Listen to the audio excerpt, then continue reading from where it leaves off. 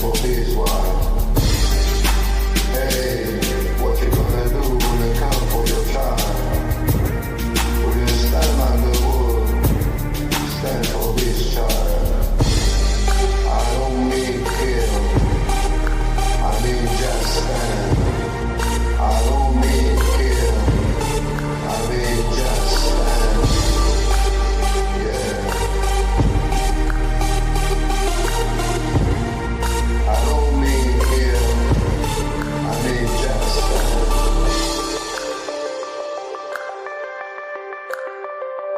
I don't mean it. I don't mean kill. I mean just stand. Hey, what you gonna do when they come for your brother? Will you stand like a bull? Stand for his brother. Hey, what you gonna do when they come for your best friend? Will you stand like a bull? Stand for his best friend. I don't mean kill. I mean just stand. I don't mean kill.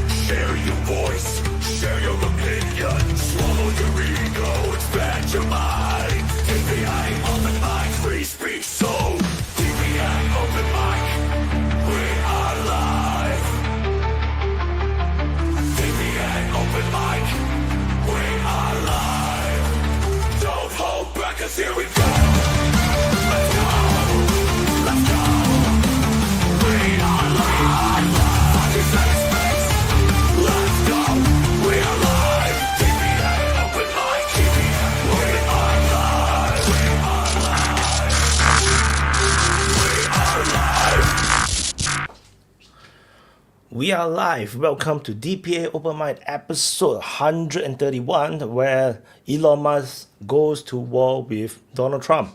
Greta Thunberg and her fellow activists are on a boat. I think within 24 hours, within 48 hours, it's going to reach Gaza. And Israel already said they will not allow them to come near to Gaza. And Sumy Offensive is ongoing. Ukrainian collapse continues across all the front line, despite, I think the pro-Ukrainian focus is still largely on the bomber fleet, which is kind of weird because the missile strike drone strike continue to come from Russia unabated. There is no reduction in terms of size, and the Russian retaliation allegedly, although I didn't see the official message on that, but it's still the same size as the usual bombing. So Ukrainian side see that as a victory, because Russia did not launch a bigger bombing, which is kind of weird. Like I stabbed you one time, but just because you didn't stab me 2 times, I win. So anyway, I hope you guys can hear me well. I just set things up. So let's. Okay, I'm not going to go too much into the monologue. I just want to say the usual stuff. This DPA Open Mic is multicast on multiple platforms on DPA YouTube channel, DPA Open Mic YouTube channel, DPA Open Mic Rumble channel, DPA Telegram, Twitch, and X, Twitter. So it's multiple platform. I didn't do the Facebook. I tried, and nobody watches because the algorithm is shit. So I just kind of forget it. Okay. So I'm gonna drop the link to join. Let me bring my copy and paste thingy. So hope you guys had a great week. Today we do a Saturday session because I had a 12-hour sleep earlier today to recover from my burnout across the whole week or 2. And I realized that since I sleep so much today, I should sleep. I should do the open mic. Then what happened is that I just woke up from another nap, another 1-hour nap. So I'm still tired.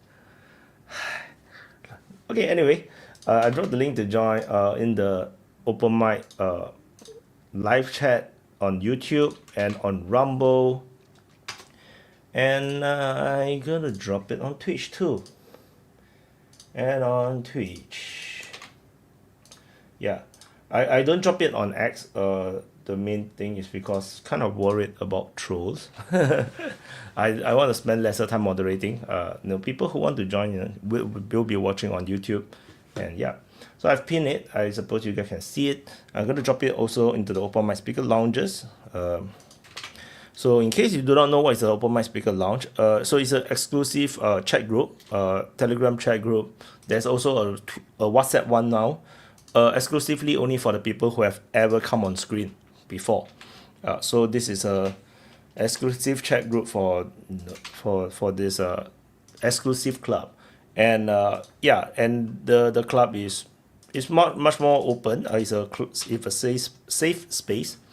And people can talk shit inside. And it does irritate one another the hell out of it. But it's a close community. Everybody's friends. So so come on and join. Become new friends. And I think in our normal life, I don't think there's a lot of people who want to talk about politics, geopolitics, on war, or military stuff. Not that many. I think DPA Open Mic is the kind of special community that you actually find someone with similar interests. But I think that applies for many sub-interests as well. Like people who are into furries, into pedophilia, or cosplay, or anime, tend to be also very exclusive groups. So and there's a super chat by Iranian Putin. Zelensky attempted to play with my dingleberries. I'm not sure what's the dingleberry. I try not to. I try not to imagine what is that supposed to mean. So anyway, if no one comes on, I'm just gonna monologue until someone comes on. So thank you, Irene Putin, for the super chat. So Yeah, the Elon Musk allegedly, I didn't actually fact check this, but Elon Musk allegedly had deleted the X post talking about Donald Trump is in the list or inside the Epstein files. So, and someone actually noted that Donald Trump interestingly did not mention or respond or talked about the Epstein, this connection that Elon Musk allegedly is trying to push, that Donald Trump is linked with Epstein, and someone speculated that is the reason because Donald Trump is going to go on some legal route, so to send a cease or desist letter, and I believe that the letter is sent and the post as such is deleted, because you cannot because when you link it something to something so negative, then defamation suit might come. So usually in a lawsuit, the cease and desist will come first, and then if you ignore the cease and desist letter, then the lawsuit will come, and then I don't think Elon Musk is going to win that. So let me check. Hi, Mary. There's someone called Victor in the background, but I cannot remember if he came on before. I need to check. Hello. How you doing? Good. Thought I'd save you from a monologue. Yeah. I let me tell the guy in the backstage. Victor.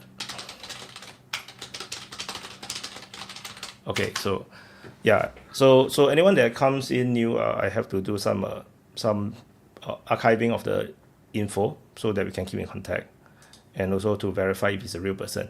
Victor is the first time, so cool. So okay, Fawn is here, but he haven't on his camera.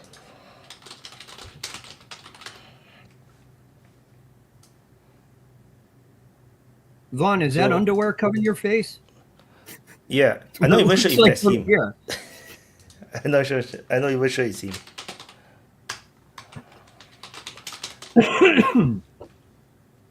Okay.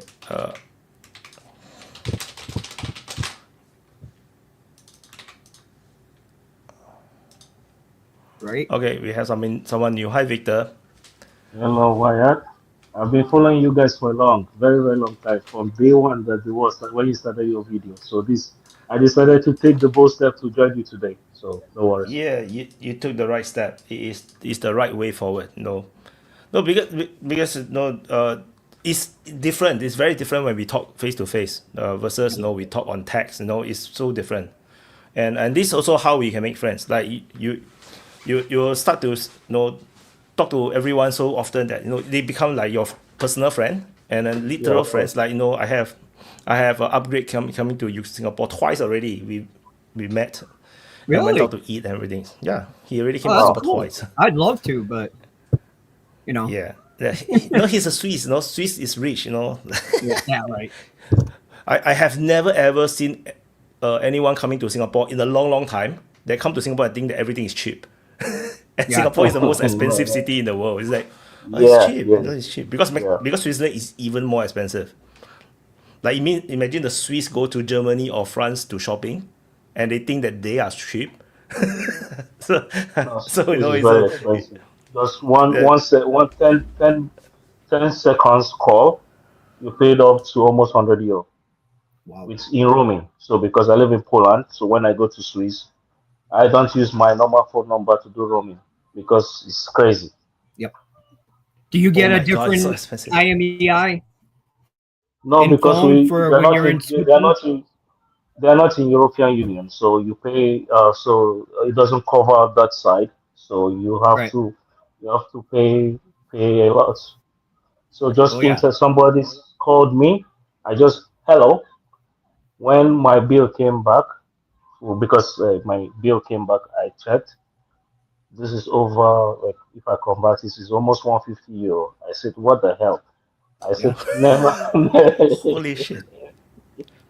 I used to work for one of the major cell carriers, and it was years ago, but a guy had traveled. He was going to Guam, and he was told by somebody else he'd be covered. So he was sitting there sitting in Guam, using his phone, watching movies, flies over, and he goes Guam to Japan, thinking the same thing, comes back, and his bill is over $10,000 freaking dollars because Holy of the shit. roaming charges. And it was all when this was just new, so everything cost big bucks.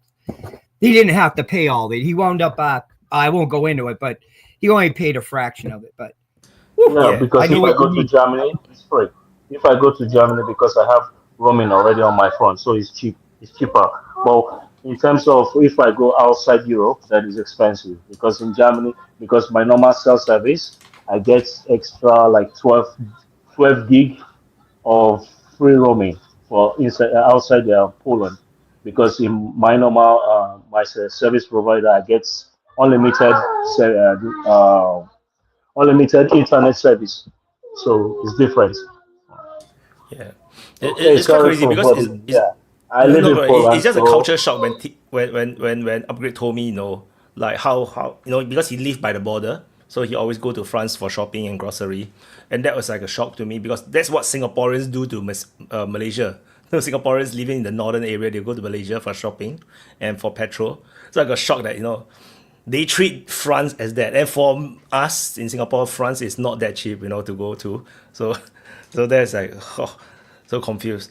So yeah, so tell us more about yourself, Victor.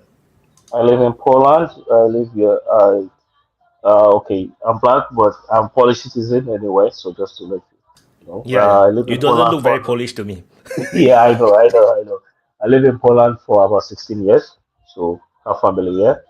So I live in Warsaw. So I follow you guys from the one. When the issue started, the war started.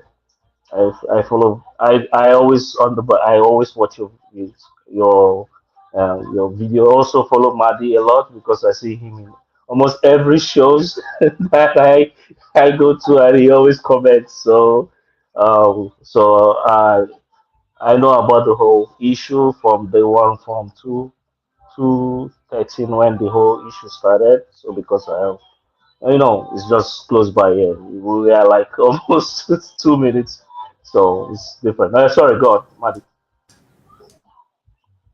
you are mute. You're muted. Mute. Hmm. of course, I'm muted. Anyway, how else would I start a conversation?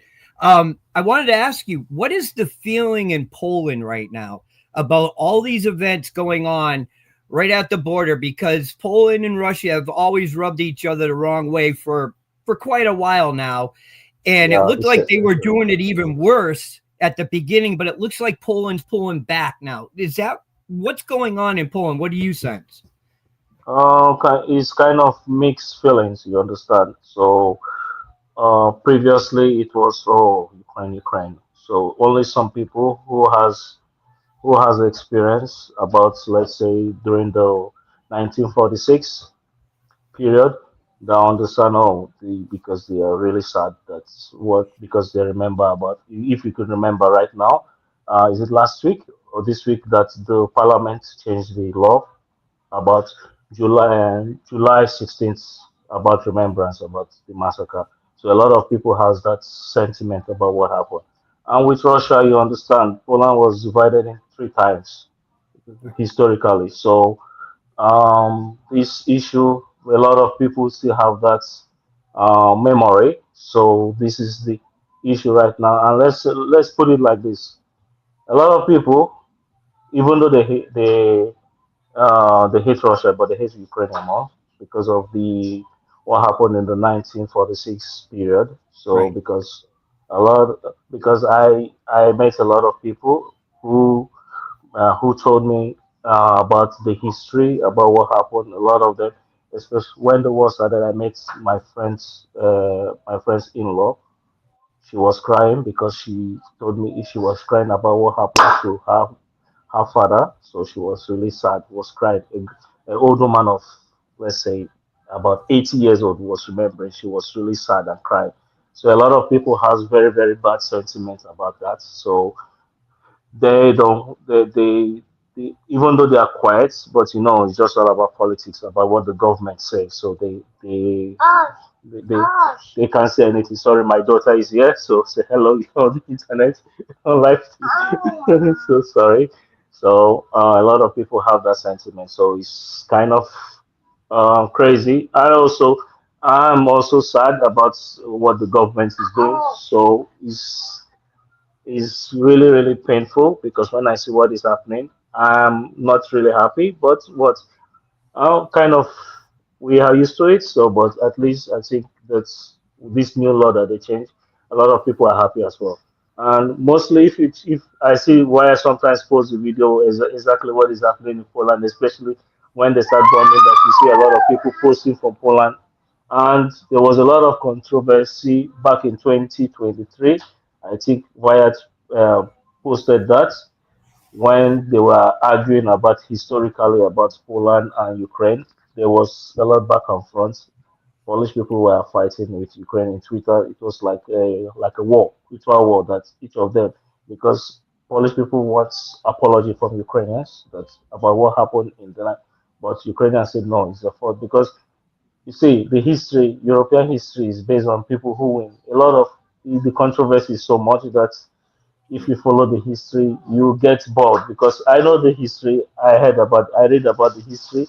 I go to the museum, I see everything. So it's really hard history, especially this in Poland. So sorry to say. Go on, sorry, Maddie.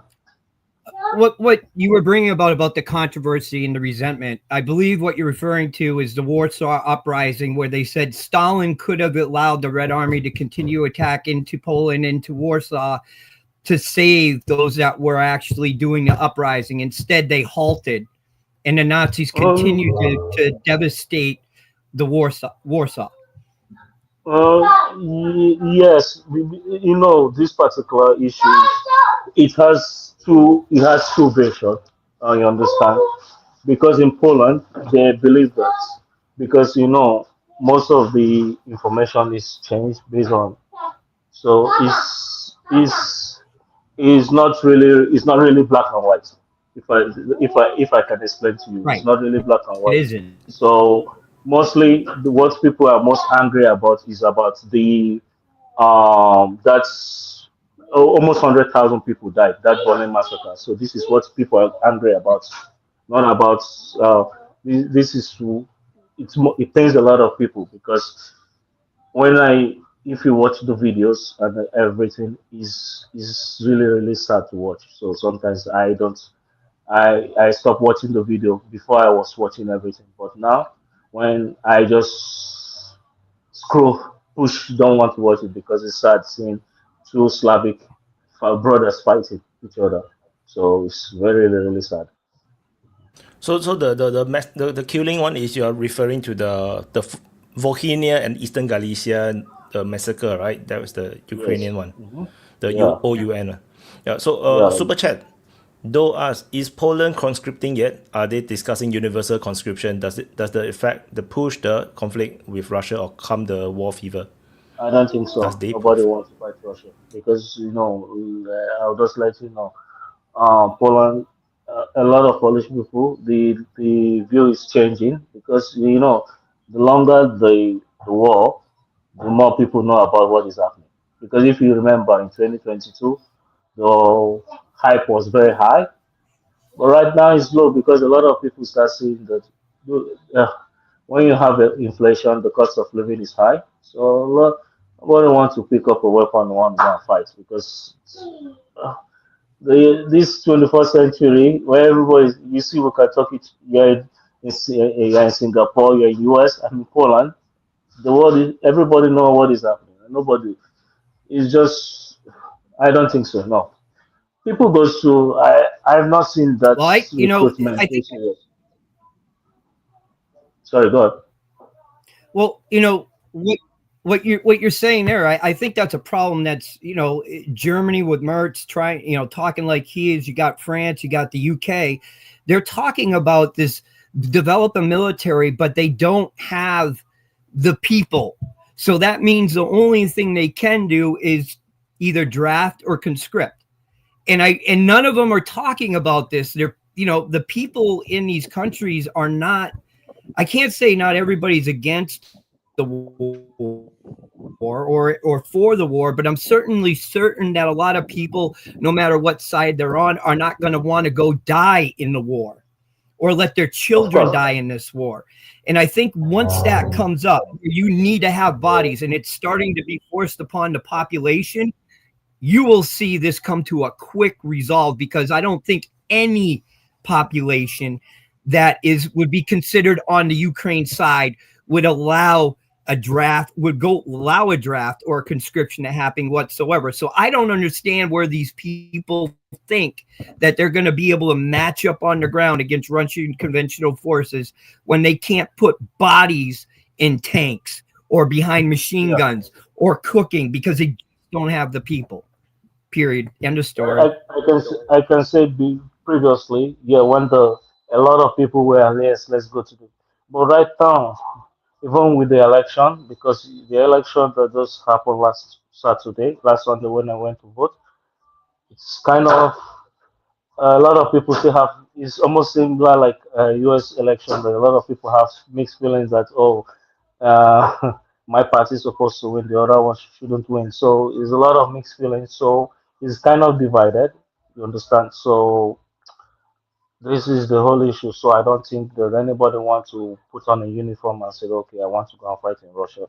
And a lot of Polish people understand that when they see everything that's happened, they see that the media is lying to them, that they don't believe that Russia is coming to attack them.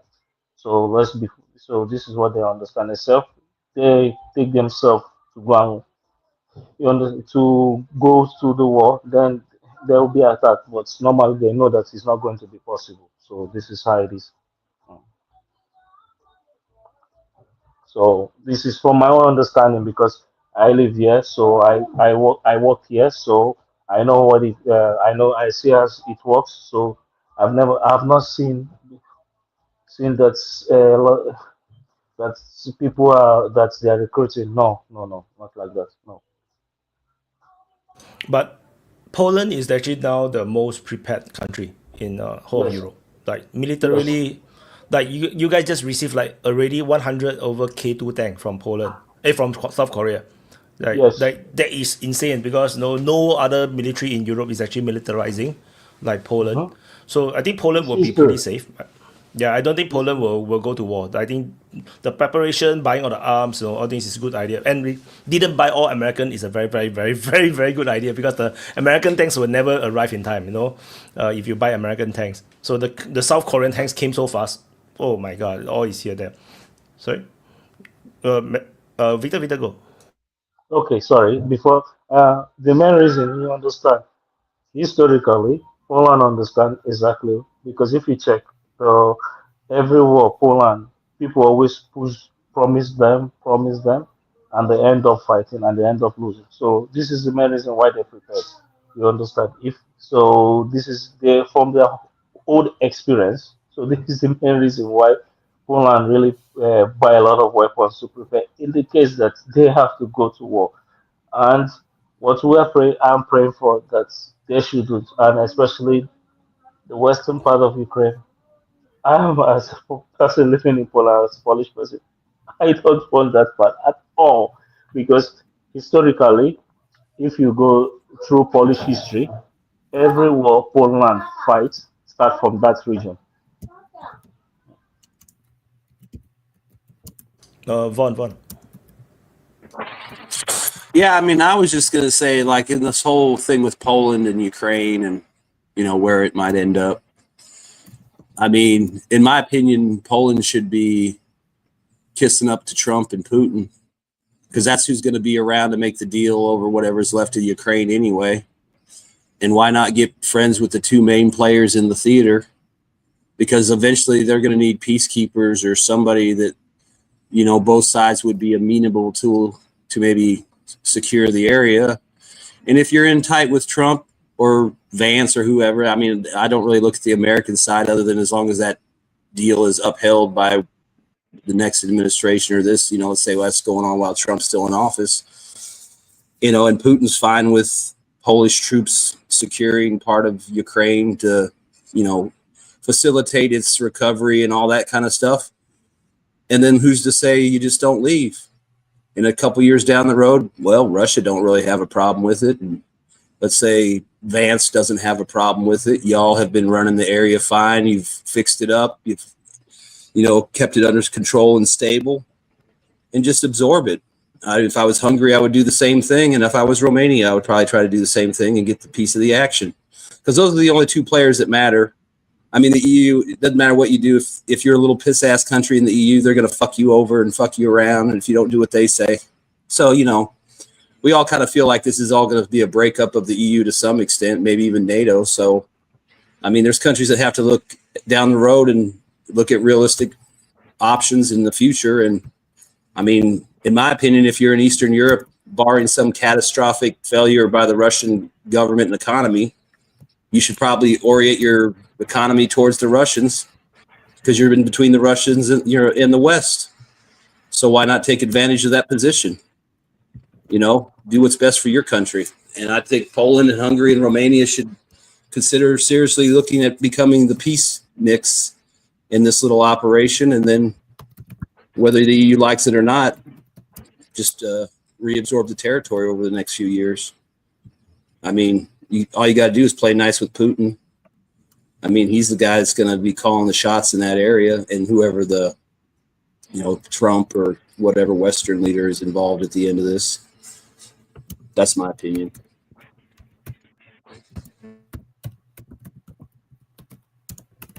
Maddie just want to say something, right, Maddie? Maddie's in the middle of typing. I am. Yeah. I'm So responding we can to go. something about a tank, of course. I can't let that go by me. Oh, the K2 tank thing. Yeah. So someone was talking about the K2 tank weigh only 55 tons, versus the Abrams tank 67 tons. And Well, I say mean, think that about it. it's- The Koreans are smaller. They need a smaller tank. So, Well, Oh, the, no, it's a good conversation. And what my point was, although it is heavy, first of all, but it does generate the power to weight ratio that usually a tank would want to have. The problem is that the turbine engine is just such a logistical nightmare. It costs 3.5 times more to operate per hour than a diesel engine. Than the M60. Let me put it this way. I'll use what they studied was the M68-3. 3.5 times more logistical everything than an M60 or a diesel engine. That's the problem. And the T80s and the I hate T80Us, that those thing. are the T80Us are also a turbine too, aren't they? Yeah. I wonder Yeah, what kind of problems the Russians have with their turbines, or if they have the same issues, or if they're a little bit maybe less performative but hardier, less performative but a hardier engine. Well, turbines are supposed to be very good, are really acceptable for like Arctic conditions and stuff like that. I'm not too sure why. I'm sure because it gets a better better fuel mixture, so it allows it to anyway.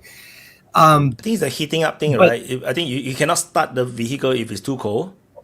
You don't have to have diesel. glow Right. plugs like a That's the other diesel thing. and stuff. No, my question is just, I wonder what kind of issues the Russians have with their turbine. Right. I mean, I'm just saying, I've never really heard a whole lot ever about it.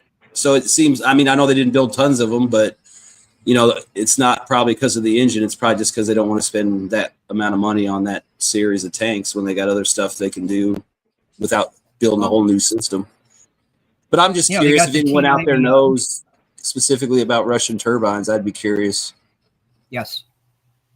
I don't know much about them. I don't know why they made that. Let's wait for. The only thing I can think of is because of the cold conditions that they operate in like Serbia and stuff like that. Yeah, well, that's what they were saying, that the T80Us are mostly based in, like, I guess the Far East and then up north along where it's cold.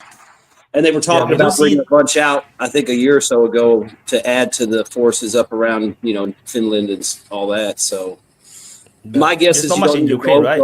Sorry. We don't see them in Ukraine, right? No, the Russians mainly deploy 72 and the 60s, right?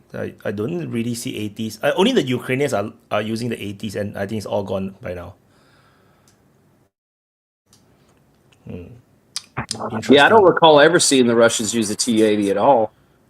I mean, we saw the T90As and then the M's, then the 72 BB3s and the 64s. I mean, I've seen T55s, but those were going to the DPR guys. We'll wait for the some Russian to join DPA Open Mic, who was previously a tanker or something, and maybe he will reveal some secrets to us. I'd love that. But there's different variants of the so we're saying that certain variants are turbine and they're not. They're diesel. It's a good point that was made in chat. It's not all Russian tanks are that way. And I think we got the nomenclature wrong on which one is the turbine derivative. Somebody mentioned it in chat. I want to acknowledge Johari. So Johari asks, why do you think the Singapore Army made the mistake getting the Leopard based on the performance in Ukraine? How do we as NS men even do with drones? So NS men actually refers to national servicemen, which is basically like all men, basically all men in Singapore. No, I'm not sure what Singapore is going to do with drones attacks. Let's say if we go into a war and there's FPV drones, actually I have no idea. And I think that if we have anything currently, it's going to be top secret, because we will not allow our neighbors or even China, although China is super far away, and any potential adversaries to know how we're going to deal with the drones. Because if they know what we do, then they will be able to overcome it. So I think if we have anything, it's going to be secret. I'm quite sure, given the competence of our civil service, they should be doing something about the FPV drone threat. Because I think it's not just an FPV drone threat to the tanks or the military. It's going to be a threat to the airport. It's going to be a threat to potential assassination of civil leaders, like government leaders, or even the shipping lanes. Or just an FPV drone attack on our oil facilities is going to be tremendously scary, because we have a massive island. That island is we do oil refining. So basically Singapore export a lot of oil, despite we have zero oil. So because we actually bring in all the oil, we refine it and we sell. Like once upon a time, New Zealand bought all these oils from Singapore. So, and one of the big hoo-ha lately was Indonesians want to buy from United States instead of from Singapore. Same, it's because of the refining capability. And for the Leopard tank, I think they do enough tests to realize that Leopard tank is good enough. But that was for a war that is already no more. So I'm not sure what is it for the future. Yeah, things is going to be very complicated. Vaughn. Yeah, I was just going to say on the Leopard tanks, I would assume that some of these countries, like these island countries where you think the soil and all that may not hold the weight, or it's going to be real muddy, I would assume that they have plans and they would probably try to use those along roads and stuff like that in prepared areas to operate their tanks, because they know they ain't going to drive no Leopard through a rice paddy or nothing like that, so they probably wouldn't put them in positions like that. But that being said, once a war starts, you got to go where the enemy's going. But I would assume like tanks like that and vehicles, they probably have a plan for that, and they're probably not trying to obviously get them stuck or anything. So I would assume they would probably do the fortified city and make them fight through the streets and all that kind of shit, and then the tanks would be there to support the infantry. And yeah, I don't think they'd be out running around. Because doctrinally, I think Singapore is now moving more and more urban training, like urban warfare training. Like because even Malaysia is getting more and more built up. Like the chances of fighting in the jungle is reducing. Like there's so much, like likely the fighting will be in the cities. We will be storming. Our tanks will just rush through the highway into the cities, and then we'll be fighting in the cities. So that's the likely going to be the case. So I think Singapore just built a very massive training installation, like to simulate a town. So to learn how to storm a big building and that kind of thing. So yeah, I think that's the trend. Super chat: Trump versus Musk, Mary versus and Vaughn. What the fuck? I mean, me and Vaughn probably agree on most of everything. Yeah, I mean, this whole Trump, Musk thing. I mean, I assume they're having a falling out. I assume it's legitimate. I don't believe there's like this 5D chess to trick people into like hating Trump and liking Musk again and then getting the list released and shit. I think they probably had a disagreement. Maybe they'll work it out. I don't think Elon wants to burn the bridges as much as he seemed, and I'm sure Trump probably doesn't either. So maybe they'll like reconcile in the background. Maybe you know, they'll have some kind of come to Jesus moment between them, and they'll realize Trump has so much power, but he can only do so much. And Elon, you know, it's appreciative what he's done and where he wants to go and what his ideas are. And he just needs to, you know, maybe he's just a little naive about understanding how politics works. And, you know, yeah, it'd be great if Trump could go in there and just wave his hand and change everything. But you can see how through the lawfare and all the other stuff going on, it's going to be an uphill fight for him. You know, maybe he'll understand that. I don't really think they're going to cut a bunch of contracts and shit like they're talking, because, you know, that's billions upon billions of dollars that's been spent and set up, you know, for launches, whether it's American satellites or Starlink or whatever. So I don't think, you know, I would hope they're not retarded enough to like shoot themselves in the foot and, you know, completely wreck the space program they got going on right now, since it's a, you know, already kind of jerry-rigged together, you know, with Elon and NASA and to a lesser extent, you know, Roscosmos, even though they don't deal directly, they still bought engines from them and shit. And I'm sure they still talk to them and have to ask questions, maybe call for tech support, you know, even though everybody hates everybody supposedly. But yeah, I mean, I would just wait and see where it goes. I mean, Doge isn't going anywhere. Those guys are still in there. I think a few people might leave, but they're still I think, you know, big balls and all those kind of guys are still going to do their job. They're not limited by timeline like Musk was.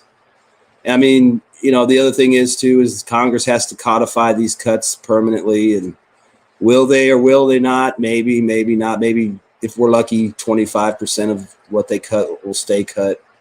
Maybe more, maybe less, but who knows? I mean, I imagine they'll get something out of it, but it's not going to be, you know, all the money that we found. They'll find other ways to waste money, but I don't know. I mean, I'm not really going to put much into it because, you know, I don't even know how many of those tweets back and forth were even real, because, you know, once it started, it was kind of fun just to start making up shit and throw it in there. And, you know, so, I mean, I would assume they'll work it out because they're both, you know, businessmen, and they probably both can look at the big picture. And like I said, I think behind the scenes they'll mend it up. And, you know, I think it's kind of a fool's errand to think that there was some 4D chess thing going on here to trick the deep state.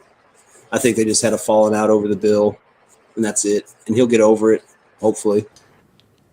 Trump just had a gaggle, right, on the Air Force One. So the journalist was trying to ask about Doge again. And Trump is like, you know, all positive words for Doge. So, yeah, so definitely, you know, Trump is being very pragmatic about this. Maddie?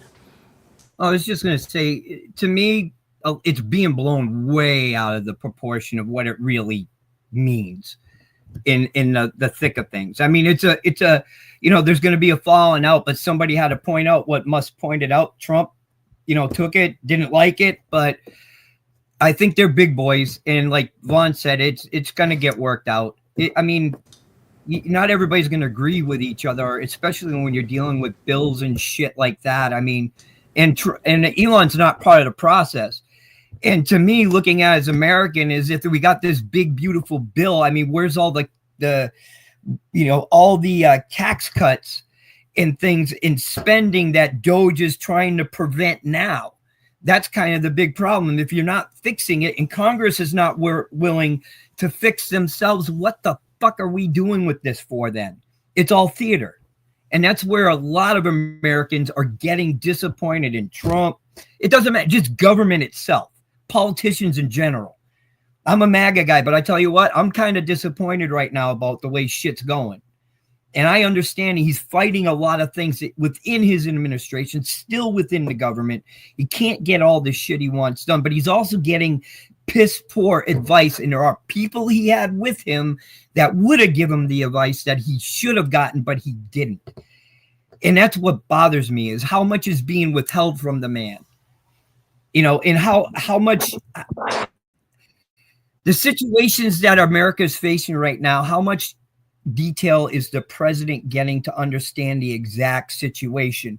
Because now we have politics all throughout U.S. government. And that's the one thing that sucks the most, because if it isn't working for your side, you got to somehow justify it for working for the other side. So nothing gets done. And that's the whole, that's the big problem here. We need to get rid of the parties, I think, period. They don't need to be there. There's nothing says that we have to have a two-party system. Thank you for my rant. Yeah, I was going to say the other thing too with all this congressional stuff. I mean, I think a lot of Americans that pay attention kind of understand what Trump's going through as far as trying to fight all this bullshit and hang-ups. And my personal opinion is, you know, he's the president. He has executive authority. There's precedent to it. You know, even if it's from 100 years ago or whatever, it's still precedent that was done by the president. You know, apparently, you know, if it hasn't been officially like renounced and whatever by Congress, then I'm going to assume it's okay. Or if the Supreme Court never threw it out. My opinion is Trump should just go ahead and act and continue to act while these court cases are going on in defiance of the court. And then if he finally loses in Supreme Court, then stop doing what they say you're doing. And, you know, they can't make you go get these people back. I mean, they can say they can, but that'll never happen. And that way, at least you keep getting rid of people as long as you can while you're doing it. I mean, and, you know, people can say, oh, well, it's against the law. You know, we have the precedent set. You just write a blanket pardon for all the people involved or personnel involved. I mean, if it's 10,000 people that pardons, I mean, that's not unheard of now, is it? I mean, it's kind of, according to the last president, you know, what was it, 9,000 pardons? Most of them were probably blanket pardons. They weren't really, you know, there's a very few probably that were specific. So, you know, I mean, if you're an ICE guy or a DHS guy and they tell you to put them on the plane and you're a pilot and you fly the plane to El Salvador, you know, just get your blanket pardon for the time frame and fill it in after it's done, just like they did with the previous administration. And I mean, if you lose in court, then you stop doing it. If you don't lose in court, then you're not 6 months to a year behind the plan because you sat there and waited. I mean, the Supreme Court and all these judges do not have any authority to come arrest the president or any of these agents or anything else. I mean, unless you're going to start some kind of idiotic federal civil war with feds standing in a circle all pointing at each other. You know, you're guilty, you're guilty, you're guilty. You know, it's not going to happen. I mean, push it to the max. I mean, it's his last term, right? So what's he got to lose? Just go for it and see what happens. And I kind of agree with Mehdi too. I think he's getting some garbage advice still from people, or maybe people are still holding out hope and they feel like if they don't tell him everything, he'll go along with things that they think might change the direction of the war or force Russia to the table. I don't believe that he was aware of this drone attack either. I think it was something that was started in the Biden administration just because of the timeline of 18 months. And, you know, the way things are compartmentalized and stuff, it could have been green lighted and then everybody went dark because you don't want any signal or talking going around for somebody to get whiff of this plan. And then, you know, they have an execute date. Maybe somebody at the CIA knows. Obviously, Trump has, you know, rivals and enemies still throughout the administration. So it's not inconceivable that somebody just left it out of a briefing or didn't feel like it was important to bring up to the president. But, you know, we're never going to know if he knew or if they were down with it or not. I mean, I even heard a report, and it was just a rumor, and they were only saying it was a rumor, but they said Hegseth watched the attack in real time. But that was just people kind of poo-pooed on that, like, yeah, whatever, you know. That means that Hegseth would have had to have access, I guess, to the same cell phone network so he could watch the drones, you know. And I'm sure the Russians would know if an American satellite was positioned over the area to observe at the same time, which would be kind of another red flag that this attack happened right when the United States could get perfect, you know, visual surveillance of the attack. So I don't know. I mean, that's all stuff we'll never know. But I mean, I'll give Trump the benefit of the doubt that this was already something going on and they just left him out of the loop. And think about it. The deep state doesn't have a problem embarrassing Trump, undermining the peace deal, and keeping things going. So that's probably what happened. Because orders can be given through public speeches. Like there is code words, you put into public speeches. So if I probably wasn't aware of, like maybe they will like hear a specific person say a certain weird code word, and that is the order to go ahead with the operations. So this kind of thing, I think it's not impossible. They don't have to talk through the phone. Hey, real quick too. Someone mentioned this. I don't know if it was in the voice chat or not, but there was a point, I think, in the last 18 months before Victoria Nuland left, and she made the comment about a bunch of nasty surprises coming for Trump. And I wonder if he was referencing these operations that may have been started under the previous administration. Maybe she was briefed, right? Maybe I would assume she knows. I mean, she seems like somebody who would, come up with these harebrained ideas like Krinky and stuff anyway. So yeah, I would assume she knew about it. It was on video. I know exactly what you're talking about. She was on video when she was being interviewed when she said it. You'll try to find it is another thing though. But she had her usual snarky smile, like she knows better than everybody, and she was talking about kind of like a little evil look on her face, like, just wait and see what we're gonna do, to Putin. And then I think shortly after that, you had the attack on the mall and the music place, and some other stuff have happened since that comment's been made. And it's like, well, are you involved or not? I mean, just think about it. I mean, Russia's in the middle of a war. I don't really know what's going on in Tajikistan or anything like that, but I pay attention. I don't hear like the Russians are in there like oppressing people a lot. So it doesn't really, it makes more sense the CIA went and found a Tajik cutout and used him than it does that these random Tajikistan guys are mad and all of a sudden decide to go to Moscow and do attacks. I mean, I could see the Chechens, but even they have peace with Russia. So, I mean, I just don't hear, I might be wrong. Somebody in Russia might know, oh yeah, there's a lot of ethnic violence or, distrust between the Tajikistans and the Russians and stuff. But I don't know. I'm just saying it, they find these guys and it's always some Stan. And then you find out that the guy's, friends with somebody who's friends with somebody who, like, dated a CIA guy, and that's pretty much all of the connection you need. It's not clean. It's not a grassroots terrorist. Wyatt, but Lindsey Graham just went to Ukraine, right? Just before the bomb, this FPV drone strike. So maybe he got briefed, he came there and give the green light, to whatever. That's a possibility. Maddie. Although, if we remember back at the beginning of the war, the United States and British found out their intelligence communications had been breached. And that was the reason why somebody from the big guy of MI6 had to fly to the United States to have a direct briefing. And that's what I think people like Graham are doing. They're bringing information, orders, or whatever by hand so that it cannot get picked up by the Russians. Because somebody in chat, somebody here must remember this whole thing happened, where it wound up coming through what's her face, her cell phone was what wound up giving up the information. The Russians were listening to everything at that up to that point. A lot of people forget about that part of it. There's and I also look at, if you look at the timing of events, I believe they send these people over like high value human shields so that they won't strike within Kyiv or within Zelensky in fear of hitting a U.S. representative or somebody else. That's the only thing I can think of, because what is he going there to do? Cheerlead him on? There has to be a purpose for the guy going there. It ain't just to be there. So I think it's that they communicate information back and forth in that manner, the things that are going on. And then if you look at timing, what happens afterwards. But then again, the EU wants to make it seem like the United States and Trump are involved in everything to keep us connected to this, somehow hoping to draw us in to fight against the Russians.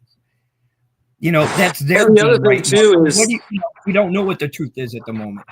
And the other thing is too, if you look at the relationship between like the UK and Trump, I mean, for all we know, this was an MI6 operation. I mean, I'd be curious to see the source of those drones, where they actually, came from or were built. I mean, are they just, Chinese analogs, or is it, a British made design, or some, an American made, somebody printing them out?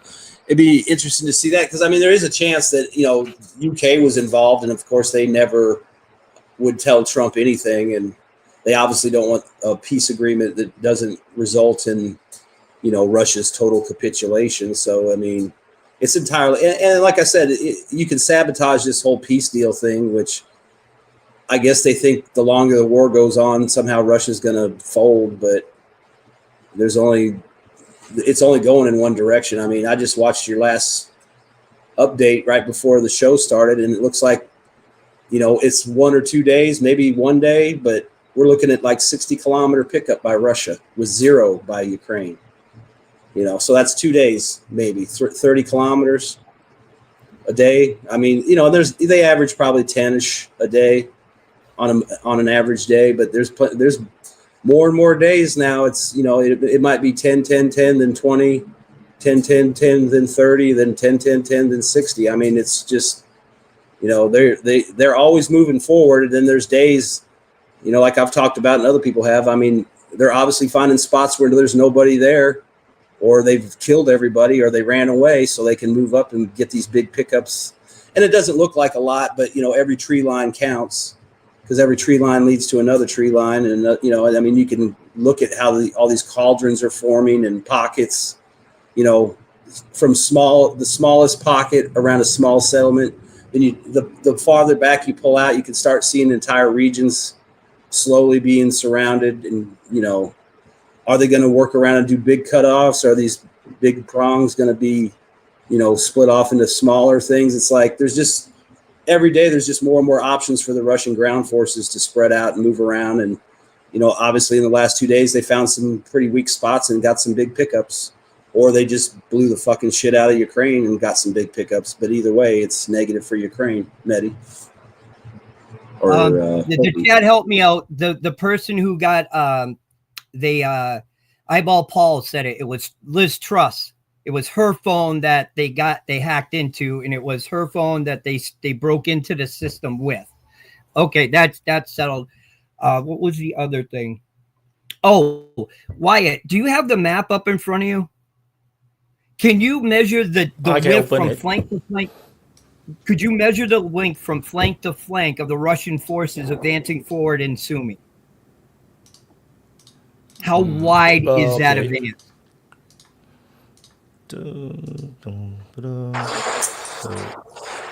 Just real quick, on that forest too that sits above Sumy, like Wyatt talked about how Russians might not be, inclined to go through that forest.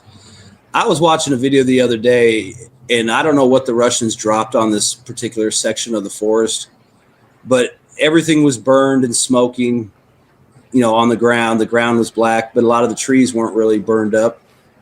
But all the ground cover was gone, and they were just moving through the area, clearing spots and checking holes. And I kind of feel like at this point, with the advantages they have in artillery, rockets, Air Force, I mean, why not just go around the forest, through the forest? Hell, we all know they wouldn't mind going under the forest. So who knows? Maybe there's a tunnel there somewhere, or a pipeline we don't know about. So the distance from this part of Kindrativka all the way to Yunakivka, at end of Yunakivka, maybe 25 kilometers to the forest. But they're attacking Sadki as well. If you go further on to Sadki, it's around 30 over kilometers. So the reason I asked, so currently the front line 35 kilometers, straight line. Got it. Straight line. So, but there is fighting maybe further.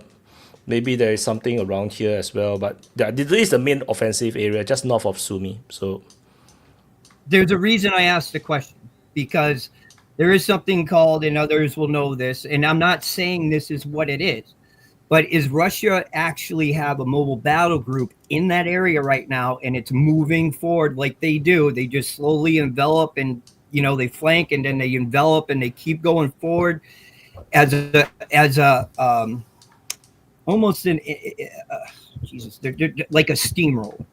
This is like if we, and the reason why I'm mentioning this is this: if you watch the live feeds at night, what's going on in Sumy, it's just getting pounded and obliterated by some heavy shit.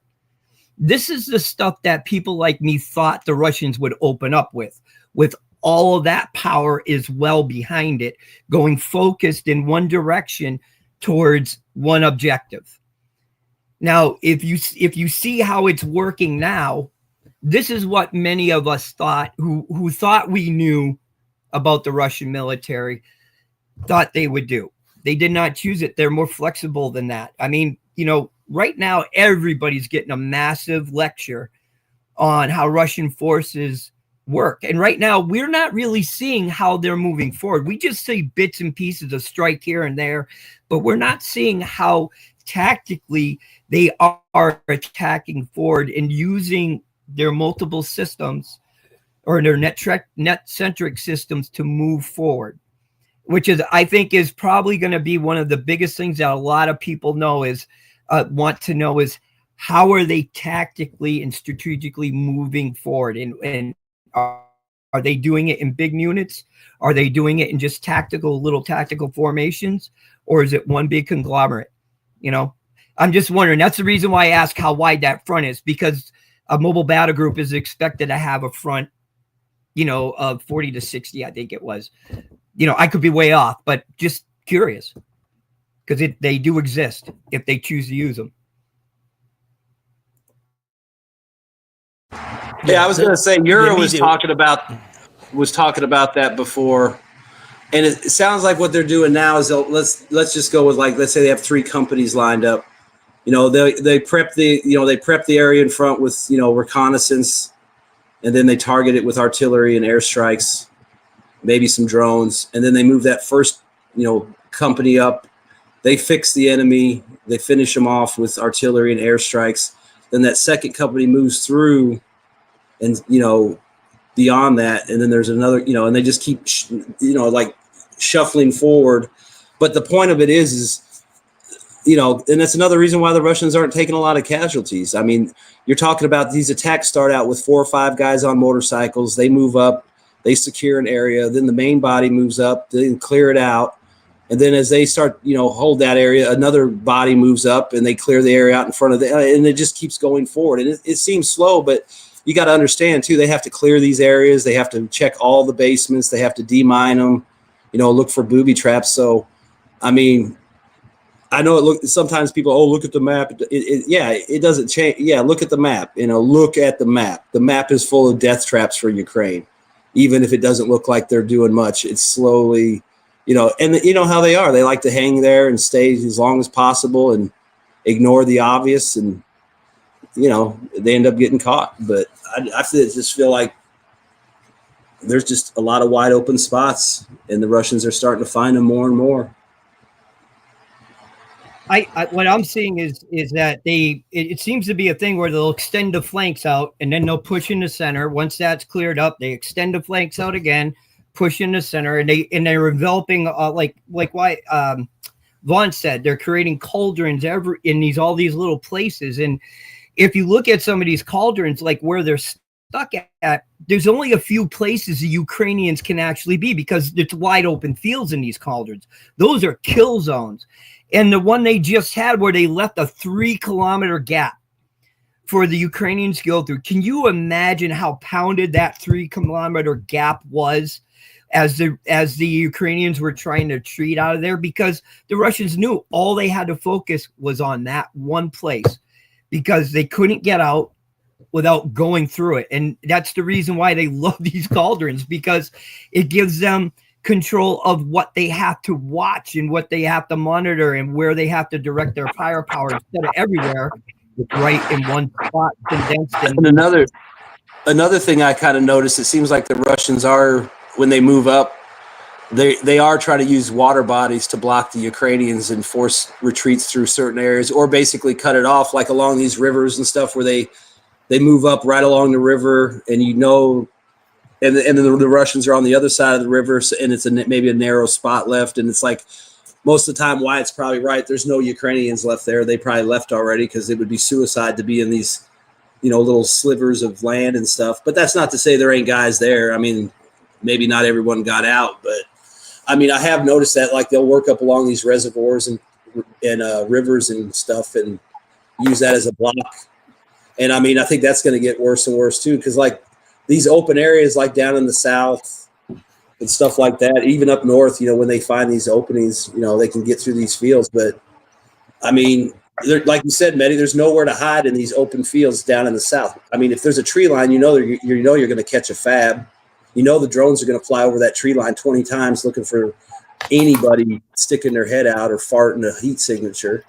So, I mean, you can't hide from them. And even if you do manage to hide from the drones, you're probably still going to get prepped with bombardments and stuff. And then maybe, if you're not shell shocked, you can stick your head up just in time to see some guys on motorcycles running up and throwing grenades and, anti-vehicle mines into your fucking bunker. But yeah, I mean, it's got to be getting ridiculous. And as the weather gets better and better, I imagine it's going to get worse and worse. Hi guys, was my turn? Well, actually, I've been waiting for quite a while, so if I may. Yeah, sorry, I couldn't see your finger. Kopi's been No, I understand. No problem, not a rush. No, it's the same. I had just a question because we were speaking about the Sumy region. I saw today on the Telegram footage of a Russian FPV drone having sight on the city center by night. So it's saying that they're getting very close to the Sumy center, also with the FPV drones. So how realistic is, and also we know that there are troops in the Russian border above Sumy, how realistic is that they're going to be at least an encirclement of the Sumy, and maybe they're going to try to take the Sumy region completely for, let's say, a summer offensive? How realistic is that idea? I think all you're going to see in the north is encirclements of Kharkov and Sumy because they're just too big. And like I said, I've said a lot of times, I think the bulk of the Ukrainian army and the good equipment's up in that area. From Kupiansk up into that area, I would say that's where the bulk of the Ukrainian army is. I think if you're going to see a big summer offensive, it's going to be in the south. Pokrovsk, south of that, Kherson probably. I still think something's going to go down there because, again, the other side of the river, there's nowhere to hide. What are you going to do? Hide in some settlement with 5 fucking houses? One fab takes care of the 5 houses, so problem solved. Plus, you can assert your air dominance. You got SAM coverage. You can move up to the front line and cover any kind of, air mobile operations and stuff like that. I mean, there's just, like I said, there's just too many things going Russia's way, and unless they totally fuck up or something, I just don't see how it's not going to get worse and worse. I mean, like I said, I think most of the action is going to be from across south. I think that's where you're going to see the big gains. And up north, you might just see the city surrounded because, all you got to do is surround them on 3 sides, and you got fire control, and then you just fly drones all the time. And those guys are going to get worn down with random strikes and no ammo and random food and stuff. So why take a bunch of casualties going in when you could just surround them and wear them out and focus down south where it matters. But there is get all the way to the river, get Zaporizhia, get to through Donetsk, get Dnipro. But go for the shit you can go for. Yeah, but there is already, like, if we speak about Sumy only, Kharkov is, but Sumy for me is an easier target because actually Kharkov is the same. These are, like you said, both big cities. But we saw in Avdiivka, the end of Avdiivka, how did it happen? Next to the tunnel attack, they started to fab the shit out of the city, and it was emptied like very fast. Now there are reports about new fab systems that extend range for, I think, 30 or 40 kilometers more range compared to the older systems. I don't know which fabs it is. I don't care. If you're focusing by destroying the city, sadly for the citizens, but that is something I'm busy thinking that they're not going to take long to evacuate Sumy and Kharkov because they are going to be encircled. I think we fully agree on that one. But once you get to the fabs, you can destroy the city completely. And it's going to be easier for the Russians to enter the city also. We're seeing more and more of this type of tactics in the Sumy region already for a very long time. But you're getting closer to the Sumy city. And that is a point I'm going to make, is that as Ukrainians, or the Ukrainians are going to be stupid enough to use Sumy, for example, as a city, but if you're directly in target of these fab systems, I don't think it's going to be a city that's going to be held very long if Russia is able to continuously fabbing the shit out of the city. Yeah, but you got to look at Kharkov and Sumy. Those are both majority Russian cities. They're not going to bomb those people like that. I mean, if I'm the Russians at this point, why would I up the casualties when I can surround the city, fire control the city with drones and artillery, and make life miserable for everybody in the city, which in turn will make life miserable for the soldiers, and maybe they'll leave. And the same with Kharkov. I mean, it's a huge city. I mean, they're not going to blow the shit out of the city they want to keep. It's easier just to go around the cities and get fire control on the roads and just make their life miserable. I mean, it's not like you can't send a fab in and kill the power station or the water treatment plant, and then you just shut down all the roads so no food can go in, no gas. You know, anybody on the road. Look at Pokros. The people out there, they know what's up. They're still walking around in Pokros. They're walking around with drones flying by them. I mean, they'll deal with it. And the Russians obviously aren't going to say, "Oh, look, there's a babushka with a grocery cart. I'm going to make a fucking funny video of blowing her ass up." I mean, they've shown multiple times where they fly past people and spare them. You know, even the guys that were in that vehicle they chased down and were going to blow up, and the guy jumped out with his kid. You know, even though he was a soldier, and they were probably going to some military place, and who knows, they probably had a bunch of supplies in there. He didn't kill him. Yeah, you know, at a certain point, they're going to need to invade these cities. They can't keep these cities alive. They're going to need to take it strategically. So they're going to find out. And I think civilians automatically, after a while, are going to say, well, fucking hell is coming too close. Of course, you have these hardcore older people living in the cities. Happened also in Adiyevka. You still had some residentials there that stayed and survived even.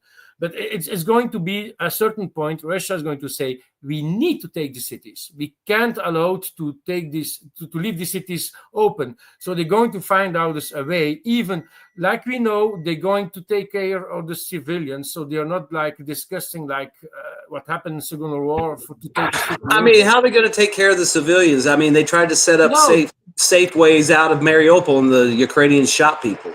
That walked automatically out. They're going to evacuate because they're going to see it's going to be too dangerous. Then normally you need to expect for the Ukraine. I mean, I think you need to look at a map of Kharkov and look at how gigantic that city is and how spread out it is.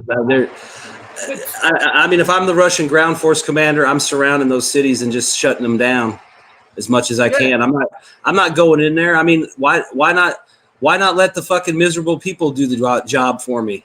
You know, I mean, when people are sitting there taking their fist at me, you know, because of you, I have to walk up 20 flights of stairs because the elevators don't work. Because of you, I got to boil water every fucking day so my kid doesn't get diarrhea and fucking die. Exactly. Because of you, I had to eat shitty potatoes because the grocery store's been out of stock for fucking 3 months. That's what you fucking do. Fuck sending in guys. I mean, if you find a target of opportunity, like some bunch of dumbasses in the building, blow it up. You know, some guys hiding tanks in a building, blow it up. But there's no reason to go in that city and turn the population against you. And it doesn't matter what your reasoning is. I don't believe it's like a true Zionist. Hey, we got Thomas. He's got family that lives there. They ain't going no fucking where. They ain't going. And they hear that shit. They've heard it. They've seen that stuff. They hear drones every fucking night. They ain't leaving. They're just not going to leave because that's where their house is. That's where their shit is. They're not leaving. Yeah, and I mean, one literally described the Israeli strategy. Hundreds of thousands of people in that city that feel the exact same way. Yeah, they're not leaving their shit. Before also, after a while, one described the Israeli strategy on Gaza. You know, just stuff them. You know, no, but evil Zionists. the advantage that they have compared to Palestine, they can go away. The citizens of Ukraine can leave the city, and they did it. I have it's an ex-colleague. My refugee left the building because he started to be lazy. It's not a joke. He had his job for tomorrow, and he didn't came to his job. So fuck up, you know. So they say bye-bye. And also, So, but he actually is born in Crimea. He left Crimea in 2014 to live in Kharkiv, and then he left Kharkiv with all his family to live in Belgium. I pointed his house on Google Maps, so I'm going to send him a message when his house is gone, of invaded. I'm going to say it like that. But the thing is, if you look at all the other cities that Russia already took, after a while, the civilians are going to leave it. They are not going to be. If you see a fab shock, already you just feel the fab shock wave of a 3000, and that fab dropped at your house like several hundred meters away. you're going to start to be scared. You're going to start to think about your life. And at first point, Ukrainian army is also responsible for his own civilians. So after a while, if it starts to get too dangerous for his civilians, you need to evacuate your civilians. And Russia is also going to notice them, that they're going to, like the pamphlets, maybe like that the Israeli like to do, dropping pamphlets. The Russians aren't going to be able to evacuate anyone. Anybody that walks towards Russia is going to get shot. So the only people who are going to evacuate are going to be the Ukrainians. Yeah, and are they going to evacuate? Or are they going to use them as human shields? Are they going to evacuate? Or are they going to use them as human shields? I mean, they shoot their own guys in the back. They blocking forces. I mean, blocking forces work great for civilians too, I bet. Have you already seen plans that have been struck in Kiev? They're already using civilian buildings or commercial building infrastructure inside in the city to build their drones and all that shit. So Ukrainians are already playing it nuts, but I understand the strategy because it's safer to hide it and the civilian infrastructure. But at a certain point, we're going to be agree Russia is going to enter Kharkov and Sumy. Is it not happening this summer? It's going to happen at a certain point. I mean, I'll agree with you at some point they'll enter Kharkov, but I mean, that's like if I say they'll enter Odessa. I believe they'll enter Odessa too, but it's not going to be because they drove up on the beach. It's going to be because there's nobody left to defend it, and they can drive where the fuck they want and do what they want. Exactly. And that might be happening by the end of the summer. Yeah, I'm not saying maybe a little longer. I don't know. I mean, it depends how quickly the Ukrainian army gets fucked. But I mean, my assumption is when they take Odessa, it'll be because they crossed the river, they fought their way there, or there's little or no opposition. They're not going to do. If they do an amphibious assault at that point, it'd probably be just a showboat. It ain't going to be because that was the only option. I mean, I believe they're just going to cross the river and eventually work their way that way. Yeah, I mean, it's the easiest way to go. It's flat. It's wide open. There's not a lot of fucking trees down there to hide in. I mean, yeah, there may be a lot of settlements, but fabs take care of settlements. Fabs take care of hard points. We will see. I'm very curious about the future in these two cities. Coping before you get cramps in your finger. Oh yes, thank you. So I'm going to try to stay a little bit on topic. A quick one. I hope question for the panel. But first, I have some open mic related news, like strictly open mic. It's a DPA Open Mic and another open mic from a channel called Candid with Lubna. Now, this has been a little side project of mine for a year. I keep name dropping a DPA Open Mic over there once in a while for those who are interested in geopolitics to come over here. And I had kind of been hoping that there would be some of the speakers over there would come here, and then the cross-pollination could occur. To my surprise, it was the other way around. The DPA Open Mic channel has 5,000-6,000 subscribers, while its main channel is almost 100,000. Now, the channel I'm referring to, Candid with Lubna, has almost 100,000, but it is the open mic combined with the main channel. But if you look at the stream sizes are more or less like open lives like these with people on the camera, more or less the same size. Now, to my surprise, Jim Bowden, do you guys remember him? That Australian who go on his conspiracy rants and stuff like that? Well, he showed up there and he participated in the first self-moderated open mic, because up until this point, Lubna had been moderating her open mic. This was the first one where she just went off screen and basically did a Wyatt. And they just reminded people, you are moderating yourself. And, they went about it. And I think it would be interesting for you guys to see. And I would like actually to see now more of the speakers here go over to Lubna's open mic, because she has a fairly sizable channel. There's a fair amount of people there. There's some overlap. There's some of the audience there that are here and vice versa, but very, very few. And so since Jim has now gone over to the other channel, I think it's time for us to it's not just me introducing the DPA Open Mic. Now it could be some of the other guys here, and we can maybe get some new speakers on here from her channel, because there are, how the open mics are. There are some good ones, some bad ones, and some ugly ones. And that makes for a lovely mix, right? So yeah, that was just like something I came across. So I'll leave a link in the private chat, and then Wyatt can just put it out there and you can look into it yourself. The open mic is different. It's more like a sociological thing, so to speak. But it's still like all open mics that have overlaps. Our black holes tend to be the main topics over there, right? So their black holes tend to be religion. So there you go. Anyways, here comes the question.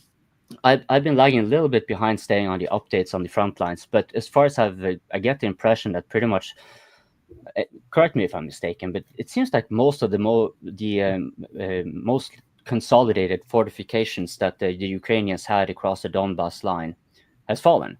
So now they're usually like fresh fortification lines. And does that has the Russians actually upped the intensity, or is it just that the advantages the Ukrainians earlier enjoyed are no longer there? Because the pace in the Donbass seems to be staying put, but more fronts have opened. That's kind of how I see it. Rather than I'd say harder, it's both. but just pushing more places. I'd say it's a little bit of both. I mean, because you look at the map with all of Wyatt's fortifications that he lists on there as best he can, that, obviously people are trying to compile. And you look at some of the elaborate ones that are already gone. It's like you never heard about a big fight around them. And you see how big they are on the map and elaborate. And it's like, you never hear, there's never any key battle around there or anything. It's just, the village nearby is gone. And the Russians have it. Then they fill in the whole area. And I do think that's part of it. They're getting into the areas that are probably less prepared.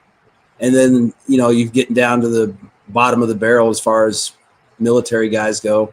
I mean, no offense to them, but, I know they still have some decent units left, and obviously they still have decent personnel left, but that resource is being depleted rapidly. And, the majority of their army is going to be made up of poorly trained, extremely poorly trained, not motivated conscripts. So, I mean, you can see where that's going to go. I mean, you're delivering pizza last week. Now you're in a fucking trench.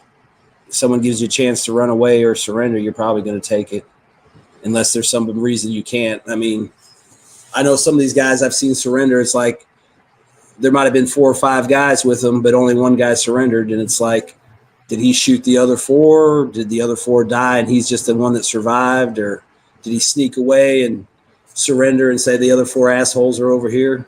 Because I've seen plenty of videos where the Russians are more than, amicable to letting you surrender, giving you opportunities to surrender. I mean, they might fly a drone over and say, hey, we're going to be there in 10 minutes. Do you want to surrender? Because if you don't, we're going to kill you in 10 minutes. And even then they might still show up and, let you surrender as long as you don't fight. But I mean, look at that merc that got caught in the forest, earlier this year. I mean, technically they should have shot him on the spot, but they didn't. They kept him and, used him for a propaganda victory and got him tried and convicted and sentenced to 19 years in a, maximum, security, labor camp. I mean, and there's been more and more stories too about a lot of these mercs getting killed by Ukrainians, or just being, getting wiped out anyways. The Russians are always going after them. But I've seen more and more stuff. It seems like, when they get wind of your mercenary time wanting to end, they off you. And then you look at what happened recently with the body exchange. They had 6,000 bodies they didn't want to take.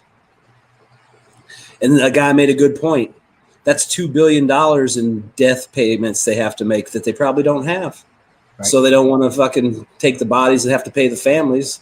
And plus, they sure as hell don't want you to know the Russians stacked up 6,000 guys in Kursk.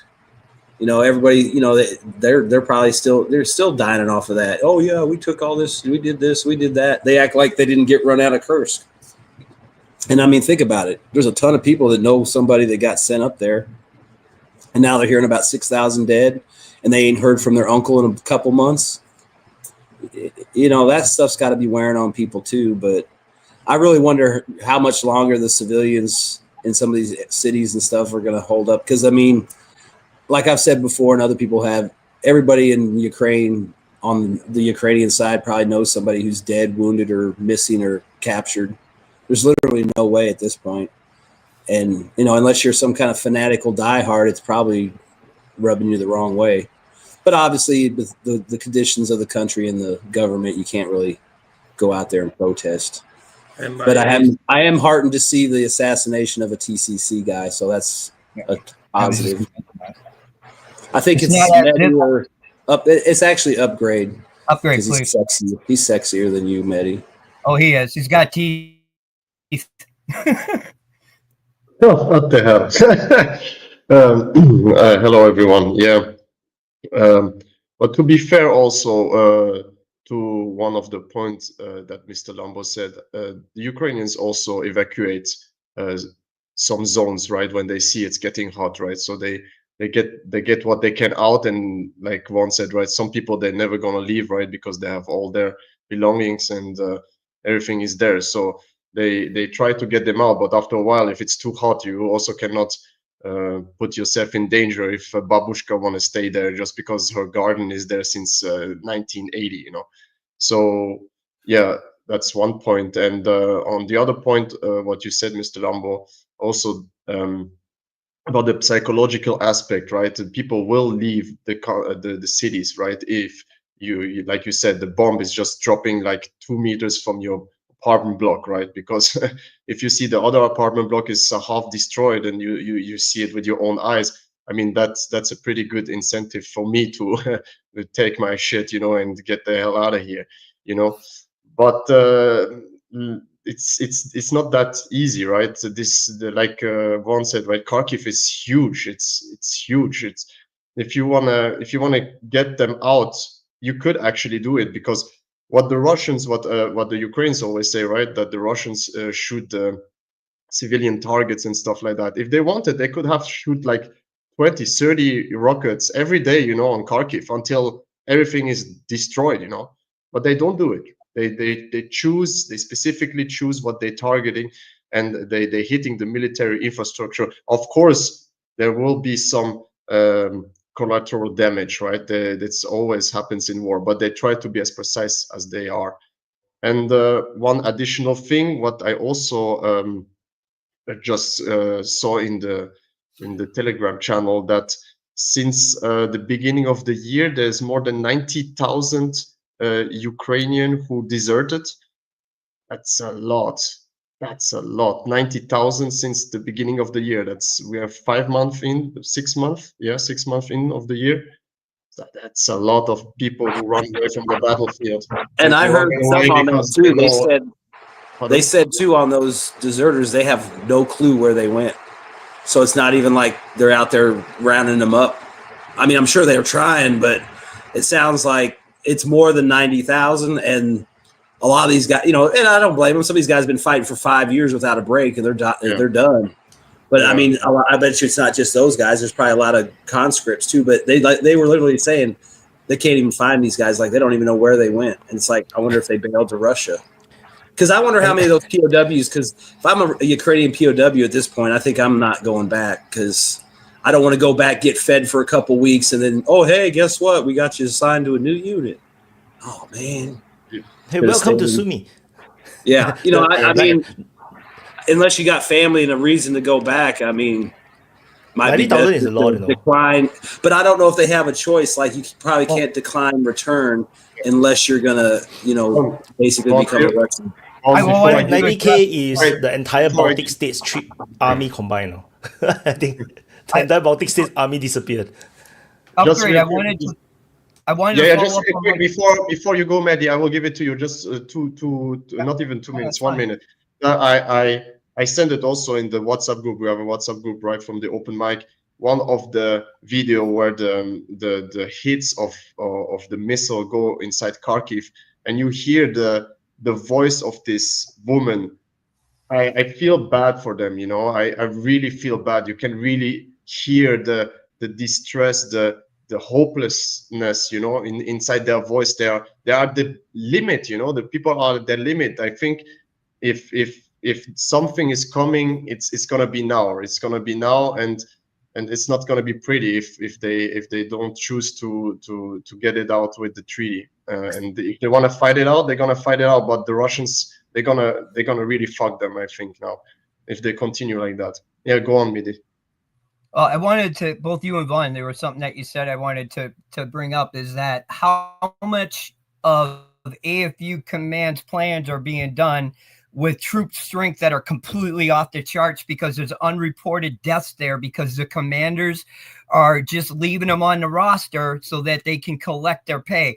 I said this at the very beginning of this fucking war, is when you use mercs, that is the oldest dodge in the world history. When mercs are used, it's always used that when they're dead, they don't report them until they have to. So sometimes we're going to see this huge drop of dead Ukrainians who've actually been dead for quite a while. But the command has to get him off the roster and now report him dead because he has no choice. So there's a lot of that shit goes on. And that's why I wonder is like, you can see the massive deaths. It was already mentioned that they're already fighting back against some of these guys going out there. And, just you're driving a van and next thing you know, you're in a trench. When comes the time when some of these soldiers come back that they say, you know what? We're going to start baiting the TSA and allow them. We're going to hang somebody out there for them to try to pick up, and then we're going to wipe them out. Mehdi, I heard that some people now they if they want to go outside, they are staying in groups so they can fight off these guys, So they're staying like 5-6 people together. So in case because most of the time they're like 2-3 people, right, who come grab you, They're not like an entire fucking, troop, They're just like a couple of them because they don't have the manpower. They need to go to the front, these guys, So they have these guys, so they stay 5-6 guys, together, and they just, if somebody comes, they just punch them in the face, Yeah. and just with violence. The wife gangs protecting their husbands. The one thing about it is, yeah, Mehdi. Well, think about this. If you're dragging somebody off the goddamn street, throwing them into a van, basically having to hog tie them and get them into a van, and then you see where they put all these guys they got. Have you ever seen that? They walk down the line. They're all sitting in a bench. They've all been collected. They're all like, holy fuck, I'm dead now. What the hell's going on? How can people not see that in Ukraine? And not see that things are not going the right way, because when you really think about it, if you're grabbing a guy off the street, how good of a soldier is that person going to be when he's on the front line? But Mehdi, who doesn't want to be there because he fought against you. They don't have a choice, Mehdi. They don't have a choice. Right. People are scared, People are scared. That's why they don't do anything, That's why they do. That's the same with the Nazis before, right? When the SS came, you could say, oh, you see that they're bad guys. You see that they're just taking you to the front line to die. But nobody did anything, right? Because it's the SS, right? It's bad guys who have overly powered and they can do whatever they want with you. They can just shoot you in the street if they want to, because it's wartime and you're denying to go make military service and you need to go. It's your duty, So they hide behind this rules to push you down and to make everybody accept, to make everybody accept that it's wartime and now you need to go. It's your turn now. The other guy died. You're not a patriot. You're with the Russians. Oh, okay, you go to the jail or you die. That doesn't matter anyways. One of it will happen. So that's why nobody doing anything. That's my opinion. I think so. I mean, I think another thing real quick is, regardless of that, I just want to say, just response to that, regardless of all that, still, how good of a soldier you're going to be. You're not going to be that good a soldier. You're not going to get trained for fucking years enough as you need to be. I wanted to jump on that one. Go ahead. I'm done. I made my point. Yeah, I want to jump on that one. I saw this week a footage of a guy walking his dog and be taken by these Ukrainian police services or whatsoever they call, dropped in the van, left the dog behind. Imagine that same guy had a wife and 3 kids, and suddenly he's in that van, leaving his dog, his own family home. How can you be mentally prepared to go in service? The guy is already at his lowest point ever mentally.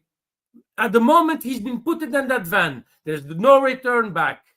People that are deciding to join the army, and I took that as an example of American soldiers during the Second World War, they literally said, at the moment we are joining the army, we are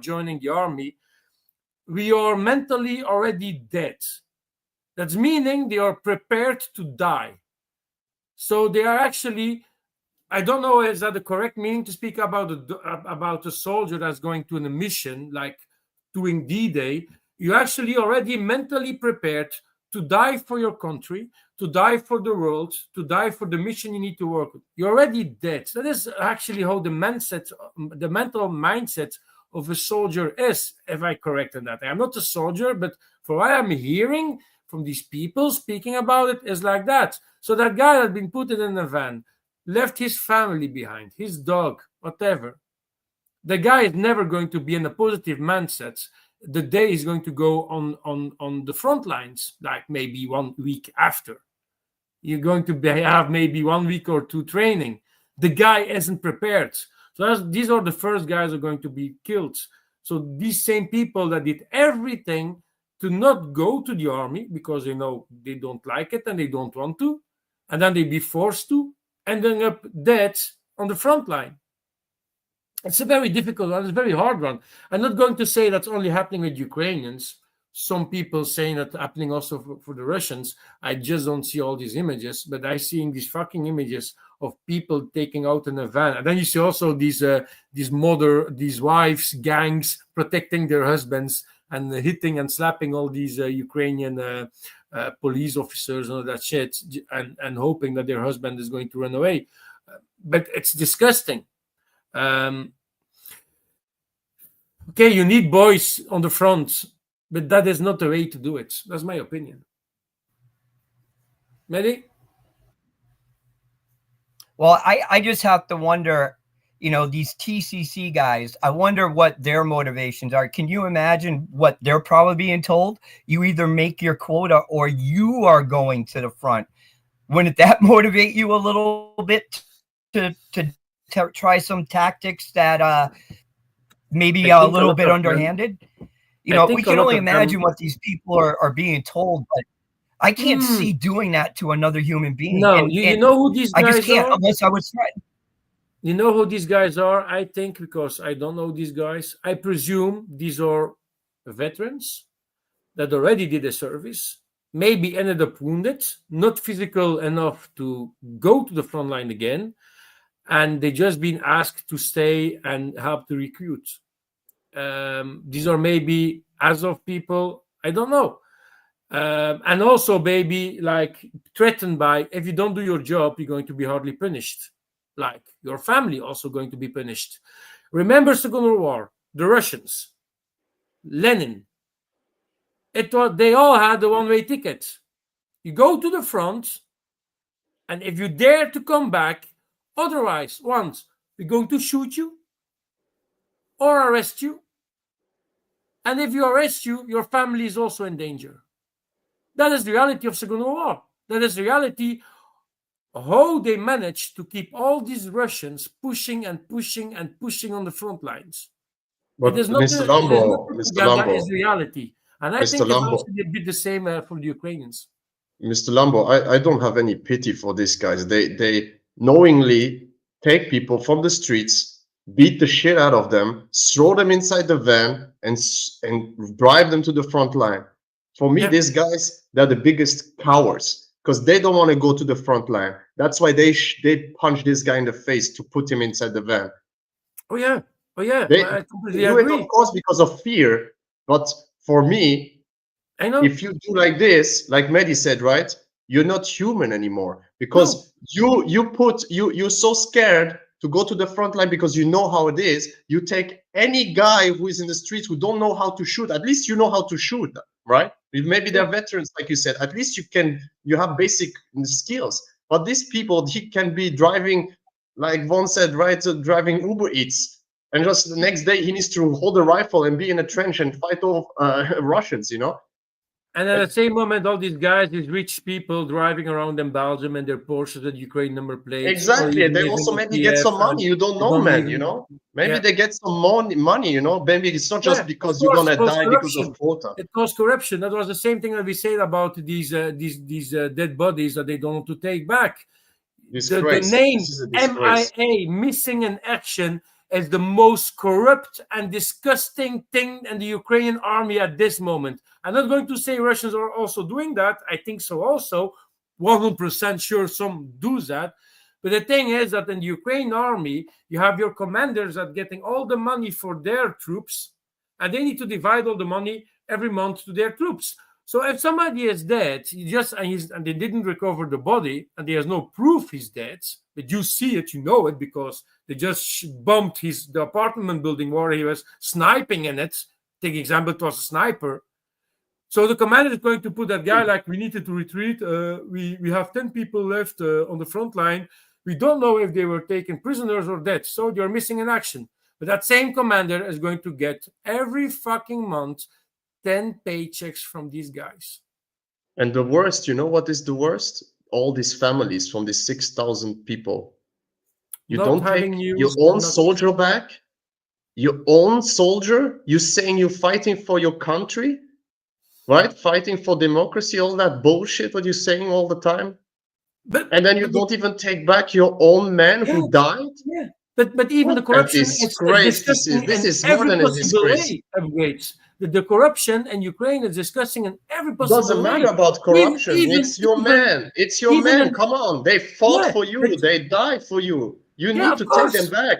Of course. But even in the best example, and even the best example I can give you, you're a contractor. So you have a building company, and the Ukrainian state asking you, can you prepare the defense lines for us? So you need to make concrete dragon teeth for us. You need to dig up trenches. So they're getting a lot of money for that. Okay, they got the money. And what they do, they made these dragon teeth. They just dig a hole in the ground. And they stocked these dragon teeth on the side of the road to say, I have now enough money to buy a house in Saint-Tropez and I'm going to leave the country. That's a fucking... You don't even care about your own fucking military that are busy defending your own fucking country. How many pictures we saw by just piled up dragon teeth? How many pictures and footage we saw about that?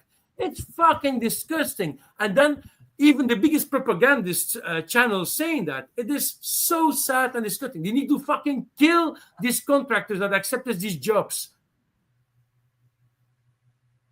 Can you give them... Yeah, of course you're right to say that. You're fucking responsible for a weak defense line. Why? Because money.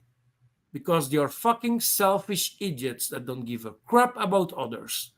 And because of them, people are going to die faster, suffer faster, need to be leaving their house faster. And the chance that Ukraine can even start to try to win is go just to the dust. And it starts like things like that. And it evolves. And the propaganda even taking weaponry away, stock that somewhere else, and sell it on the black market. Two countries like Palestine, I don't give a fuck which countries. It's disgusting. Drugs cartels and stuff. A question, guys. How long do you think the Russians will continue to really bomb the Ukrainians like they do? Because now it's 2 days, right? Will they do it for 1 week and then stop because they need to refill their ammunition, or they will continue? Go on. Yeah, I think partially what we're seeing is response. Secondly, though, if you watch a lot of these attacks when they're happening at night and you look at the changes on the ground during the day, you see that they're in support of some of these forces moving forward as well. So, I think that will continue. I think that we're at the point now where the Russian forward commanders are being given their full allotment of what they actually have underneath their command to use. A lot of people don't understand that. This includes short-range missile weapons with big payloads. They have command like that. In the U.S. military, you got to go through a whole different chain of command to get that done, and that takes time. In the Russian military, the direct commander has access to that level up to a certain point, but he does have access to it, can call in that fire to be able to use against opponents, but he has to be able to justify the reason he's using it, of course.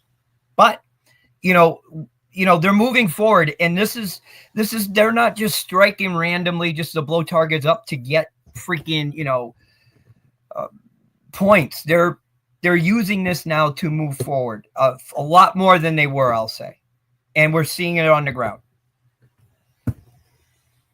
Yeah. Okay, but how long will this continue? This because it's like a revenge strike for the bombers. No. I don't even believe you're busy with revenge strikes. If you just look at the numbers of strategic bombers that they used a few days ago, was like 5 Tu-95s and 2 on-60s and a few MiG-31s, things like that. It's actually basically a normal standard striking. You need to look at the map where they are busy striking. Everything that is striking around Kiev, for example, or Odessa, these are plans. So what does Russia does? Not compared. If you're giving the example of Second World War, if the Allies wanted to target something in Germany, they said, we are thinking that in that city they have some plans building some Messerschmitt planes. So we're going to bomb it. And what they're doing, we bomb everything. So we are sure, 100% sure it's going to be leveled, and the workers also. I said that. Yeah, but to be fair, Lambo, before the intel was not the same like our days, right? Exactly. So exactly. You can't. Now, and that is what I want to get. Russia says like we have intel about a drone manufacturing plant inside that city, in the center of the city, and it happened also. I forgot the name of the city. And they waited to be 100% sure, and then they plant their missiles. And normally they're going to double tap it. So they have multiple missiles are going to the same target to be sure to be destroyed. There are major points to attack. So these attacks are planned. It had nothing to do with realization. For me, it's just attacking what they know they need to be attacked. It had nothing to do like taking revenge or something like that. It's not big enough. Now they're using a lot of drones. Is that probably because they just have a lot of drones? But you also to look where you're using these drones. These drones are more used in Kharkov and Sumy and other cities, not so far away of the front line. Is that preparation for what I'm saying? Encirclements to getting closer and to get close enough to use the FABs because it's cheaper.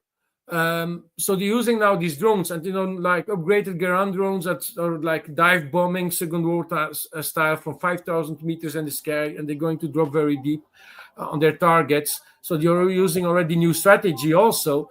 But for me, this number of drones is just because one, they have stock, two, it is more cheaper. Now with these drone attacks they had last week, they need to move all their planes everywhere around, so they gradually taken them back to Engels Air Base to refuel them, to put the cruise missiles on it to do the attacks. For me, it's not revenge strikes. These are tactical strikes in my mind. But you need to look where they are striking with what on the front line, on the country and on the front line also. Kiev is Kiev, and they say like demoralization of the citizens. They're doing that with Kiev, so bombing the train stations, bombing the metro stations, just to destroy the morale of the citizens. That's the same what they're doing with the power plants. And they see like, they repaired the connector point of electricity, let's bomb him again. And they did that. So that is what they're busy doing in my mind. They're not busy to take revenge right now. It's going to be huge, like Trump's like to say, huge. I think it's going to be something... it's going to hurt very hard, and they're going to take their time. Russia always prove that they took their time to do a very big attack, and they're going to first do the strategic points, and then they're going to take the revenge. I still believe it's going to come in a couple of weeks, not now. Maybe huge. I think what we're seeing also to that point is that we're seeing the targets that Russia has known and left unmolested for now and allowed the AFU to continue to use them. Am I on mute again? No. Is now the time to do it. Just because a target's out there and you have the equipment to obliterate doesn't mean that you do it right away, especially like bridges. The logistical value of bridges, yes, they mean a lot to your enemy, but they're also a choke point where you can monitor the movements of men and material and follow when they're going. And when you need to strike it, just when your enemy needs it the most, you strike it then, because they don't have the solution immediately available to them. So that's why you sometimes leave bridges alone, even though it seems stupid to us. To the Russians, they have a plan for it, because if the AFU gets used to using a certain avenue, thinking it's protected and it's not, and that gets struck just when they need to move troops forward, back or forth. That's why you don't always strike just because you can see it. Yeah, you do also, it when it's an opportunity that you can. Matter of fact, you actually do it when they're transporting across those bridges as well. So you get the double whammy. It's a force multiplier out of it. But that's the thing. We're seeing those targets getting taken out now. Yeah. Just before coping, I just want to give an example from what Mehdi said. We had a very beautiful fiber optic drone footage about the bridge that the Russians destroyed. And what Ukrainians do, actually in every war, they do that. Every army that's defending his land are going to put explosives in the pillars of the bridges in case they need to evacuate. If everybody is evacuated, they're going to blow the bridge to make that the enemy lose time to go over that bridge, because that bridge isn't there anymore. So they're going to win time to put new defense positions, and the enemy is going to lose time to go there. What the Russians did, they said, like, they waited the perfect moment to take a fiber optic drone and destroy that bridges themselves before the Ukrainians had the time to go over that bridge. It was, I think, one of the most. Because it was 4K quality. So you can see how the Russians are playing with and trying to destroy some strategies of the Ukrainians. Coping? Yes. Thank you. I hope I'm not going to be deviating too much, but I had a question for Victor. If I got it correctly, I listened in early on the open mic before I was able to get on, and you were in Poland, right? And so I have a question for you, because I came past a while ago that the Poland had legislated a new law permitting their border guards to promptly shoot illegal immigrants. Hi, Gabriel.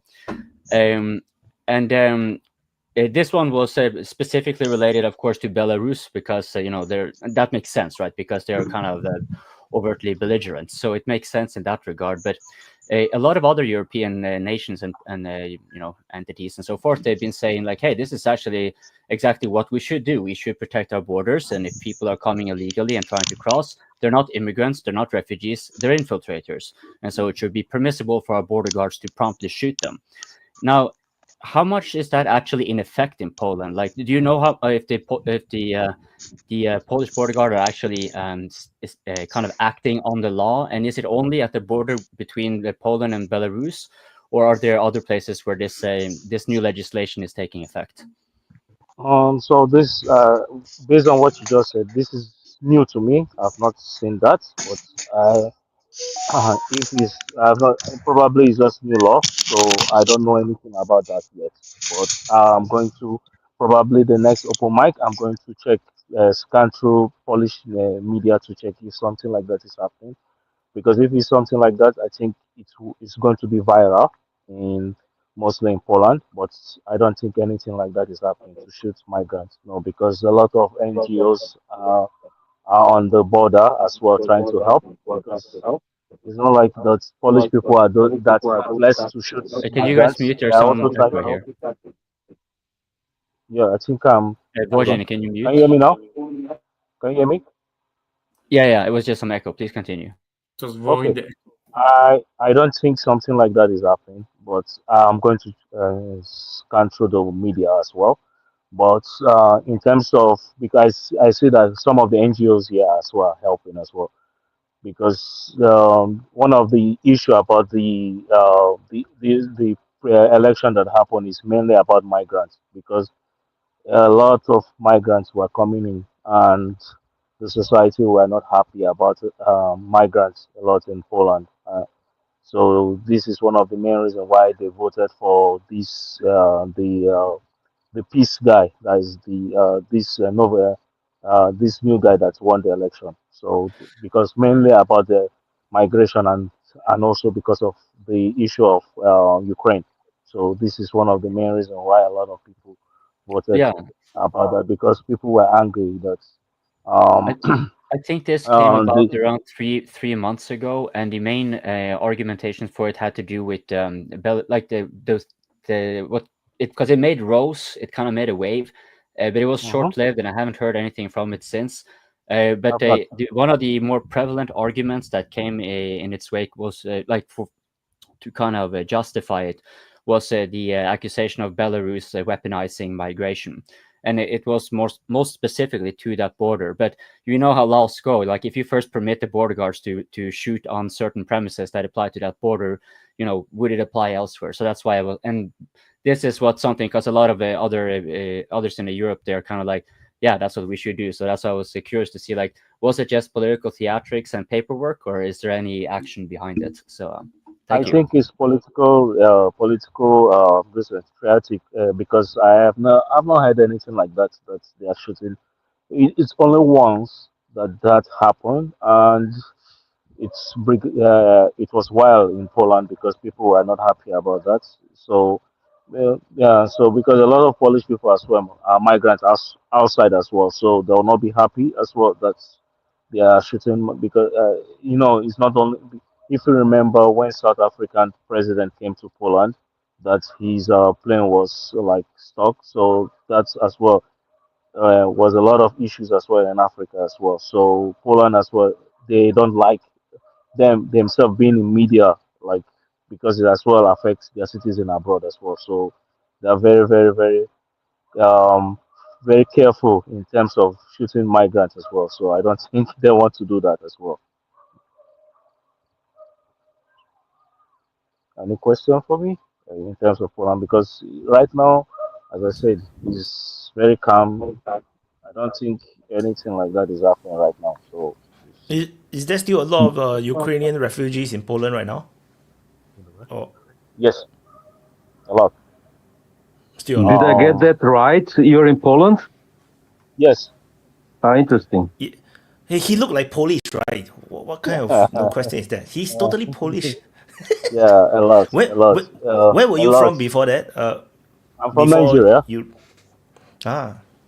Yes. Did you say Nigeria? Yes. Oh, do you guys mind if I ask him a few questions regarding the situation in Nigeria? Go on. Or do you guys want to Can you wait at that after the whole discussion about Ukraine? Okay. So in terms of a lot of Ukrainians are here, and it also pains a lot of Polish people in terms of the let's say the benefits. I know that is as well. You live in Norway, you understand it's a lot of, because some of them registered here and go back, and the government pay them a lot. So this is a lot. It's painful for Polish people because they say they don't work, they just only get benefit, and they drive nice, expensive cars as well. So this pains a lot of Polish people because they say, come on, they look at their cars and they drive Maserati, BMW, Mercedes, and they look at that, oh, you guys don't work and you just get a lot of benefit. And the funniest thing is some of them put it in TikTok, so this is painful for them as well. So so a lot of people are not really happy about that. That if a whole able-bodied man and driving nice car, and they say at the society a lot of things is expensive, so they are really, really pissed. You're talking about the Polish people who are working in Norway when they come back, right? No, I'm just talking about the whole. You're asking about Ukrainians. Also, are you saying Ukrainians are driving fat cars in Poland? Yeah. Really? Like so how is the everywhere in Europe, little coping. Everywhere in Europe, Ukraine is. I live in. No, but it makes sense. The people can buy their way out of the country are the ones who can get like the refugee status. So like only the rich boys get to get out of Europe of Ukraine. No, everybody is depending how much money you can pay out at the border to the Polish border. Yeah, only the rich people, Lambo. That's why I said, because you have to pay money. Like poor people are poor precisely because they cannot get money. If you can get money, no, the thing is, then you're not poor. The tariff, Gabriel, is how useful are you for Ukraine? So you're a woman, you're pretty cheap. You're a very young child, you're very cheap. You're a very old person, you're very cheap. You're a man, you're going to pay. And you're rich, you're going to pay a lot, but you can afford it, so you don't care. you're a millionaire, something like that, and Ukraine. We see that here in my town when I'm living in Belgium. Knokke is one of the most expensive towns of Belgium. And we see Ukrainian refugees of all categories. And the ones that choose my city, they already have the money to pay a rent of an expensive apartment, and they don't even need to work, something like that. It's similar in Vienna. There are a lot of rich Ukrainians, obviously, here. If you look at the cars, there are a lot of fat cars that Ukrainians use here, still with the Ukrainian, registration. So you can see who they are. There was a year ago a situation where a Ukrainian drove, I think, a Mercedes Jeep, a fat one, in the inner city, and he parked in a zone which is only for taxis. And one taxi driver approached him to make him drive away, and he beat the taxi driver up. So they're maybe used to some kind of a special status where they come from. But it was an incident, but it went away within a day or two. So they don't talk a lot about it. But there are also poorer Ukrainians that don't have such cars. But there are a lot of them. Yeah, of course. Only the thing is that a richer Ukrainian, and you take the example like he already been on holiday before the war in Europe, and he just chosen his favorite country. And a poor Ukrainian is going to, I don't know how they're going to decide. Whether they're going to say, Poland is interesting, or we hear bad things about Poland, so we're going to choose Belgium, or we hear, all these riots in France, we're not going to choose France, so we're going to Belgium instead, or Netherlands, or another thing, or to the UK, or whatever. If people already be to London on holiday and they like London and they can choose to go to London, why not? So they decide by their own. And it's depending about the population. If they want to stay close to their families that stayed in Ukraine, if something happens, something like that, they can maybe still choose to go to Poland, or to stay in Poland instead, to go to a country much further away compared to like Belgium is much further away compared to Germany and Czechia, Romania, all these countries. So I think it's all depending. We also have here in Belgium all type of categories refugees. But it's really depending what they are choosing themselves. So they know that Europe is open, so they just can travel through Europe and try one country to another. My ex-colleague, he had some friends living in the United States, and they asked him to go to the United States. They said, don't have the money to travel over there, and he is happy in Belgium, so he stays in Belgium.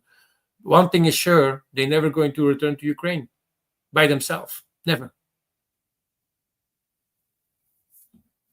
Everybody I spoke about it that is Ukraine refugee, and I already spoken, I think, between 30 and 50 people. They all said, never again, I'm going to leave. Never. So yeah. You just say in a more welfare country compared to Ukraine. Ukraine is fucked up and going to be fucked up for the coming decades. So yeah. What do you guys think about this issue combined with the lack of personnel that the Ukrainian army has? There was some talk that people from Europe will be sent back, but didn't happen as far as I could see. And also, what do you think about these? I think Vaughan has mentioned it. This pizza driver who got tricked. It's happening a lot. This bussification in Ukraine, so they capture people on the street. It's taking place for over a year that these videos, or maybe 2 years that these videos are around, and a lot of them. So seemingly it's effective. Else they wouldn't do it because these what's the organization name? TCC. There are probably some 50 to 100,000 people all across Ukraine. They could put them on the front lines and have an immediate, no rise of personnel, but they don't do it. They use them to capture Ukrainians. So what I'm thinking, and I said that to Upgrade before, I think these TCC guys are already veterans, wounded at combat, and not really capable anymore to go to fight again. So they got that job instead, with big threats behind their ears, like you refuse to do your work, your family is going to be a big problem, and yourself also. Because yeah, you see some fat guys. You see some fat guys, running around. But if they're disabled in any way, then they wouldn't be any good at catching people. So it can't be full disabled. I think it's probably more of a bribe situation. Like you can pay for the privilege of capturing people instead of having to go fight. So like also there is the argumentation that these people that are captured are of no value because they don't want to fight, else they wouldn't have there would be no need to capture them. They would go voluntarily. But this argumentation also falls short. They wouldn't do it if it was not beneficial for them. So at least the Russians need to spend ammunition on these people in the rows and stuff, and they don't spend this ammunition on the ones who really want to fight. So it's a win-win situation for the Ukrainians. They do it though it has bad propaganda, but it's still beneficial. So I was talking to Drew on the live chat. I'm pondering, whether to crop out a full video of Gabriel just walking the fields, half naked, and just put it as a separate video on the channel. Then Drew said that the channel is going to explode with a lot of subscribers.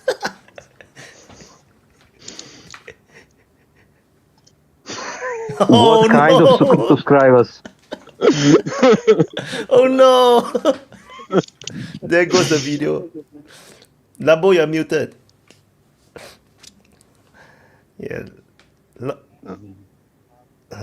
Lambo, you're muted. Lambo, we cannot hear you. Oh, fuck. Oh, shit, sorry. Do you remember, Wyatt, do you remember these commercials in the past, like 2 decades ago, about Coca-Cola Light, where you had that guy that gardening with his pack of Coca-Cola and drinking his beer, like, or Coca-Cola. And those all these women, oh my God. Gabriel, please do me a favor. Go back inside, take a can of Coke, and do the same shit. I'll never simp for Coke. Or take a Belgian beer. Don't give a fuck. Send me a pack. Hey, Lambo. Send me a pack of Belgian beers, and I'll make sure to drink them on the open mic. No, do it right now. Come on. I don't have any. Because you're too naked. If you send me, I'll do sponsorship. Like I need to gain something, but I won't do it for Coca-Cola. Or we can ask the chat to sponsor that one. Win-win. So Bigari is here. He's now. Hi, Bigari. Oh, Hi, Bigari. I could not resist to pop in because there is a lot of shit being said that is not true, like especially regarding TCC. Like Mr. Lambo is talking about, like, oh, they are veterans. According to statistics, more than 80% of them never fought in the combat. Yeah, so they are not veterans. They are not veterans. No, okay. You can read the interview with TCC officer in, I don't remember, Times or some shit, and what Mehdi was saying, it's like actually spot on. It's either you or us. So they need to kidnap people to not be sent to the front. You need to consider Ukraine as a country that's living not in the 2025 year, like it's 17th century country. They are like Polish szlachta. The class that supports the king of Ukraine. They are enforcing the rule. That's why they are not sent to the front, because they are part of the system that is driving the terror. Like it's actually like there was leaked document by some like city council in Poltava or some shit, and they have norms how many people in the time frame they need to capture on the streets. It So was actually in that week you need to capture like because 1,000. I am just also wondering, like with all these wounded soldiers are not capable anymore to go to the front. If I am the government, I'm going to use these guys. No. Why would you do that, Lambo? Those people can't catch anyone. But you Those people already can't catch anyone. Did you see them running, the fat guys? Did you already see them You running? don't How's a understand, guy gonna Lambo. run with one leg, dumbass? Yeah, but you can have like people that fought or something like that. Are not really people that fought know where they sending people to, know what's happening there. So actual like veterans that fought, most of the time you can see them like protecting people from TCC, and they get into fights. That's what's Interesting. happening. Yeah, I heard once that someone was proposing. I think he was from Azov. Some commander of a brigade was recommending to send veterans so that they would earn more respect, because he was saying that the TCC officers were very disrespected, and so that if they send veterans, then people would not fight them so much. But I don't think they ever did that. It's a bunch of BS. What's happening? Like a lot of like deputies in Rada, like they want to force TCC to wear different uniform, so not to be associated with the military. But the military, like the armed forces, declined that, and they said that no, they are part of our military. Blah blah blah. Also, I wanted to clarify one shit about declined body exchange. It's not about money. Like people are, oh, Ukraine doesn't want to pay money. Ukraine doesn't pay money to dead soldiers that are already here anyway. They don't pay money. There are I'm so not many. saying I believe that. I'm just saying what I saw written down. It was like the Yeah, money, like, and then they didn't want to admit the casualties and then have to pay the money. But you they know don't better. have You're there. technical capabilities to take so many bodies. They don't have experts to identify them. They don't have like, you need to store so many bodies somewhere. Regarding the payments, like you need to prove that you were not under influence of alcohol, like some drugs when you died. So families need to pay for expertise to prove that your family member died in combat. You need to pay for that to get money from the government, and there is no time frame to get the money. People were like thinking, oh, they receive 6,000 dead bodies, they need to pay immediately. There is an actual law that says that there is no time frame when you receive the money. So you may never receive that money. So people need to understand it. People need to understand. You need to go through so many hoops to get the money. So like people just give up. So sad. I'm so sorry, Bigari, that your country is like that. The best way for Ukraine to survive is for Russia to just destroy military of Ukraine, destroy the regime, and that's the best way. So, Super Chat, is resistance to the TCC growing, Bigari, by any years? No. There is some local, like, once in like couple of months, you see some like protests going off in some local villages where some people gathering up, but it's localized. It's not nationwide. Because people are afraid. Like people don't go outside that much when you don't have like legit. Like in Kiev, yes, but in Kiev it's not really that like they are protected in Kiev.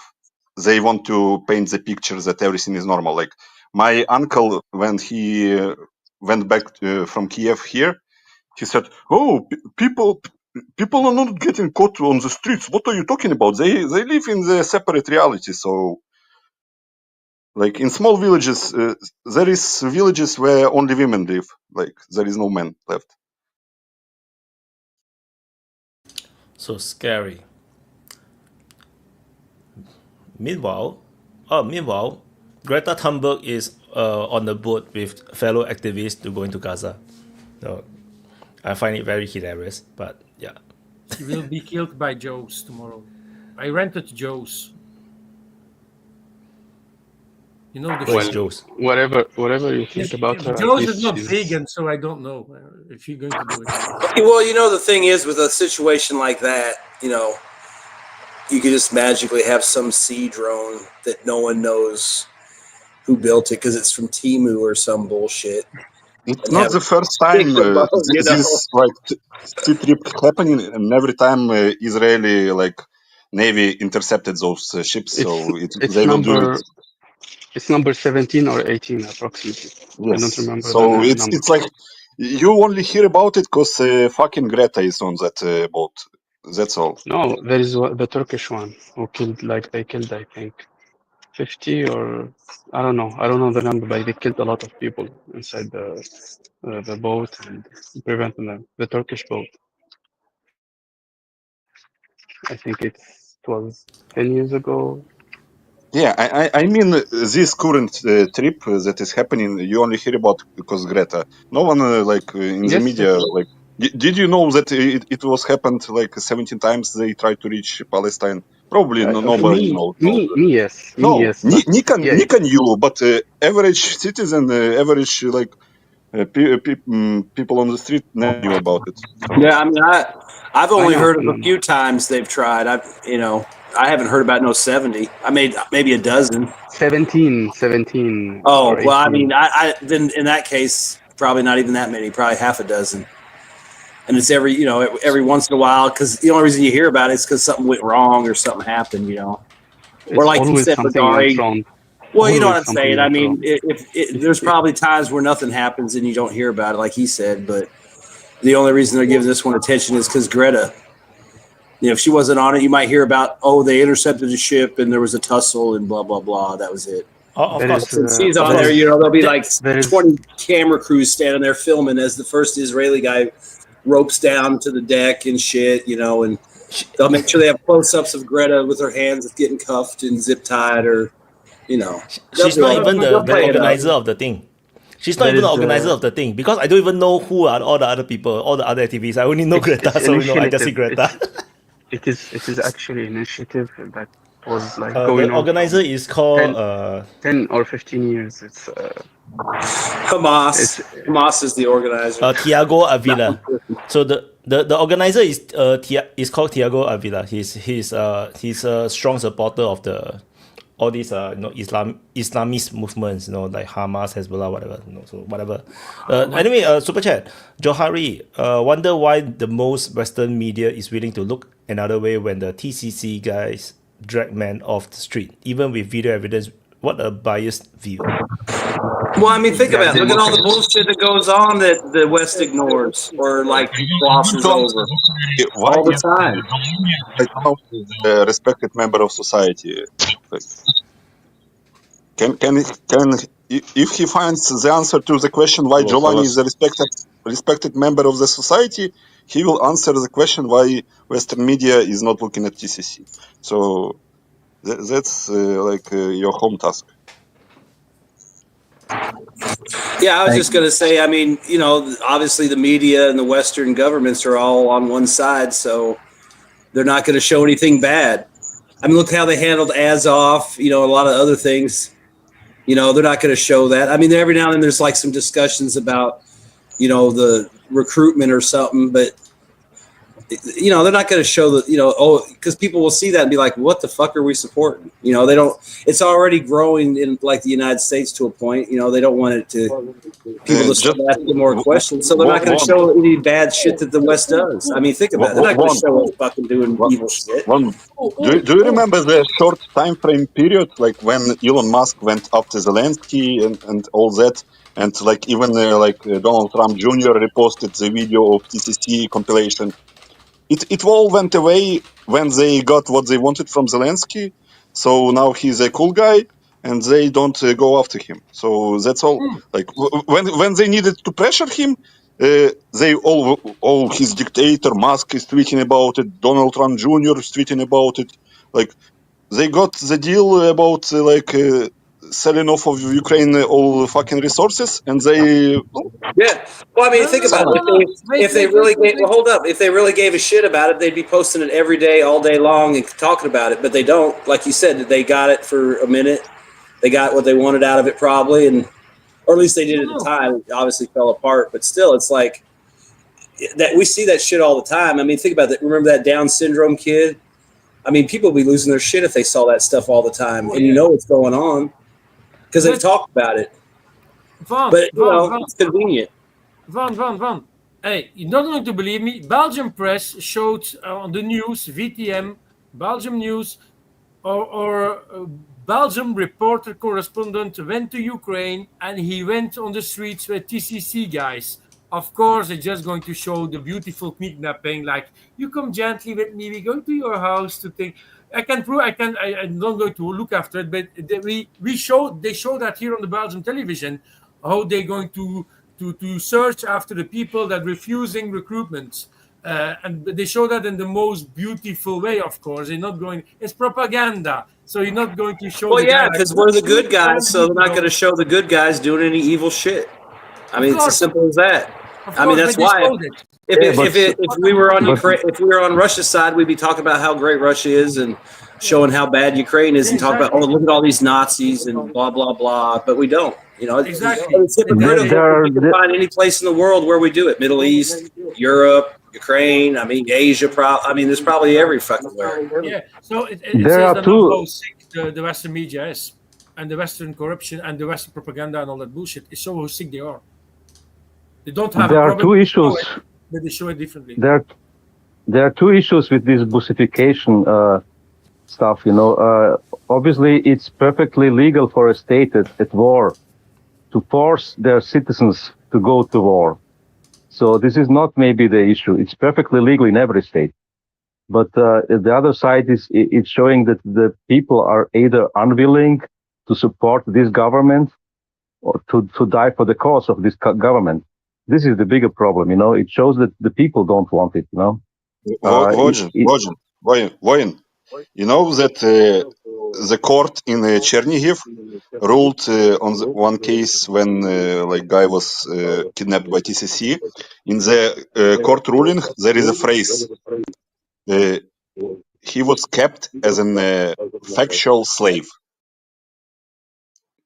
Ukrainian court says that the guy is a slave. So of course, not really, I believe that. It's not really. I believe that according to the law, there is a lot of like.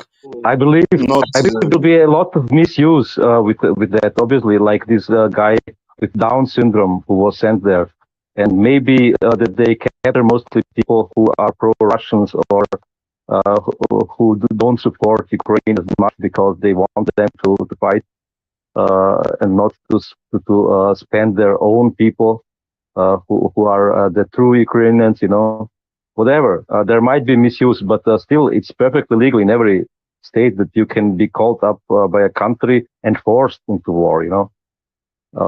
It's how it is. But it's showing that a lot of people in Ukraine don't support the cause. And that they are not voluntarily willing to die for it, you know. And that's the bad side that they want to hide, mostly. The issue with this is that in every country that like you are forced to war, like you receive the draft notice, like you are drafted, you can refuse and go to jail. Yeah, in Ukraine you can't. That's the issue. Because when TCC kidnaps you, there is no legal procedures. You are straight to the training center. Like my friend, like people were talking about the issue with like desertions, and like he's not my friend. He's a friend of my cousin. He was kidnapped by TCC. 3 weeks later, he was in Kursk.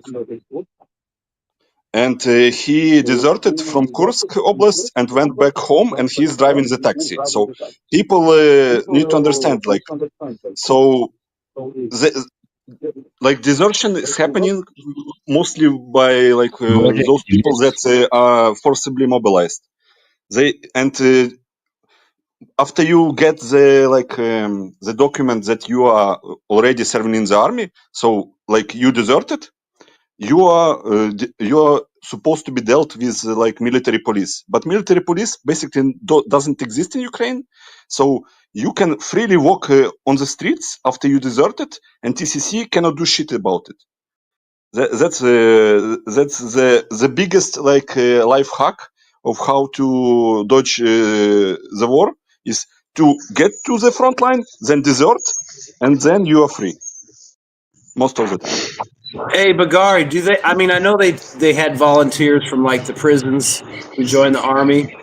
Like when they catch, if they do catch these guys that desert or whatever or go AWOL, are they doing like penal battalions of these guys, or do they just? I know you said they don't really throw them in jail. That So is out of 90,000 cases this year. What the fuck? Because since the start of the war, there is the total number of registered desertion cases is 210,000. So 90,000 is only since the start of this year. Out of these 90,000 cases this year, only 2,000 went to the court. So like to actual like prosecution. 88,000 desertion cases. No one nothing is done about it. What happens to those guys that got prosecuted? Are they thrown in jail, or are they just sent back into the They army? go to jail. They go to jail. Okay, I didn't know if they were throwing them back into some kind of army unit, you know. Virgin, you are muted. By the way, you need to sorry. you need to mute when you're not talking, because the echo coming from your side, there's no way I can eliminate it. Yeah. Okay, I will take another microphone. Just a question. How do they know that they are deserted and not missing in action? You know, lying somewhere in the field. That's a good question. Like I don't know. Like I don't know. I don't know the answer. Like because missing in action, I don't know how they. Because people desert not only from the front line. You know, they desert from the training centers, from during the transportation between one city and the other.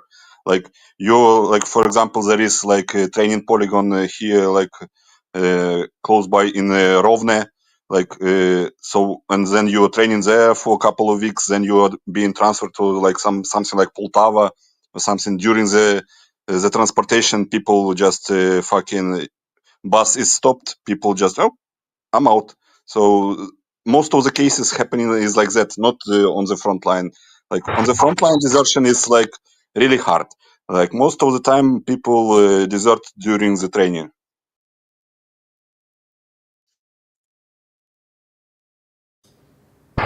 Hey, Bagari, is there a chance that their desertions aren't as high as they say, and that they're hiding casualties in the desertion numbers, or is it that high? Really? I basically said that to Wojin. I don't know. Or is there any benefit? Is there any benefit to hiding casualties as deserters? Like, could you still collect pay or keep them on the roster, but they're deserters? No one from the official channels is talking about desertion. You need to understand. It's under wraps. It's all about like these people that are bringing those numbers up, that are like out there, but no one is looking for them.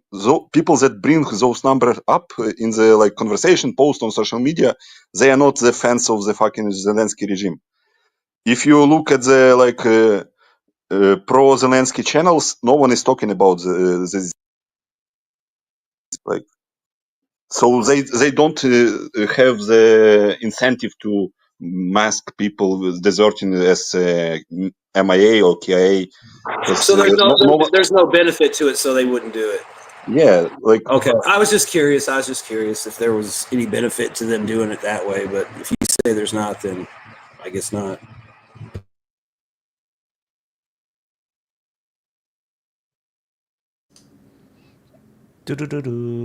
Well, I don't know. I'm thinking about this whole thing where Bagari is saying that these Russians exchanging the 6,000 bodies has less to do with the maybe the economic impact or something. It's more to do with maybe, well, this is what I'm thinking then. Is it more to do with trying to demoralize the Ukrainians? Because remember, besides agreeing to exchange these, besides saying that unilaterally they'll send these 6,000 corpses, they also, the Ukrainians wanted to get the prisoner exchange that they were most adamant about was the 18 to 24-year-olds or something. And so I think maybe what the Russians were doing is they're like, okay, we'll send you your 18 to 24-year-olds, and we're going to send you all these bodies, kind of like demoralize them on the way. You could see this is what the real war looks like. Could it be part of that? Like, otherwise, why did they make all this? Why did they do that? Like, had they been saving these 6,000 bodies? Because it's like, what would you do with those bodies? Just they weren't shipping them all along. I thought there were exchanges going on all this time. I mean, look at the footage from Kursk. I mean, they're finding guys that have been dead since the beginning of the original operation just now. So, I mean, I would imagine for the foreseeable future, that area is going to be getting cleaned out of dead. I mean, think about it. There's probably still dead guys from Bakhmut buried they haven't even got to yet. So I would imagine if they get into an area where they have control like that, like Kursk now, I mean, they're probably just picking up everybody they find. I mean, think about it. You remember all the videos. There's so many dead guys in the woods and shit. I mean, and it's getting to be summertime and the shit's growing up. I mean, I hate to say it, but they probably have a pretty abundant supply continuously in some of these areas where they've taken a lot of territory. And now they're just clean. I'm thinking about it, they got to clean it out, secure it, demine it. I'm sure they're finding guys all the time. Yeah. Also, it's a huge cost to be maintaining bodies and morgues and stuff. You need to refrigerate them, and so getting that off your back is probably practical for anyone. And the opposite is also true, that if you put them in their hands, then you also have like a massive bureaucratic and technical logistical burden by handling all these corpses. But also it's also a political move. Like, it makes sense to put it out there, like, oh, we want to do this humanitarian thing, and these people don't want to. It's also like a form of disparaging or like to harm the image. Create another pressure point, Yeah, to demoralize, like a demoralization. People in the That's army kind of what I was saying. Yeah, it's just another pressure point. Because remember, they didn't just send the 6,000 corpses. They were also, Russians were adamant on exchanging injured and severely injured people too, right? So these people are in Russian hospitals. Are you telling me that, Uncle, I don't know, Volodymyr, who lost his leg, fighting in Bakhmut, and they're trying to ship him back, and you're saying we don't want him? You can't do that. How does that look? So they burdened them with these 6,000 additional corpses, and then they also burdened them with all of these severely injured people. So they're like, you want to take back the 18 to 24-year-olds? Sure, you're taking them along with everybody else who's like missing limbs. Go ahead, Nika. Yeah, a part of the psychological inside Ukraine and logistical burden, what that said to the normal Ukrainian soldier. Even in death, he will not be honored by your state that you are defending. That's a big psychological it's effect a blow on even for the anyone soldier. to see. The soldier. Imagine you are in a trench and you say to yourself, forget about if I'm alive or injured. Even if I'm dead, my country will not seek to retrieve my corpse.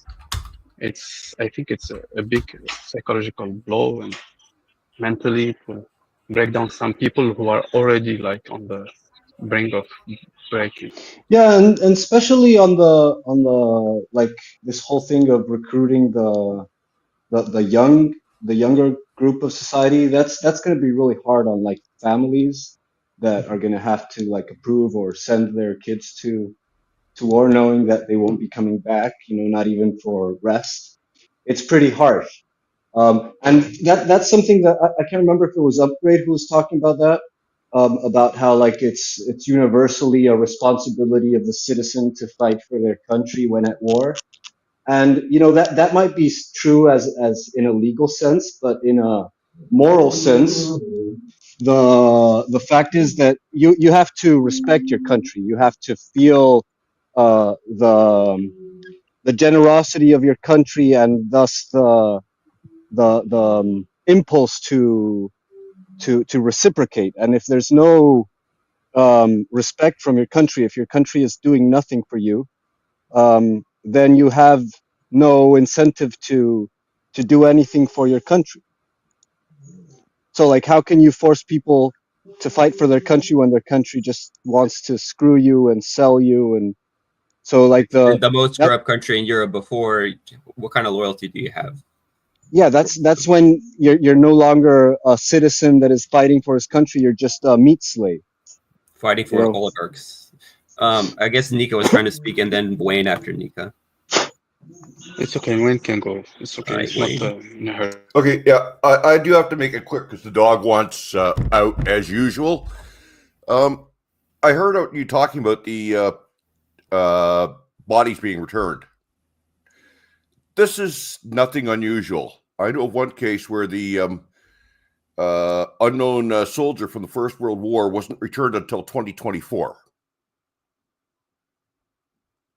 I mean, they're going to be finding bodies all over the place for the next 1,000 years, probably. Yeah, we are talking about Ukrainians who refuse to accept those. We're talking about the bodies that are already found, not the bodies that haven't been found yet. Yeah, and what I'm saying is you're going to see a hell of a lot more. And the fact that their country is refusing to accept them. That's the big issue. So this is what I'm thinking. I'm thinking this is the reason why. One other thing you missed. You were talking about how many missing there were.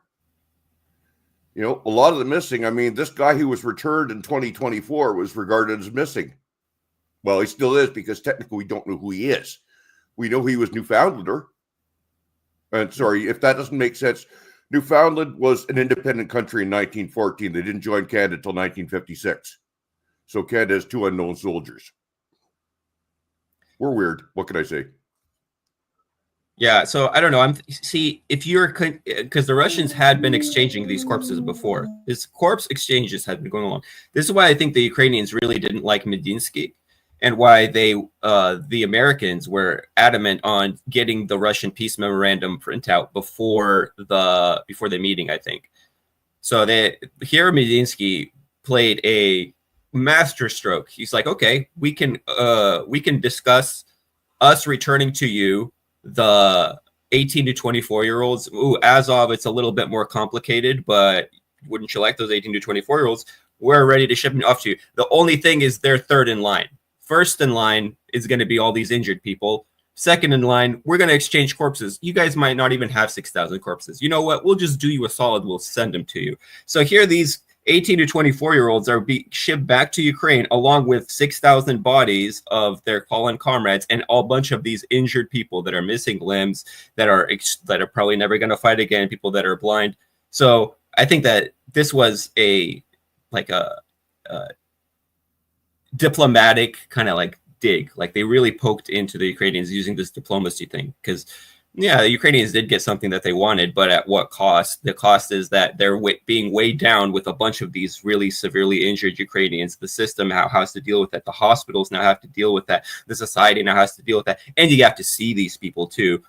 And maybe that kind of undermines some of the propaganda that we've had about, these massive Russian losses that the Russians are experiencing when, the Russians are exchanging corpses at a much greater rate and as well as injured at a much, like the Russians have a lot more injured and a lot more dead Ukrainians than vice versa. Now, of course, the Russians are the ones that are capturing the territory. So, they're in a position to be able to do that more than the Ukrainians are. But still, the optics, I think, is what this was all about. I think the optics is what is the reason why. That's kind of how I look at it. It's a shame Bagari went because I wanted to pick his brain about this. That's just kind of how I'm seeing it. The Russians are capturing territory. That is going to be about the funniest thing I've heard all week. Have you not been watching DPA? I mean, if you would have watched Wyatt's last update before this started, I mean, we're talking like 62 kilometers picked up by Russia in 2 days versus 0 by Ukraine.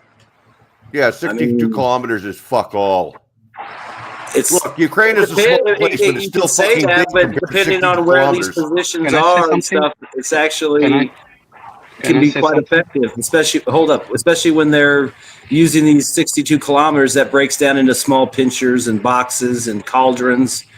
I mean, and look at Sumy. I mean, they keep taking. You know, it's a what I think Wyatt checked it earlier. It's like a 25 wide kilometer front, and the Russians are steadily moving down every day. Okay, put this into context. So let me put this into context. From the Russians started their main offensive in 2024, they have been capturing, on average, slightly more than 10 square kilometers per day, every single day for the whole 1.5 year. And recently, so after the 1.5 year, recently, this number have bumped up to 20 square kilometers a day. So for the past month, it has been, maybe 2 weeks. 2 weeks or 3 weeks has been 20 square kilometers per day, up from 10 square kilometers, and this is like plus. So if you add up the whole thing, the Ukrainians have been falling back gradually for 1.5 years already. So if you add up, it's going to be a lot, because 1.5 years ago we are still talking about Adeyevka. No, we're still talking about Voleda. Now Voleda don't even appear on the map. Like when we look at the front line, it's so far away, we don't even see the map. So you cannot say that it's small. This is objectively not true. Unless you are talking about, in the whole country, then sure. The whole country, if you zoom out of the whole of Ukraine, then you probably can't tell, where's the difference. Because we are talking about, the entire Baltic state disappearing, So it's really up to you. Can I say one thing? Sorry, it's a thing of scale, guys. One thing. You guys all come from small countries except for Vaughn. All you except for Vaughn come from small countries. I come from America, bro. Idea. Yo, guys, wait. The likes of always hear that from Wayne's and their likes. If you are like arguing that Russia is gaining only 10 kilometers or 20 kilometers a day, but you're not like focusing on that Ukraine is losing 10 or 20 kilometers every day. That's the issue. What they're not gaining any territory. They will never conquer back those lands. They will lose and lose and lose. Let's say it's linear. Yeah, okay. So Ukraine will disappear in 10 years. That's a good thing. You're happy about that? I don't understand. Yeah. Well, first off, he's wrong. He's making the assumption that the march will continue at the same speed. Nobody wants to hear you. Nobody wants to hear you. I mean, take the Ukrainian front. You know why they are coping about Russia and not supporting? Because they don't support Ukraine. They don't give a fuck about Ukraine. They hate Russia. That's the main. I know. That's the reason. Project Ukraine is Project Russia. How many dead? They don't care how many Ukrainians dead, how well Ukrainian lives. The main objective is weakening Russia. The issue is they are not weakening it. They're making it stronger. They are feeding the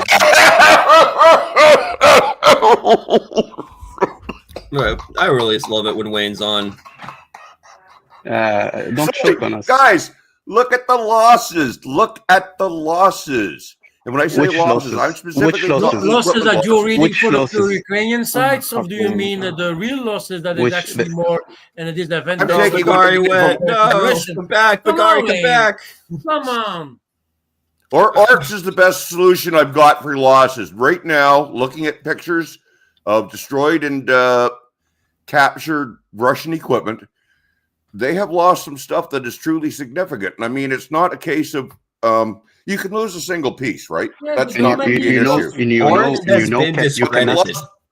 You know, they're losing pieces in significant areas. They have barely no Soviet era planes left. You know why? They don't have MiG-29s left anymore. They don't have Sukhoi 27s maybe left anymore. Sukhoi 24s, Sukhoi 25s. These ones they can't replace. The only thing they can have planes again is asking them to Europe to send them F-16s and now Mirages. The problem is you need to also train your fucking pilots for it completely from the zero. You need to learn them flying that.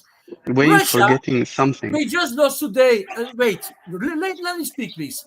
Russia lost yesterday or this week. They lost a Sukhoi 35. The pilot survived. You know what they do? Build a new one, put the pilot on it, and he can fly again without any new training. That's the main major difference. You need to understand, Wayne, numbers that you read online, never trust them. The reality is what you're seeing on the footage. What do we see more? More dead Ukrainians or more dead Russians? Come on, dudes. How many what I'm seeing is a lot of dead if you believe, I'm not looking at the people. And Russian equipment by the Ukrainians compared to the Russians losing their equipment. Hey, look at the SAM systems that have gone out of service. Wayne, if you believe the numbers, why already Russia has already weapons? They say they will be out of weapons in 2023. They do have now. How that the number of weapons they said they will be empty of missiles, empty of tanks, of machines. Well, I don't know who you were listening to, but they didn't know what they were talking about. They shouldn't even have weapons now. How they have weapons? Bullshit. We believe the numbers that you are saying. No. What you're missing is what I'm saying is that they are getting hit so badly it's causing a massive degradation in their air-to-air capabilities and in their command and control capabilities. I've been looking at damage and destroyed command and control vehicles. Even NATO say the opposite. Even NATO say the opposite. NATO says the opposite. They say that Russia's NATO say the opposite. Air Force is intact. That's literally what the latest assessment said. They said it is intact. They use which they? It's better. They. It was NATO. RUSI, the Royal United Services Institute. Okay, RUSI. Okay, let's take a look at the RUSI website right now because I don't think you are telling everything the way it should be. Here, I'll share. I'll even share the article. Things that there should okay, here we are, RUSI. I'll share the article here. If you're really curious, I actually have it. No, I'm reading it right now. Okay. You can share screen if you want. That's one of the joys about having two screens. I don't give a shit. Yeah, you can share screen if you want. You can share screen. I can put on the screen. At least I was trying to read it. Where the hell did it go? It was in front of me a second ago. Bottom, you can share your screen. Be careful to not put something of Pornhub online. Just saying. So here, I will share. I wouldn't want to know what kind article. of porn Wayne watches. Here, I shared. I got the article in private chat. Is there any way that you could display that, Wyatt? Canadians display what thing? Each other. I don't know. The display. I put it into private chat. Yeah, the archive. Oh, okay. Okay. Let me share screen. Share.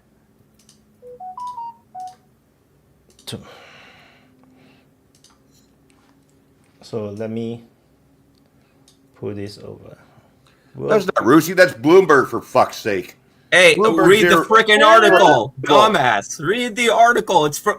He went to RUSI to do this. Show me the RUSI article. Don't show me Bloomberg. Bloomberg. Wayne, calm down. Here, I'm going to read from this article here. Okay, so it's going to be about. Go to where it says 30%, about 30% down, because it should say the percentages on the side. Go to 30. That's.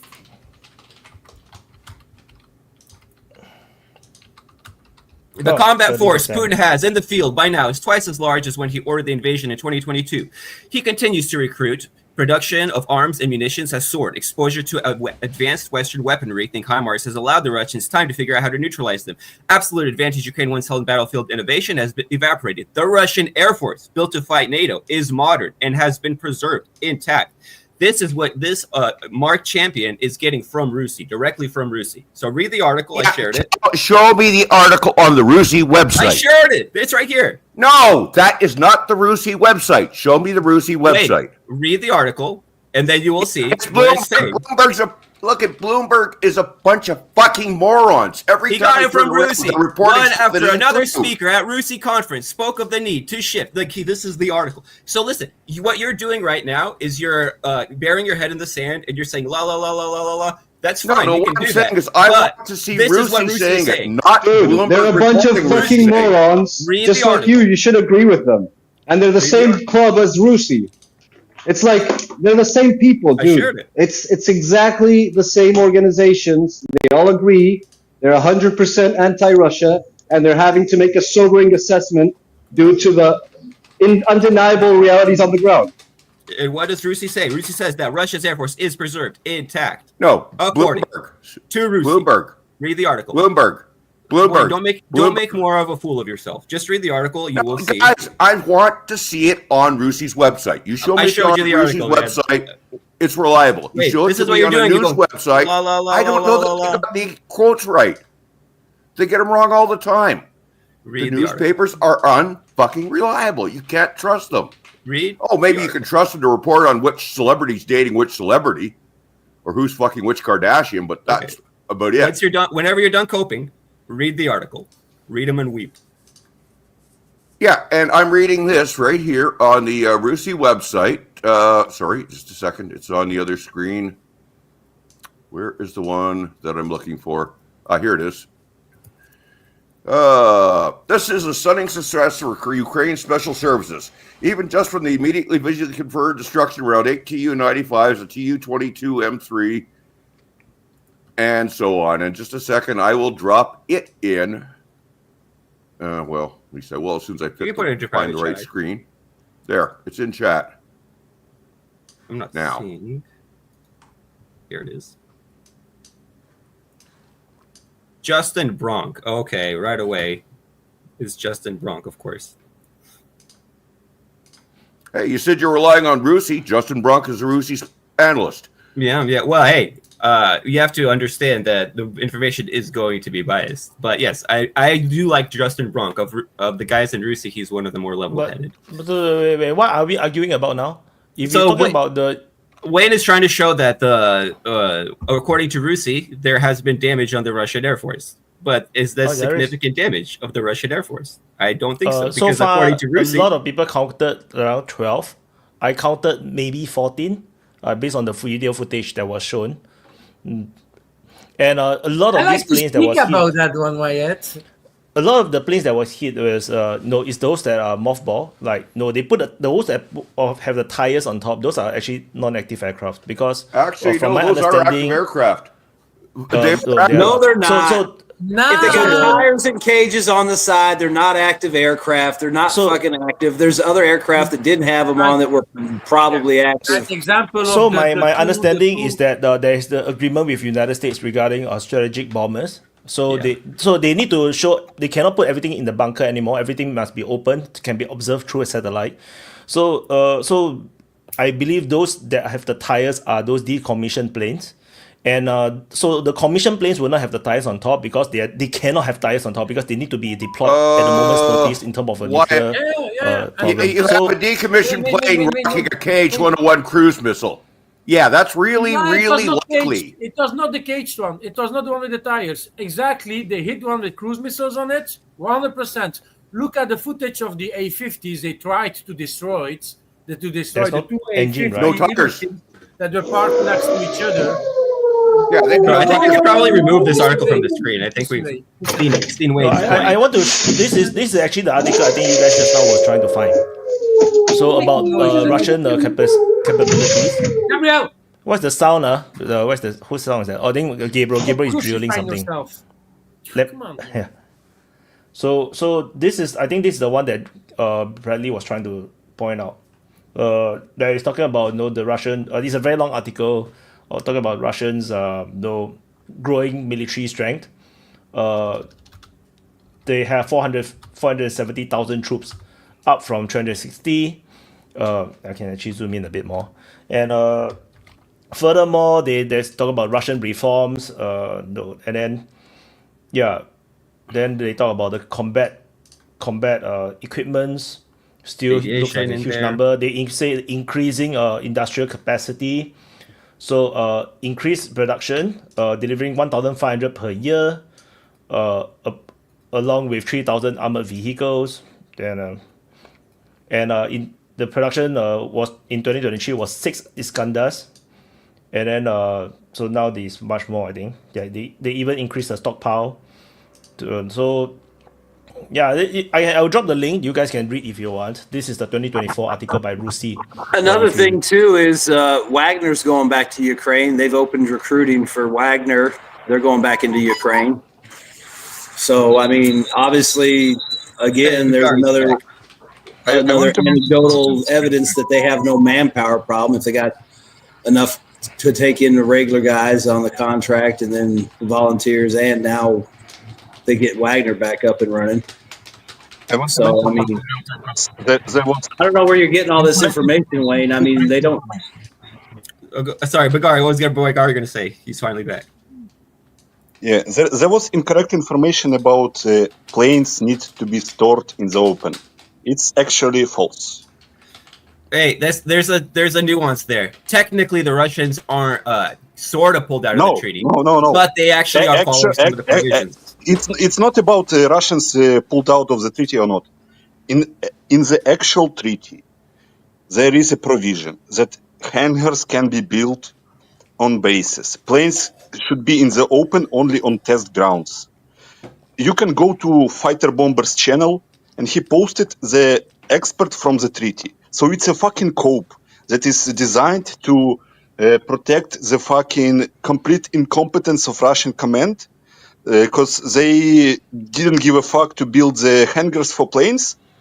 When Shoigu mentioned it in 2021 that they will build it, but they don't have money because Russian army doesn't care about Air Force. Air Force is like a fucking poor child in the Russian army. Yes. Depending how you see that. No. Depending on the they don't give money for the Air Force. That's like the only good commander that had the influence in the high command from the Air Force was Surovikin. Yeah, but Russian Air Force doesn't have influence in Russian army. Look, the plane maker that was always being financed by Russia to protect the country, because that is important, even important. Lambo, I know that you are talking about Russian. I'd like to speak also. Sukhoi was invested by Russia. Always been. I'm not talking about less this. money they started to export. Lambo, do you understand? What Russian army doesn't care about Air Force? It doesn't. Sentence means like it doesn't mean that they don't care about building planes. They're not separate. They don't have their own budget. Probably they probably have a budget to a point, but the army gets the bulk of the money. Money to build the army gets the bulk of the money. Even if they didn't have money, and what Russia was focused on their army. First one was defense. Majority of Russia was known for defense. So missile systems and defensive planes for protecting the country, that was always #1 priority. Even if they didn't have money, the money they spent was on defense of their own grounds. And in that were planes also involved. And it's cheaper to build a tank and have a guy with a rifle than it is to have a fighter. I mean, they're gonna what he's saying is the ground army gets the majority of the money. Yeah, Russia most of the Air Force money probably goes to planes and maybe the maintenance on the operational stuff. And like you said, they don't have money for extra shit. It's not like the American Air Force where they have like fancy restaurants for dining halls and shit, like all the jokes they say about the air. I mean, I would assume you can go to Fighter Bomber's channel. He explains it better than me. I follow the guy, and he's good. But you need to understand that at a certain point when the Soviet Union collapsed, they had like 500 Tupolev bears, something like that. They had a bunch of bears, and they kept a few in active service, the one that's flying now, and they also have a few in stock also, because they didn't have the money to maintain. It was the same for the Russian fleet. It was for everything. But what I'm saying is, like, a certain thing they didn't stop to invest, like Sukhoi. Sukhoi is the best example. Thanks to that, we have the Sukhoi 35 fabbing the shit of Ukraine, because they continue to finance the manufacturer Sukhoi to make good planes. Not the same like MiG, for example. They after a point, if you don't have money enough to maintain your army, you need to choose what to do with that. And I'm not talking about this, man. Like I'm talking about money to buy goddamn planes. He's saying they don't got extra money for any extra shit. They got money for fucking planes and fake fucking gas and maintenance. They don't got money for fucking hangars. left to the fucking no one. Like no one cares about it. Like I do people, because it's my interest. I mean, in the Russian military high command, no one cares about protecting airfields and all that shit. But imagine you need to build. I think they never buildings to expected store all your anyone there troops. to strike. Like you said, it's fucking expensive, and they didn't do that because. I mean, think about it, Lambo. I mean, think about it. How cheap would it be to do telephone poles and fucking mesh netting, and they won't even spend the money on that? I mean, like you said, they just don't spend money on shit because they don't. No, but that is stupid. They don't give a shit. I think it's just stupid handling of the I mean, think about it. They probably feel like they can fly their shit. I mean, think about it. They probably feel like, oh, why build a hangar when I can just fly it 2,000 miles east and hide it? You know, I mean, that might be another reason why they don't build shit. And the army, like you said, the army's got the fucking purse, and the army doesn't want you to build hangars. You're not going to build hangars. Yeah, but you know, they don't give you money for it. I do it on every. Lambo, let Desi go, please. We got your point, Lambo. Okay, I think that you're the minority here, but okay, go Desi, please. Yeah, I just wanted to point out. I just wanted to point out that I think I'm kind of in between both of you guys, because you have to realize, like, when the war broke out, none of the Russian, like, the army thought it was prepared, right? But it was the best prepared of the three branches. But the Air Force didn't completely make the transition, because you have to realize, like, the Air Force was investing in R&D, like Mr. Lambo is saying, in the Sukhoi, with all the variants of the Sukhois and everything. But I don't think the Air Force was prepared and or even, you know, for a war so early. The Russian Air Force was transitioning basically and building a next gen aircraft. But the war came too early for the Air Force, I would think. And as a result, the complete transition for like mass production and, like, you know, fixing which aircraft they want to fix on, and on top of that, you have the problem of extensive, ground anti-air, platforms that were present in Ukraine, especially at the start of the war, that basically deterred the use of, the Air Force in the doctrine. So yeah, that's all I want to say. I think it's can I go? Okay, Mehdi. Go, Mehdi. Thank you. I had to bounce in on this because this is something that's been kind of bugging me. First of all, you can't expect Russian security forces to be everywhere to deal with every fucking contingent out there. It just doesn't make common sense. I mean, Russia is a big place. These bases were spread out all over the place. How do you make sure you protect every single one of them when you got limited forces and you're also trying to move forward in a war? That doesn't make sense to me. Second of all, a lot of these bombers got bombed had fucking tires on their wings. They ain't moved in months. The Ukrainians knew they would be there. That's why they chose the target. You know, and that's another thing. Nobody mentions that when a bomber's sitting there with tires stacked on its wings. What does that mean? It can't mean that it's operational. At least I don't think so, unless somebody could prove me wrong. That would mean probably it's just sitting there as some type of training vehicle, or it's used for spare parts. Because we got to remember, those bombers are old. So it's easier just to use the old parts from the older versions and use, keeping them around. They do it with tanks. They do it with airframes, I'm sure. It's just, to me, it's blown way out of proportion, because in the end, what did it do on the front? Nothing. Russia still was able to move forward. The AFU wasted resources striking something that didn't affect the war. I can understand the target had they been able to hit them all, maybe, but that wasn't a realistic thing to think of. It was more of a PR stunt. So they wasted these resources on a fucking PR stunt. As a soldier, AFU soldier, I'd be a little pissed about that, because I would have liked them to be able to take out something in front of me rather than to fucking dazzle the PR people in Washington, D.C. and in the EU. I'm sorry, this whole thing pisses me off. Oh, but you're right, Mehdi. Bigari next. Sorry. Yeah. Mehdi, like, the question is, like, Shoigu, when he was defense minister, he promised that it's on tape from 2021 that they will build protective hangars for planes. No nothing was done about it. That's what I'm talking about. The complacency, they just don't give a fuck. There is a lot of money stolen because corruption is still a thing. So that's what I'm talking about. Because no one is the mindset is what one was saying, like, yeah, we will just send them to Siberia, no one will touch them there. So the second point was about planes. As Fighter Bomber was explaining it perfectly, like, when you looking at those videos, planes that are operational are burning, because the only shit that is can burn in planes is fuel. So if plane is without fuel, it's not operational. And when I love the cope from deep state and Ukrainian sources, like, oh, we destroyed those reconnaissance AN-50s planes, and they don't even have fucking engines under the wings.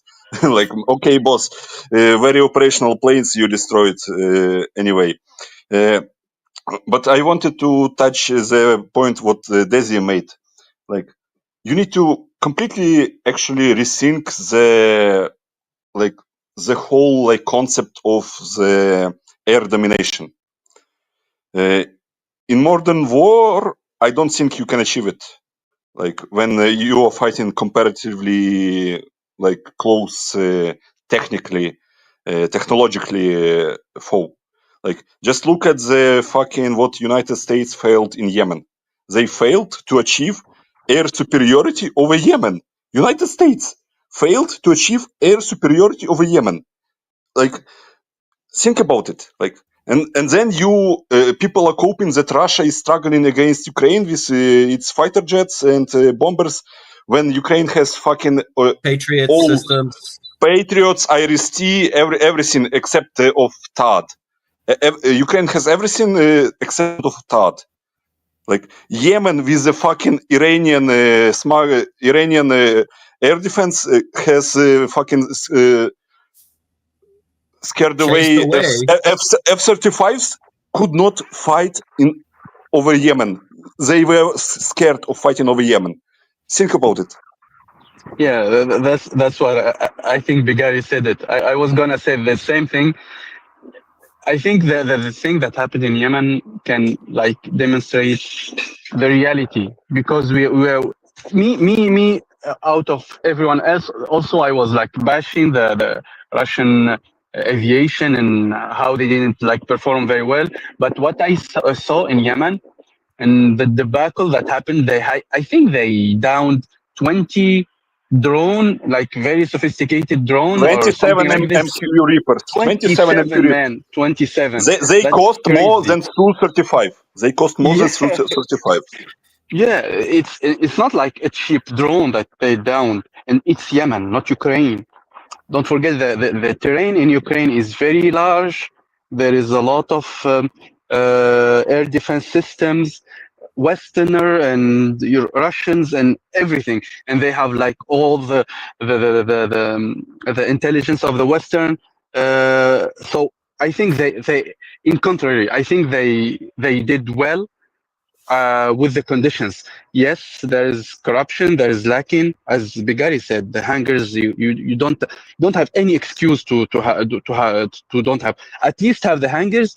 You lose the half of the amount of planes, even if they are not functional. But image-wise, it's not a good thing, whether we like it or not. But I think we are over, we are being very harsh on the Russian aviation in compared But to I would what happened say in Yemen. for FPV drone, even a hangar wouldn't do unless you close the hangar door.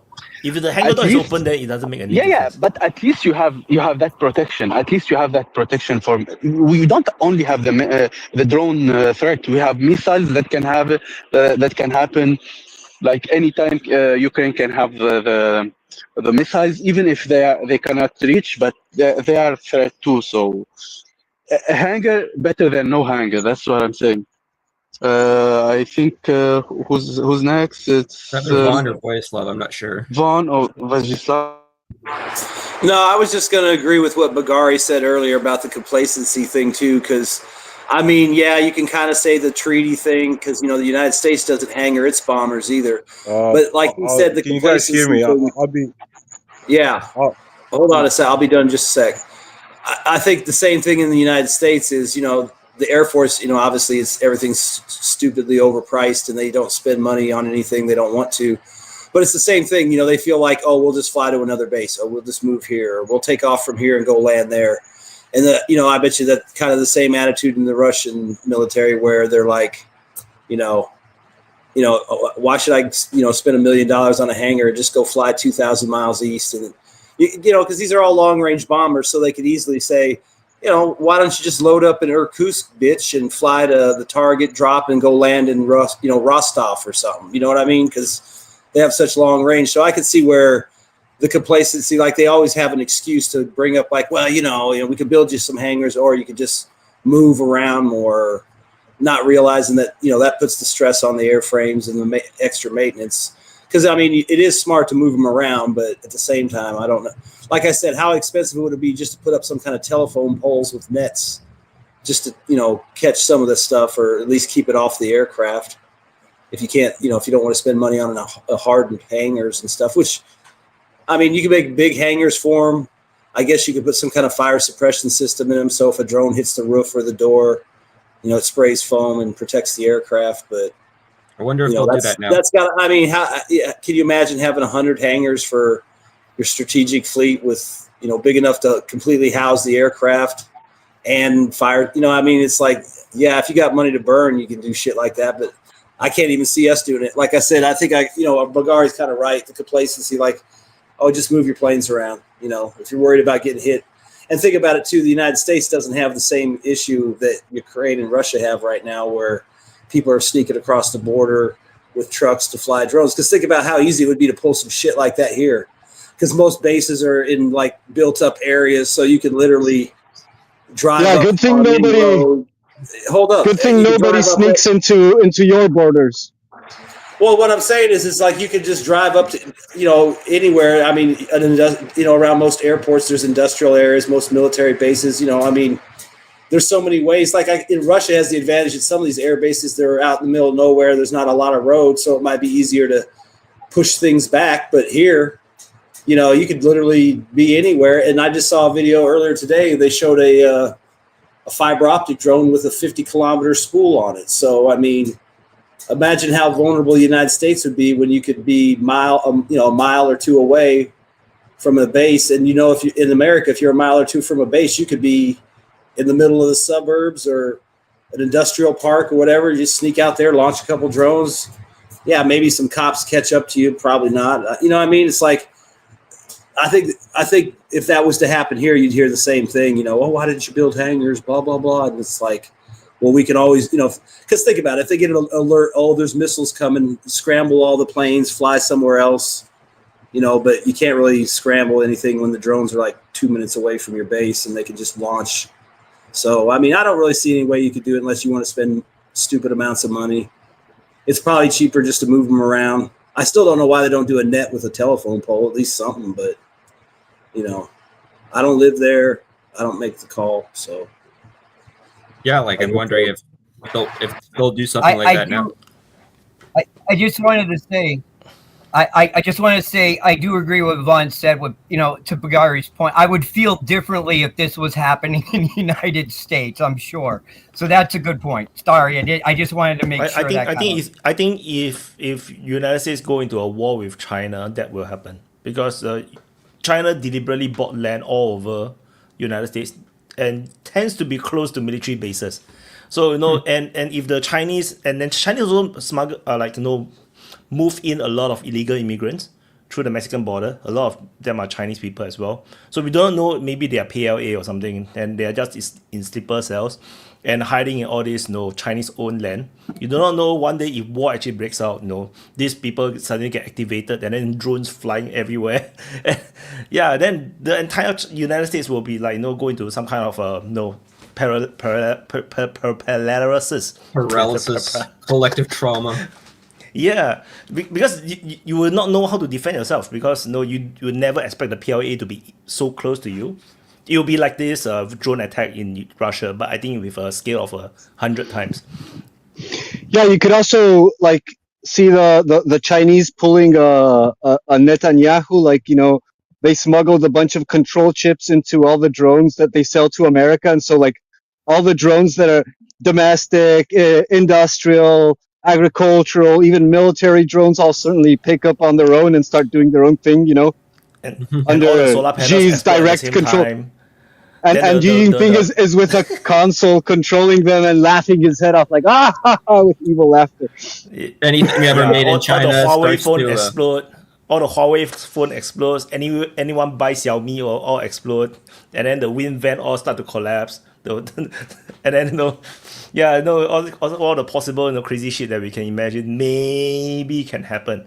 Fighters over Beirut, but no chance in Yemen. Say Anders. So that's normal. That's normal. It's not the same condition, the same situation, not the same geography.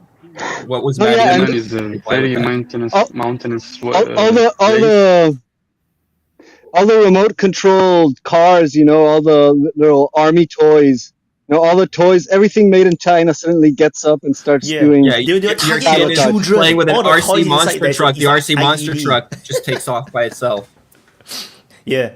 Every single toy that you bought for your kid, those are all IEDs. You know, you all don't know. Go ahead, Mehdi. Go ahead.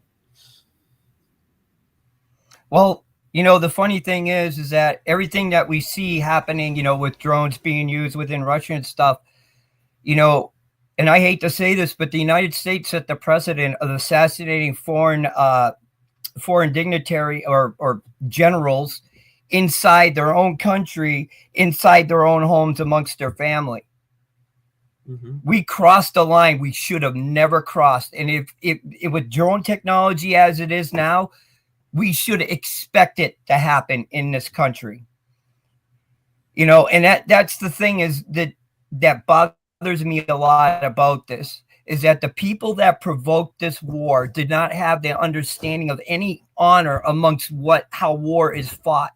When you go full out bad, you know, dirty gentleman warfare, you must expect it coming right back at you.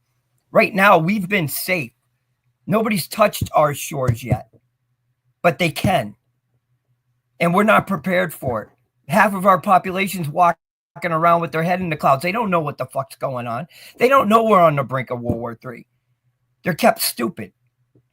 You know, and that's what we talk about. Excuse me, just 1 second. We talk about this flippantly, and you know, but it can happen to us and the EU, especially the people in the EU.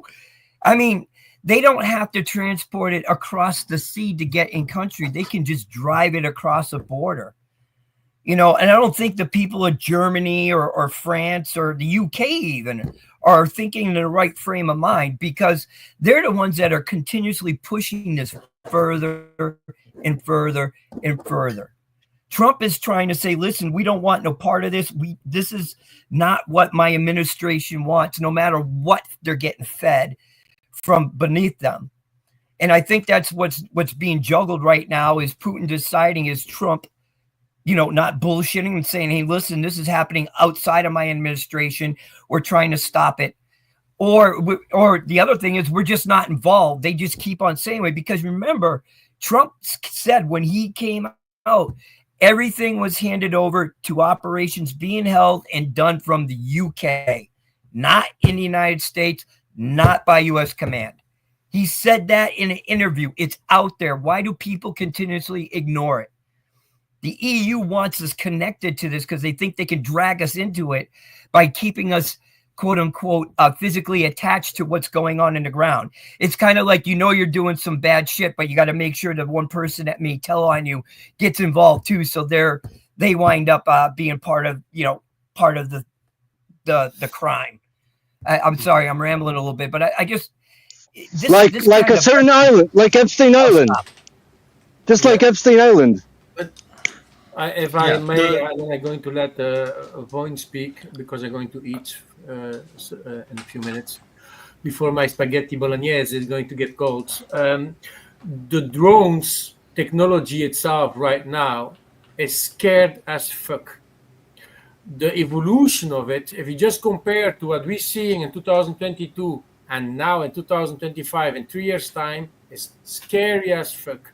Russia just showed the world that you can actually do what you want to with drones.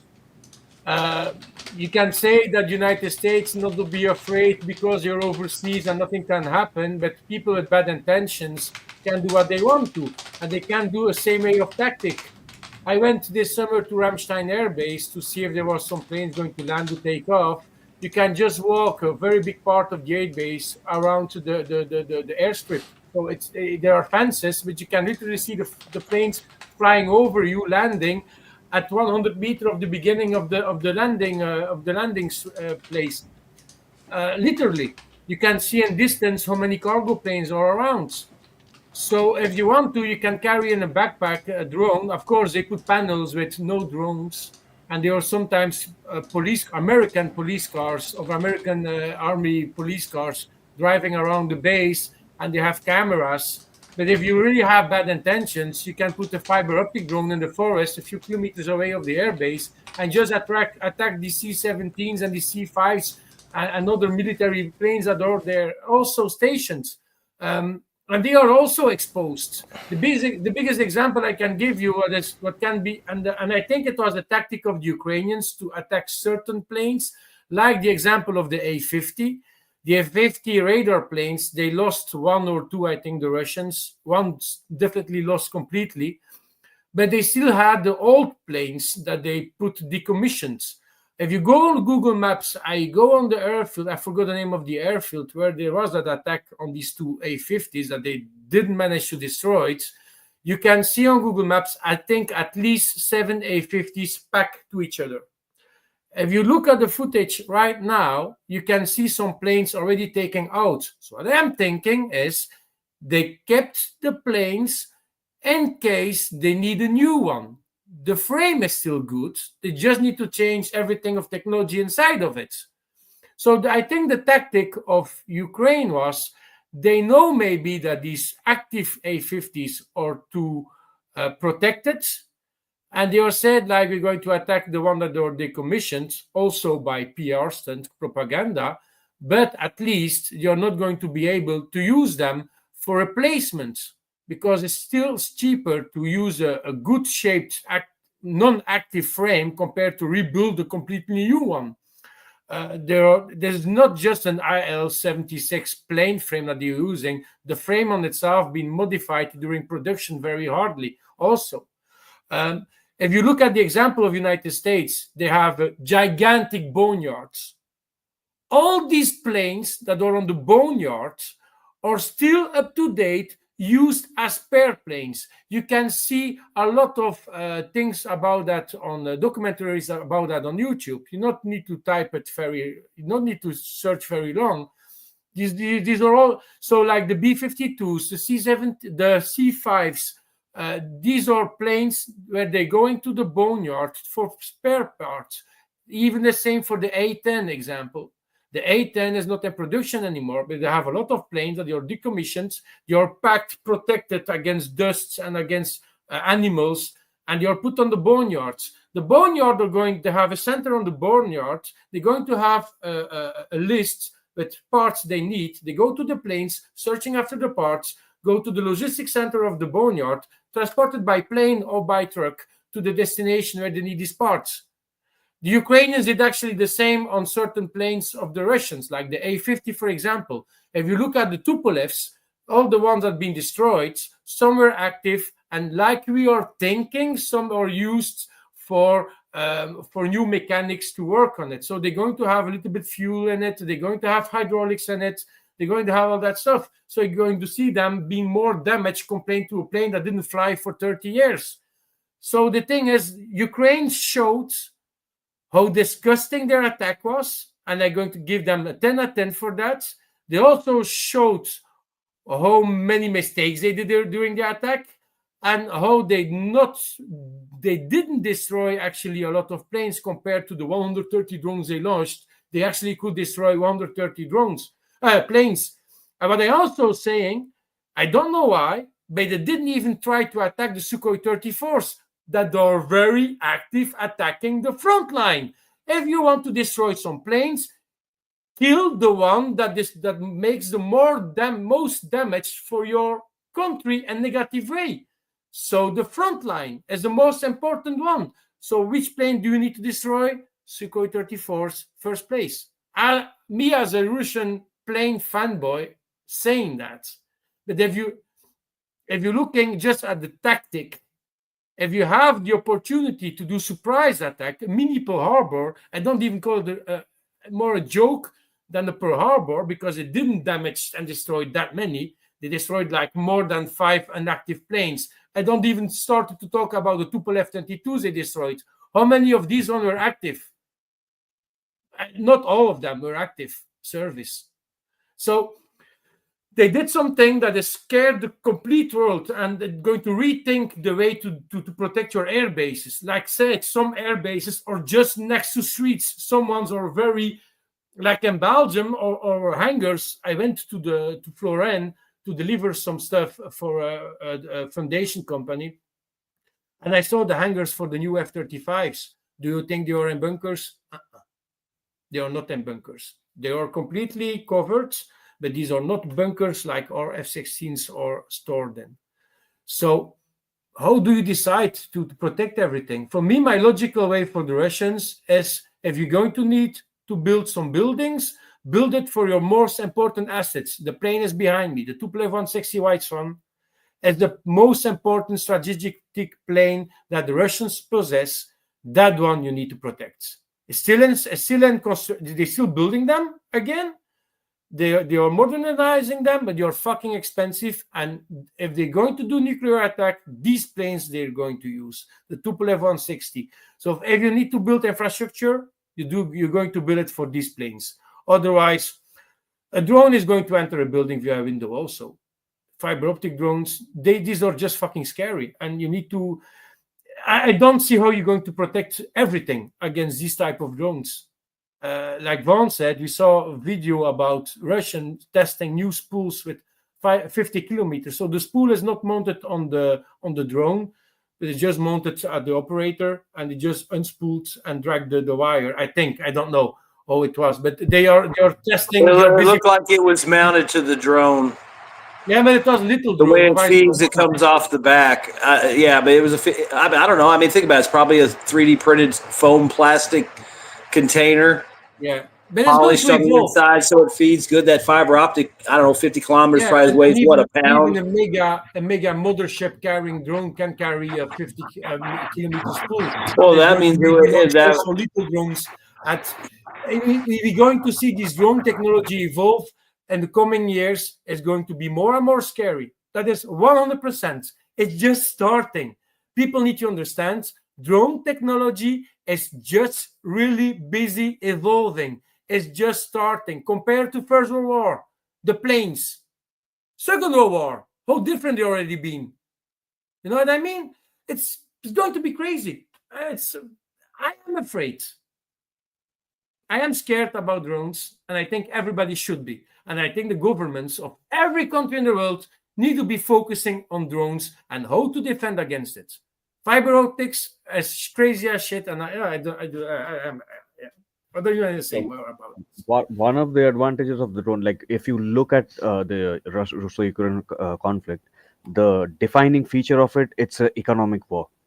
And with this attack, whether success or not, it was proven that, drones can do anything that essentially fighters and bombers can do, right? Even if it was a failure, this operation, or was a success, whichever, side you want to believe in, Wayne or Lambo.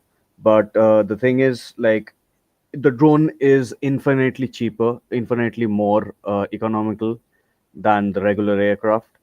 And I completely agree with Mr. Lambo that it is the the path forward. It is the future of war, because we have now, like, we have all ranges of drones. like just like with the development of tanks, like we had light, medium, and heavy tanks at the beginning of World War One. Now we have the same kind of drones, and we have different ranges of drones. And if whether we'll eventually arrive at a main battle drone or something, I do not know, but it definitely seems like the economic war and is definitely heading that way. And whatever is cheaper and whatever is more economically viable for a nation, that is what a nation will pick up. So yeah. I kind of disagree regarding the drones. They are not the equal of planes. No drone can bring a fab into target, or a 3,000 kilogram bomb. So planes have their place, drones have their place. Drones can have a lot of value, obviously, but most likely countermeasures are rapidly in development, and especially the new drones with the fiber optics, they have reduced payload. They can hit not armored target, maybe some electronics countermeasures stuff, so that they can fly in with the other ones which have more payload. But this is not obviously a developing topic. It's very interesting. I agree. But I wanted just shortly to go back to when Wayne entered, and there was this discussion about how many casualties and losses there were.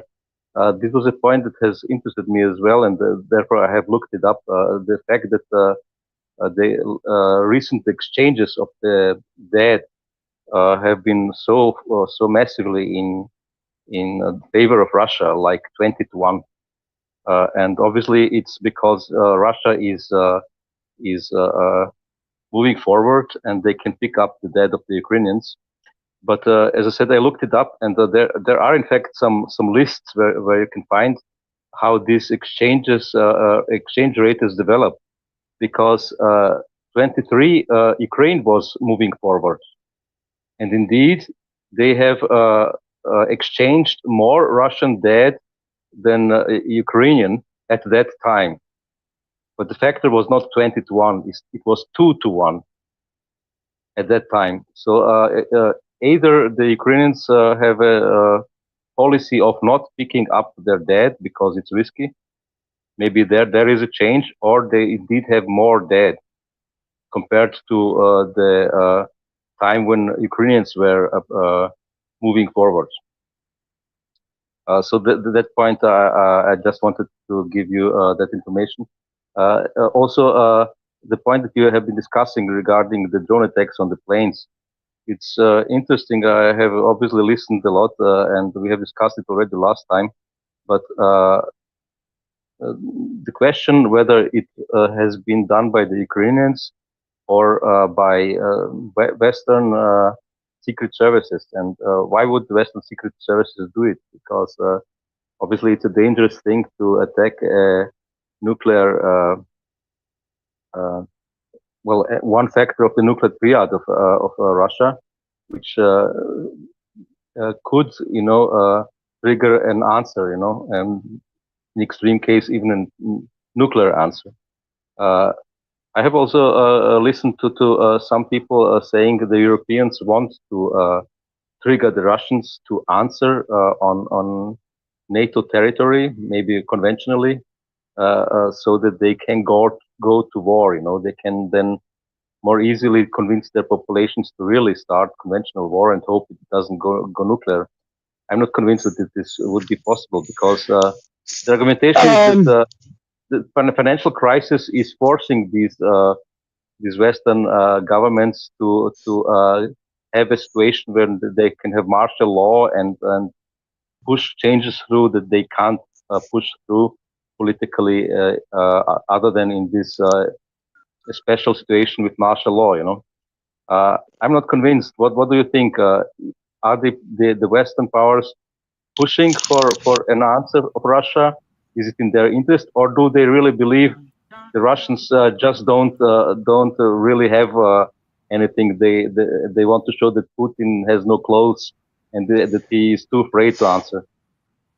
Well, both things probably are probably there's true. probably two camps, both.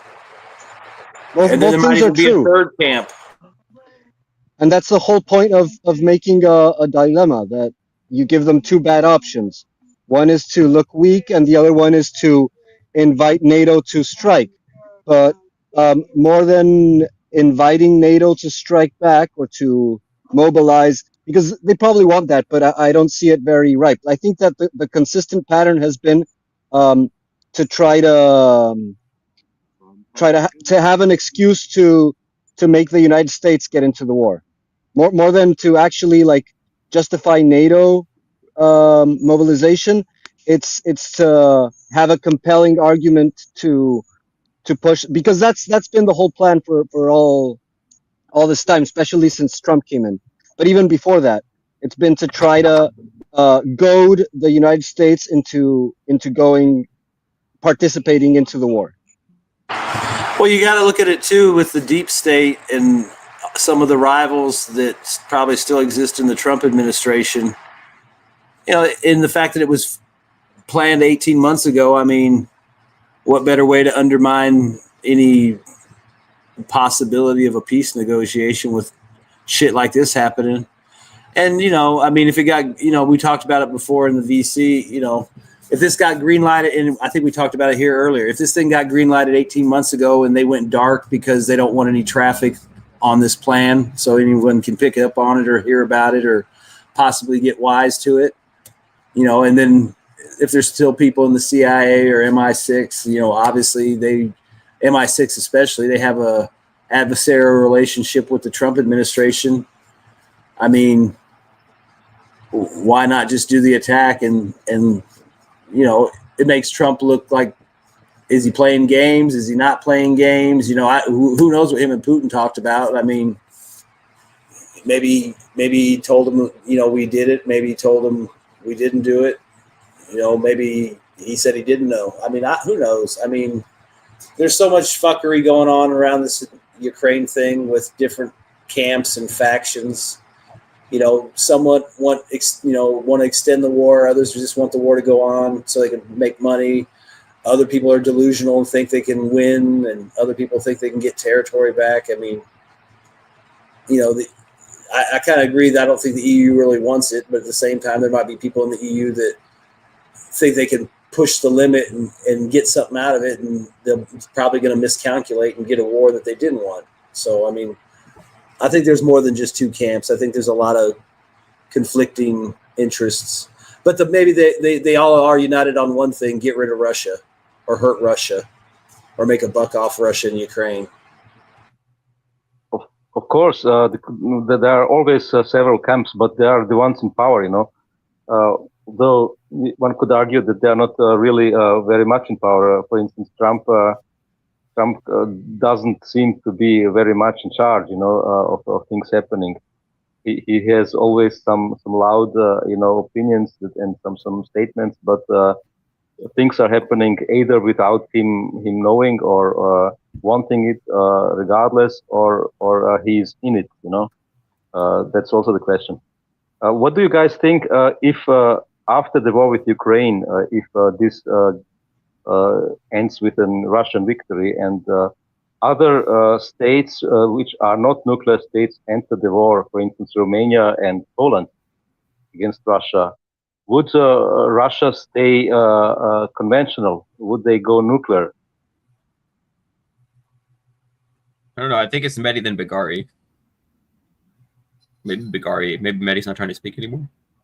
Oh, I don't think they'll go nuclear. And we kind of moved on from what I was talking about. So go ahead, Bagari. I'll wait. Yeah, I was just I want to ask Wojan like right away. It's not like about what I was gonna say. But why would fucking Poland and Romania be in war with Russia? Can you explain? Why is Ukraine in war with Russia? Because Ukraine decided to go to war with Russia. Really? Yeah. The government decided, but it was, in my opinion, very much controlled by. Yeah, I know. And so you think that the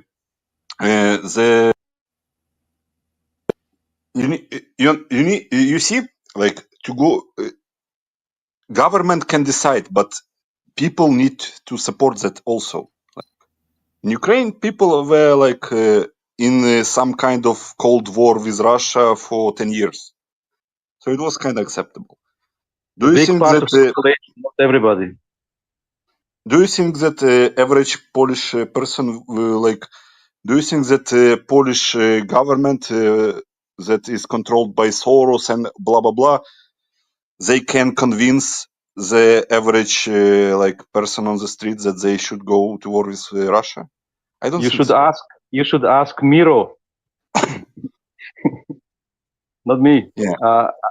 I think the Polish have also quite bad feelings against Russians, and yeah, but if you look, you understand, like Russia will not attack Poland or Romania. They need to attack Russia to be in war. So if they attack, this is the problem. Like Russia attacked Ukraine on paper, but they had a valid reason for that. They don't care about Poland or Romania. So how do you get into war with Russia as Poland or Romania? You need to attack Russia. no, they can say they are not attacking Russia. They can play this game. You know, they can say we are just helping the Ukrainians. We are helping them defend Odessa. No, not gonna happen. They already made it clear any NATO troops that enter Ukraine for that kind of bullshit are probably going to get targeted. Well, the Russian side has made a lot of things clear, but still hasn't acted. Yeah, but you know? the French never sent nobody. They said they were going to do it, and then Russia threatened that, and nobody ever went. I mean, it's one thing to have advisors sneaking around and that kind of bullshit. It's a whole other thing to send like a brigade in there and go sit in Odessa. Yeah, but do you think also it's a whole other thing to destroy? Do you also think that it's a whole other thing to destroy your strategic aviation? And still, they're not answering against NATO. So yeah, and they will not answer against NATO. That we know of. There might be things going on that are behind the scenes that happen. I mean, like I said, I mean, how hard is it for? I mean, we'd hear about it because they'd make a big stink, but. You know, why go kinetic against NATO when you could just go drag a fucking anchor across some fucking cables in the sea and fucking with NATO or Europe? You know, I mean, there's lots of ways to do shit. What Russia should do is to take out nuclear submarines of UK, and then to prove that Article 5 doesn't exist. But they will not do it because they are too careful about it. They will just not nuke, just destroy Ukraine. That's what they will do. Europe is not going to war with Russia because if you look at the actual spendings, Europe is not preparing to go to war. They just want to make money on weapons contracts, and that's all. And they are using Russia as a warmongering tool to explain to the population that you don't receive your social benefits because there is a big bad Russia over there. That's what all Europe is doing. They are not that retarded to go into the hot war with Russia. They are retarded, but not like that. They have nothing. Europe has nothing. There is this IQ list of states. You know, I'm sure they'd love to go to war with Russia, but they can't find a way to do it safely. They've been trying all this time. Yeah, Russia is not going to go into Romania or Poland, right? Poland and Romania, like even like the most help that they can send to Ukraine, it's more better to send it. Can any one of you hear Desi? I can barely hear him. He sounds like a murmur. Oh, am I inaudible?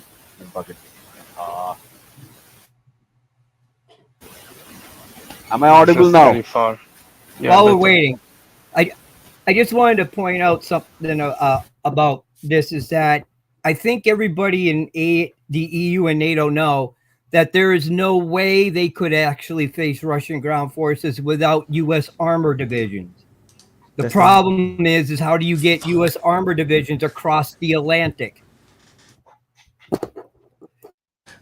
Fuck. I didn't realize you guys cannot hear me. I've been talking so many times, but yeah, I realized people just talk over me and I was like, huh, that's weird. Okay, Okay, I forgot what I want to say. Forget it. Oh my God, Wyatt! You're gonna leave us all in the dark. Oh yeah, Baltic states. No, no, the Russians will not fight Poland or Romania. They will, but invading Baltic states is not an impossibility because the Baltics right now is doing literally the same kind of legislations. There is anti-Russia, anti-Russian speak language, anti-Russian culture within the Baltic states. So they're basically asking for an invasion. So, and I think that will be the thing that will force the NATO into some kind of a reckoning. Will you want to sacrifice and start World War III over Baltic states? Because if the Russians enter into Baltic states, they will conquer Baltic states pretty quickly, and then NATO will have to make a decision: should they go to war with Russia? Article 5 is a myth. Is a myth. I know exactly. That's what I'm trying to say. Because now every country keep thinking that the Article 5, joining NATO, means you're 100% protected from Russia, which is why the Baltic states are so noisy. So they didn't even read Article 5, Wyatt, because Article 5 states that if some attack happens, right? there will be consultations. Yeah, they will talk. They will be talk. Yeah, it's basically what they are doing now for Ukraine. That's basically Article 5. Literally, we will have a meeting and we'll discuss about that. Yes. So basically, whatever NATO is doing right now for Ukraine is Article 5, essentially. So the problem is people don't realize it yet. So if the Russians enter into Baltics, and if let's say Baltics continue to piss off Russia enough, and Russia invaded into Baltics, NATO will collapse because no NATO country is going to go start a World War III over the Baltic states. They're not important enough. Poland, I believe, because Poland is a bit too near to Germany. You know, once Poland fall, then Germany will be next. So Poland, I think Russia will not touch. But Baltic states, no, that will be a good way to collapse the whole of NATO. Which French problem with Baltics is not the legislation, anti-Russian legislation. The problem in Baltics is maritime shipment and maritime routes. Because they already tried it not once. Like Germany seized one Russian ship from Shadow Fleet with oil. Estonia tried to do that. If they continue these provocations, things may escalate with maritime shipment. You already seen how aggressive Russia responded with the last one, with the Sukhoi 35. Oh, the pilot was saying like, no, you won't. No, not trying. So pathetic, right? They chicken out. They should have just continued and bought the ship, you know. Yeah, they chicken out over the fighter. What can the fighter jet do? What can the fighter jet do, you know? We as Europe, and it's something that is just easy to think about, we are not ready for war. There's no guys of 18 years old that need to go to the army because we ask them to go training to prepare for war. Nothing happening here. Nothing happening here. So there's I just wanted to say something about the attacks. Just the last point about the attacks that Ukraine did about the planes.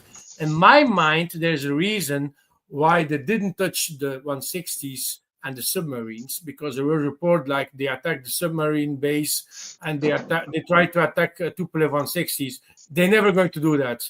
That's really triggering a Pearl Harbor. These are the main assets for nuclear war. One of the main assets that Russia is going to use for nuclear war are the submarines, these planes, and some ships and ICBMs. That's exactly the strategy, Lambo. They are moving step by step. If you don't respond to 295s being destroyed, what can we do next? If Russia doesn't respond, they will move and move and move. Yeah, but I mean the level of response. You took my point. Remember that you criticized me for arguing in this way. Yeah, but you were talking about striking some fucking military bases in Kursk with rockets. This is a whole other point. This is nuclear pride. This is nuclear doctrine. If you don't respond to this, you can throw away your nuclear doctrine and you are cock. First, before you responding, you don't even let me finish speaking. I just meaning the level, the type of response that Russia is going to give is depending also on what you hit. If you're hitting really important nuclear infrastructure, like the launchers, like the Tupolev 160, like a military submarine, like an ICBM launcher, these are the main launchers for nuclear threat, for nuclear attack. If you touch this one, you provoke a problem. No, you cannot go with nuclear doctrine like that. Read updated nuclear doctrine.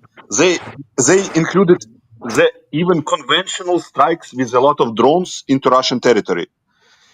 There is no differentiation between, oh, this is important, this is not important. And level, yes. And 295s, even if they are fucking old as fuck, they are capable, they are part of the nuclear triad.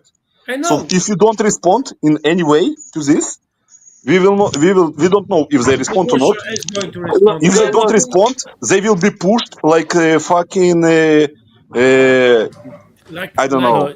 Like I said, lady boy in the prison. They will be fucked. You know why? This is all Putin's fault because we now do not know where the freaking red line is. The Russia keeps saying this red line. So now there's a lot of red lines and we do not know which one is real.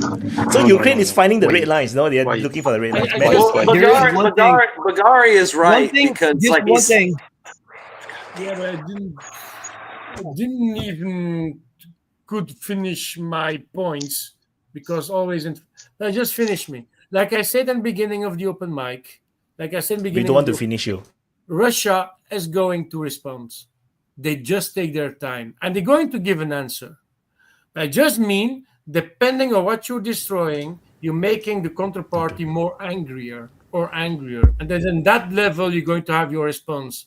If you really destroyed all the Tupolevs, all the submarines, and all the ICBM launchers in one strike, believe me, you're going to make one very angry because you just destroyed the main capability to attack nuclear of a country.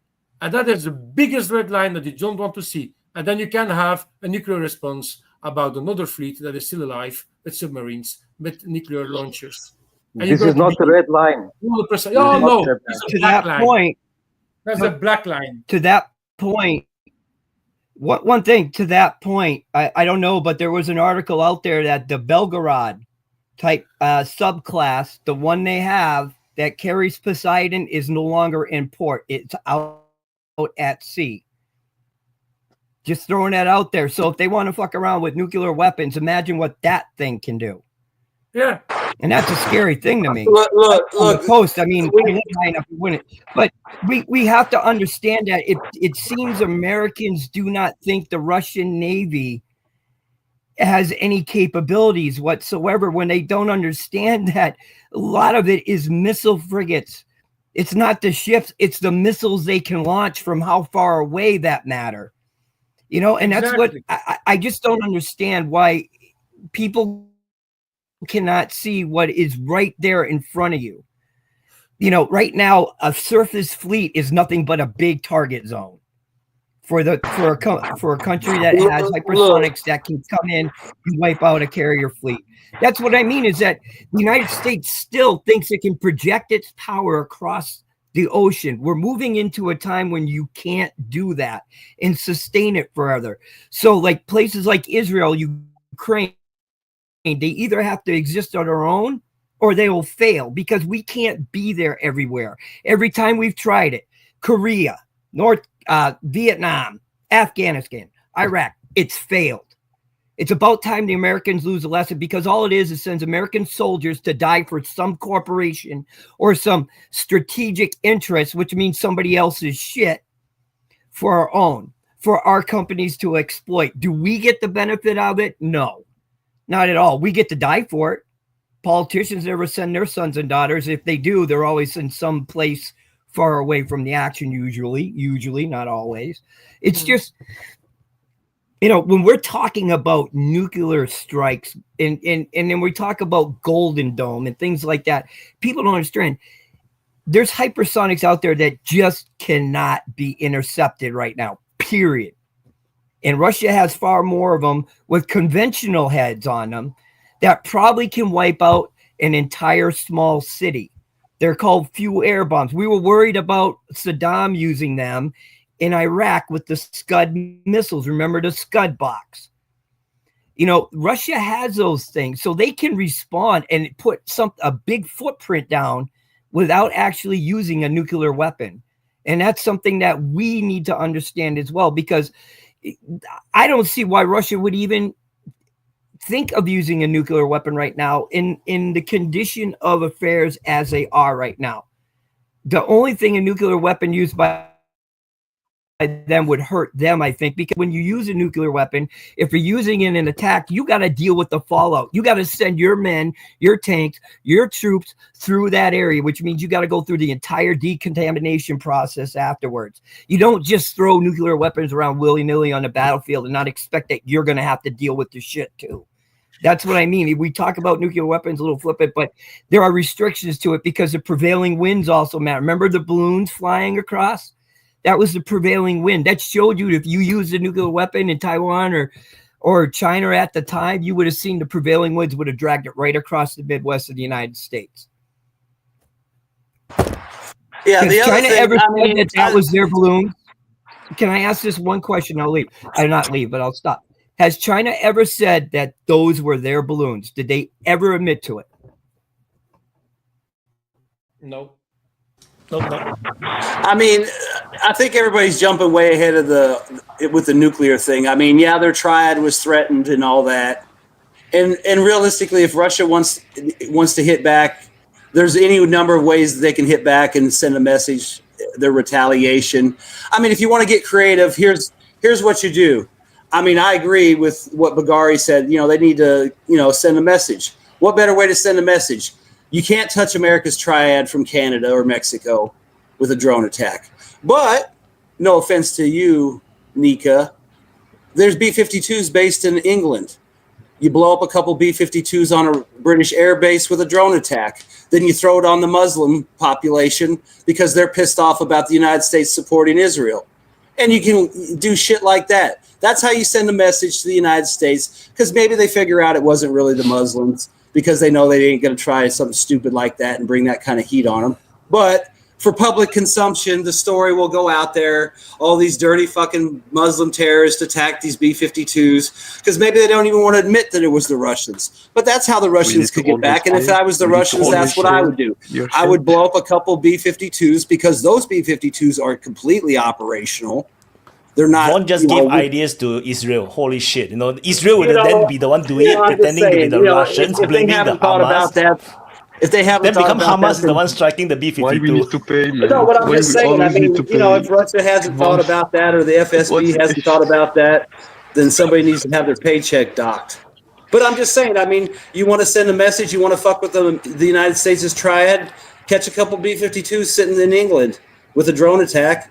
It's fair. It's not over the top. It's not a direct kinetic attack. It's deniable. It's through proxies. I mean, I'm pretty sure the Russians can scrape together a couple Tajikistan guys that will do a drone attack and, pretend to be Muslim. There's a lot of them. I mean, there's so many right ways now, they can do it without going face to Hey, face. Ron, Ramstein Air Force Base is a lot closer.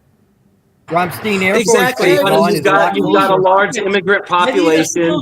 Well, the thing is if you want to hit a strategic part of the triad, you're going to have to hit, England, because they don't base B-52s in Germany. So I'm just saying, if you want to fuck with the triad, that's how you fuck with the triad. Okay, you don't. And like I said, you do it through a third party, so you don't get the direct heat. I want to let the new guy introduce himself first, Ken. I'm not sure how to read the ADV, but Shamat Pak. Hi, my name is Shamat Pak. It's basically advocate. I'm an Indian version of an attorney. So, yeah. Hi, people. First of all, Nika, Eid Mubarak to you. And hi, everyone. Thank you, man. Thank you. Desi introduced me to you people's channel, and he brought me over and said that it would be a good platform for me to represent my ideas, if I may put. So yeah, here I am, and I'm listening, and yes, I will join soon. Thank you. Okay, cool. I just want to give a stupid question for Americans, especially, or military knowledgeable, very hardcore Americans. The example is, what if the Yemen managed to sink a carrier, an aircraft carrier, on the Red Sea? What do you think? How do you think United States, Trump, and that is going to respond? Oh, they would probably invade. Yes, they would probably invade Yemen and bomb the shit out of it. I mean, I don't know what there's left to bomb, but they would bomb the shit out of it and probably invade it. It would be I mean, I don't know. I mean, it depends how pissed off people are and how much blood they want. It would be another Afghanistan. It'll be another Afghanistan. Yeah, but people don't give a fuck. I mean, think about it. You know, 20 years ago, the towers came down. People were mad. They didn't think about the long term. You lose a carrier in the heat of the moment, people are going to be like, yeah, invade them and blah, blah, blah. Yeah, go America. Free. How long until they'll have some country guy out there making another fucking song about being American? How long until the American public would even be aware of it, where that they would actually admit it happened? They wouldn't admit it until they would have to do so because of the bodies coming back. That's what I think. I think that we're at that point with this military. Oh, I don't think they can hide that. I mean, I'm pretty sure somebody would take a video. I mean, even a sailor on another boat would leak that shit. Or Donald Trump want to stay longer than 4 years. You know, declaring a war is a perfect way to make an excuse to stay longer. but I think be 100% sure Yemen is going to be a United States flag after a couple of months. They're going to evade it. I think a country like United States that is so the carrier fleet is like that high for them. Their pride. That is their pride. It's like sinking the Houthis in the Second World War. Well, we can move on. We can move on from this anyways because there's nothing going on with Yemen. We have a ceasefire and the carriers left, so it's not going to happen. Yeah, but I just give you the example of a question, and it's actually a perfectly good question. If you just look at the history in the past, you don't really need to take Pearl Harbor, but we stay in Europe. You had the pride of the English fleet, SMS Houthis, being destroyed by Bismarck. What did UK do as response? They sent their complete fleet hunting the Bismarck until it's gone. Not even it's under the sea bottom. They didn't care how many ships they're going to lose because of that. But mission number one was sink the Bismarck, and they did. And I think sinking a carrier, an airplane carrier with more than 2,000 people on board, are going to have a lot of casualties. It's going to explode the mind of the United States, and they're going to send every fucking thing as fast as possible, and they're going to bomb shitload of crap of Yemen. I mean, Lambo, at this point, any large casualty event with the United States military is going to flip people off. I mean, if the Russians or somebody blew up 2 B-52s on the ground, we'd lose our shit. If a bunch of guys in Germany got killed in some kind of terrorist attack, or whether it's in the Middle East, Europe, Africa, I mean, there's a difference. People are already at a hair trigger with the whole war thing. Lambo. No, how do you even make America great again? Of course, the greatest generation. What happened then? World War II. That was the greatest generation. To make America great again, you need a war. You need a big war. As undefeated, untouchable. There's one big rule, and for the Americans, and I love it that with some YouTubers that using these phrases, "Don't touch my boats," and the United States takes that literally. If you sink a carrier, you're going to be changed to dust, and that is You didn't see what Yemen do? Yemen is keep touching the boat like that. But someone did it. Listen, Lambo, Master Lambo. Once the Israelis did it. It's kind of a black hole. Happened. Let's go to the new guy. The Israelis did it. Nothing happened. They didn't sunk it. Shama Park, stop typing. Your turn. Hi. Well, first of all, I would like to address the issue by directly jumping to the conclusion. All this violence and all this loss of lives could be avoided just if that particular mentioned nation stops intervening in the international politics. I don't mean to put my opinions forward as such. But I think that certain secret service is too much, neck deep into every other nation's personal affairs, individual affairs. And I think that's toxic. Thank you. Cannot. They like then United States is not great anymore. They need to interfere, to be great. That's an American thing. Yeah. MAGA. Be sure I'm waiting for my Oreshnik as response for the strikes of last week. I mean, the idea, that I understand that, but I'm not going to waste an Oreshnik unless it's on a target that's worth wasting one on. Yeah. They're going to do that. Don't worry. They're going to choose a target. It's going to be huge. I mean, what can you hit with an Oreshnik that you can't hit with a cheap bomb now? No, it's to show. It's just to show. It's for the show. They did but I mean, I don't know. It seems like they already used it to make the show. I think my idea would have more of an effect just because it's triad for triad. Why? You already showed off the missile. I mean, unless this is like a better target than the first one, then I wouldn't even waste one of those. I mean, there's no point in it. I mean, unless you're going to go after like Zelensky or his inner circle or a group of people in a bunker somewhere, I really don't even see the point of it. And I wouldn't even use it for that unless it was going to end the war within a few days because you killed everybody. So I mean, I figure there's other ways to get the message across. I think my idea is the best way. It's low risk to do it, but it's just the same thing. Like I just said, like the Americans going to do, like saying, like, "Don't touch my boats," and it's just a response. They're going to do it. Are they going to I mean, what if the United States gets lucky this time and shoots down the Oreshnik? And now Russia has the two embarrassments: the attack on the airfields and an Oreshnik gets shot down. And it doesn't even have to be, a dead-on hit. All it has to do is get lucky, and they got footage of it breaking up or getting, I mean, why take the chance? There's plenty of other ways don't make that you can do it. The Oreshnik is untouchable. And why give the United States another radar chance to learn about your missile and how it performs? Ollie Sporin in the live chat said a good point. Oreshnik don't grow on trees. I did see something funny related to this subject. As we were videos of, it wasn't the Oreshnik, it was a Caliber or something flying across the sky.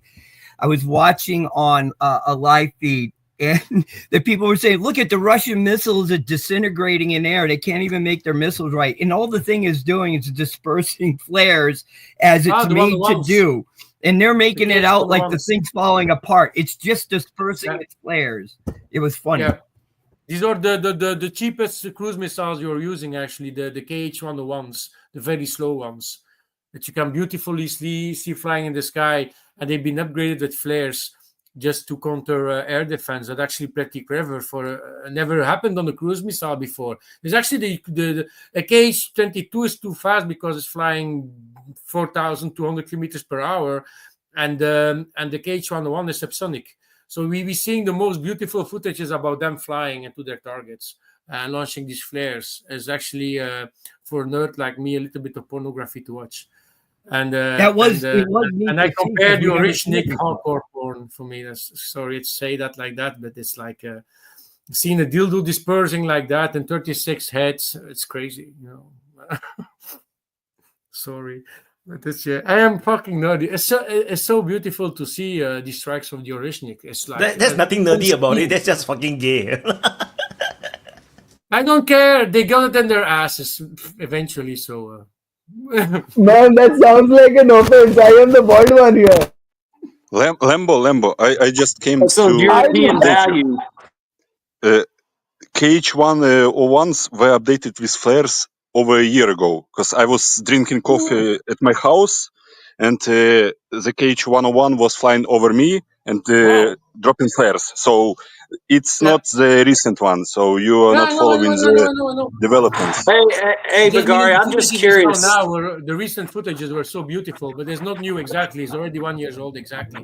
Hey, Bagari, it was on dams or something like that. Hydropower dams wasn't one of the first slides.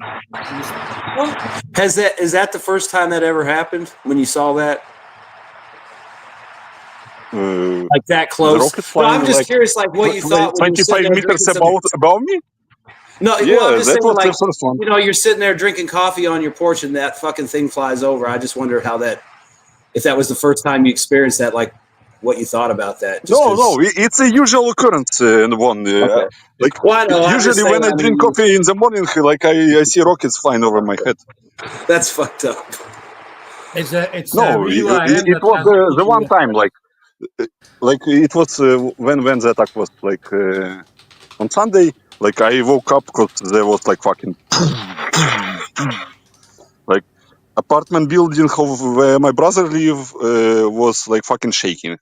For example, you saw those impact in Lutsk, like 3 rockets basically in the same place, and then but there is no air defense on the rockets. Like the only air defense is like later Shaheds are flying, like Iran's flying, and you hear air defense going on. So that's the only air defense here. Like in Kiev, you see some air defense against rockets. They even downed Iskander in that attack, but here it's not like. Rockets are flying freely, and Shaheds are only things that they are shooting at. How high was it just now, Bigari? You say from you just when you saw it? What when I saw last year a rocket flying here? Yeah, the rocket or the missile flying. How high was it? Is it 25 meter? I heard. Or It's like 25, 40 meters. Like I saw it's like I have like -3 like eyesight. So, but I saw it clearly in the sky. So like, but that's very low, right? Super low. Yeah, they're flying super low. Yeah, it's 40 meters. Well, I mean, remember that video of those guys on the fishing boats when those fuckers went screaming past them? They were probably lower than that. I mean, it probably just depends on the terrain or their route. You know, they could program it ahead of time, or it does it itself. If you look and you can find some cool videos from William in 2022 when he was in Kharkiv. He was walking in the street, and over his head also the cruise missile that's passing by, and he filmed it very well actually.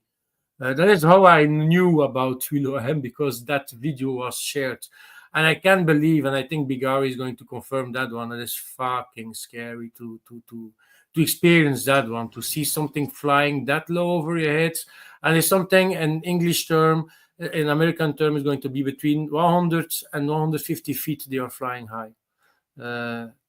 They take 125 is more correct, so 40 meters, something like that, is a correct number for an altitude of these cruise missiles. The only above land, yeah, over land. The only I was just going to say that the only type of cruise missiles like the P700s, they are like flying actually barely over the sea level. It's like so low. They don't need even to plunge to hit the hull of a ship, because you're flying already that low at that latest stage of flying. So interestingly, something like that. Interestingly, they are quite old missiles. So they are, I think, from the 70s. Yeah. But they already had the data link. So if a bunch of these missiles flies towards the ship, then one of them rises above to look out for the ship and sends data to all the other ones who stay hidden low. Yeah, and So, they're flying independent of the ship, so the ship launched them. So Yeah, and the thing is with that system, if that one gets knocked out, another one replaces it. So exactly. That's pretty old technology. Yeah, it's from the 80s actually. Yes, the P700 is Kirov class era. So when the Kirov class came into action, and they were actually brand new. But this 70s, 80s tech it's amazing and still working very well right now.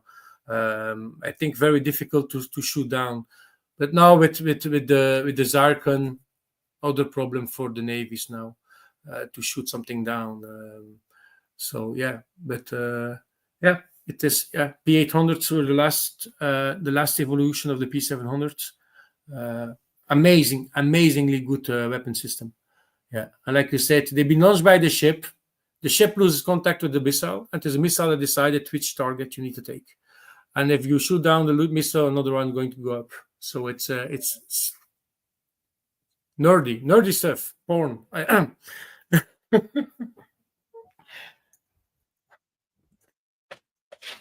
I saw the Steve Bannon the ranting about Elon Musk. He claimed that Elon Musk tries to get into the security briefing, the war briefing on on China issue. But I'm not sure how true is it. Like he just doubled down all the way, and if it's true, I just want to comment slightly. If it's true, then it's a bit weird because I mean, Elon I've Musk heard has very good relationship with China, so he shouldn't be in the know of what is the war plans against China. So that's what I want to say. Vaughn. I mean, I heard some about that a few weeks ago, and they made it sound like, he was informed because of his Chinese relationships that he wasn't going to be in those. And I don't recall it being a big deal to him personally, but maybe it was privately. And I mean, Bannon is an advisor to Trump and pretty hawkish and loud, so he could just be hyping them up. But I do remember hearing about it, and it makes sense. I mean, they might use that leverage that, like, look, we're going to give you this contract, but you got to give us something. And even if it's nothing, that's, if they can get him to betray the United States, even on the most minuscule of thing, it could be like, seriously, not even classified, just giving them something without consent of the United States government. That would be enough to fuck him. So, it makes sense. It keeps him from getting in that position, and it doesn't put any information at risk either. So it kind of works. It kind of helps him protect him from himself, and we don't risk any disclosure to China. Is Bannon really an advisor to Trump still? I thought they had a fallout. And I don't mean like directly, but I mean, I'm sure he can still call him and at least get messages to him, or Trump, make sure Trump at least hears what he said. I don't know how. It's like Sebastian Gorka. That guy, I think, is on the outside too, but I think he still has access, and he's supposedly on counterterrorism. But the only thing I see him doing is like photo shoots. Like every time someone's in the White House, he tries to make sure he's in the picture. But I don't know how much advising he's doing, because he's another one of these kind of hawkish war clowns. So, he still talks about Russia like it's 1980 and Russia's losing, and he's just a clown. I mean, there's some guys that I think he still hears about him or hears from him, but how much he actually takes, who knows? And like I said, Bannon is a showman too. I mean, he's like Trump in some ways. Mehdi.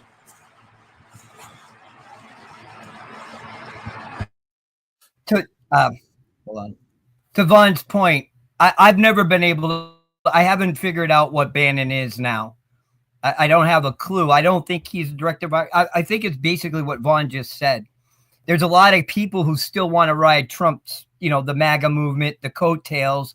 So they try to make the seem themselves attached to it when really they're not. I don't know what Bannon's game is. But, well, I don't know what his game is. I think Vaughn's right. I know he does have a lot of good ideas on policy and stuff, but he's obviously an abrasive character. But like I said, I'm sure Trump hears what he says, but how much advice does he take from him? I don't know. I mean, he's a good dude for ideas, but like I said, it's not like he's saying anything groundbreaking or mind blowing that other people that are a lot more calm and acceptable to the general public haven't said too. So. He's not the Nostradamus of policy. I mean, anything he says, I could be like, oh, I could have thought of that, or Boyan could have thought of that, or anybody else probably, even if they didn't push the policies, probably thought of stuff they say. I mean, that's why I don't watch a lot of these guys anyways, because I already know what I think. We pretty much think the same thing, so I don't really need the reinforcement daily. Like, I don't need to watch Sean Hannity pat me on the back because we agree on a couple things. Or, Laura Ingraham or any of these other fuckheads. Common sense is common sense. I would assume if you're a Democrat or a Republican or a Fox News pundit or whatever, you're a fucking adult. You should have some basic common sense on obvious fucking things. So I don't really need to be preached to or fucking, cheerleaded to think what I think. So, guys like Bannon, they're a dime a dozen. I mean, if I had $1 billion and I could, in a seersucker suit, I could be on TV telling everybody I've talked to Trump, because I probably have, because I'm a billionaire and, you know, I've done business with him and he listens to me sometimes and takes my phone calls. But I'm not. I'm just old Von Festus. So, you know, I don't get that play. Super chat by Vibe Life Stuff. What do you think about Elon's American Party? So he told me to speak in the Chinglish slang. So anyway, I'll answer this in a while. I actually follow Steve Bannon quite closely previously. He used to be a bit more balanced, like he talked about a lot of different issues, but after then some years ago he got acquainted with the cow bus and this guy called Mao Squaw. Mao Squaw is this dissident from China. He used to be a billionaire in China, and then he started to sense that CCP is going to attack him. He ran away to the United States, and then he started to organize this anti-communist, anti-Chinese Communist Party, thingy, and get a lot of leaks and all these things. He called it some whistleblower movement. Then after that, he declared independence, like a government in exile. This guy formed a government in exile call it the new federal state of China or something like that. Then Steve Bannon went all in with him. And Cowbus also went all in with him. Cowbus is like a fund manager thingy. Hey, Wyatt. Owner. Just real quick, going back that far, like 2016 stuff.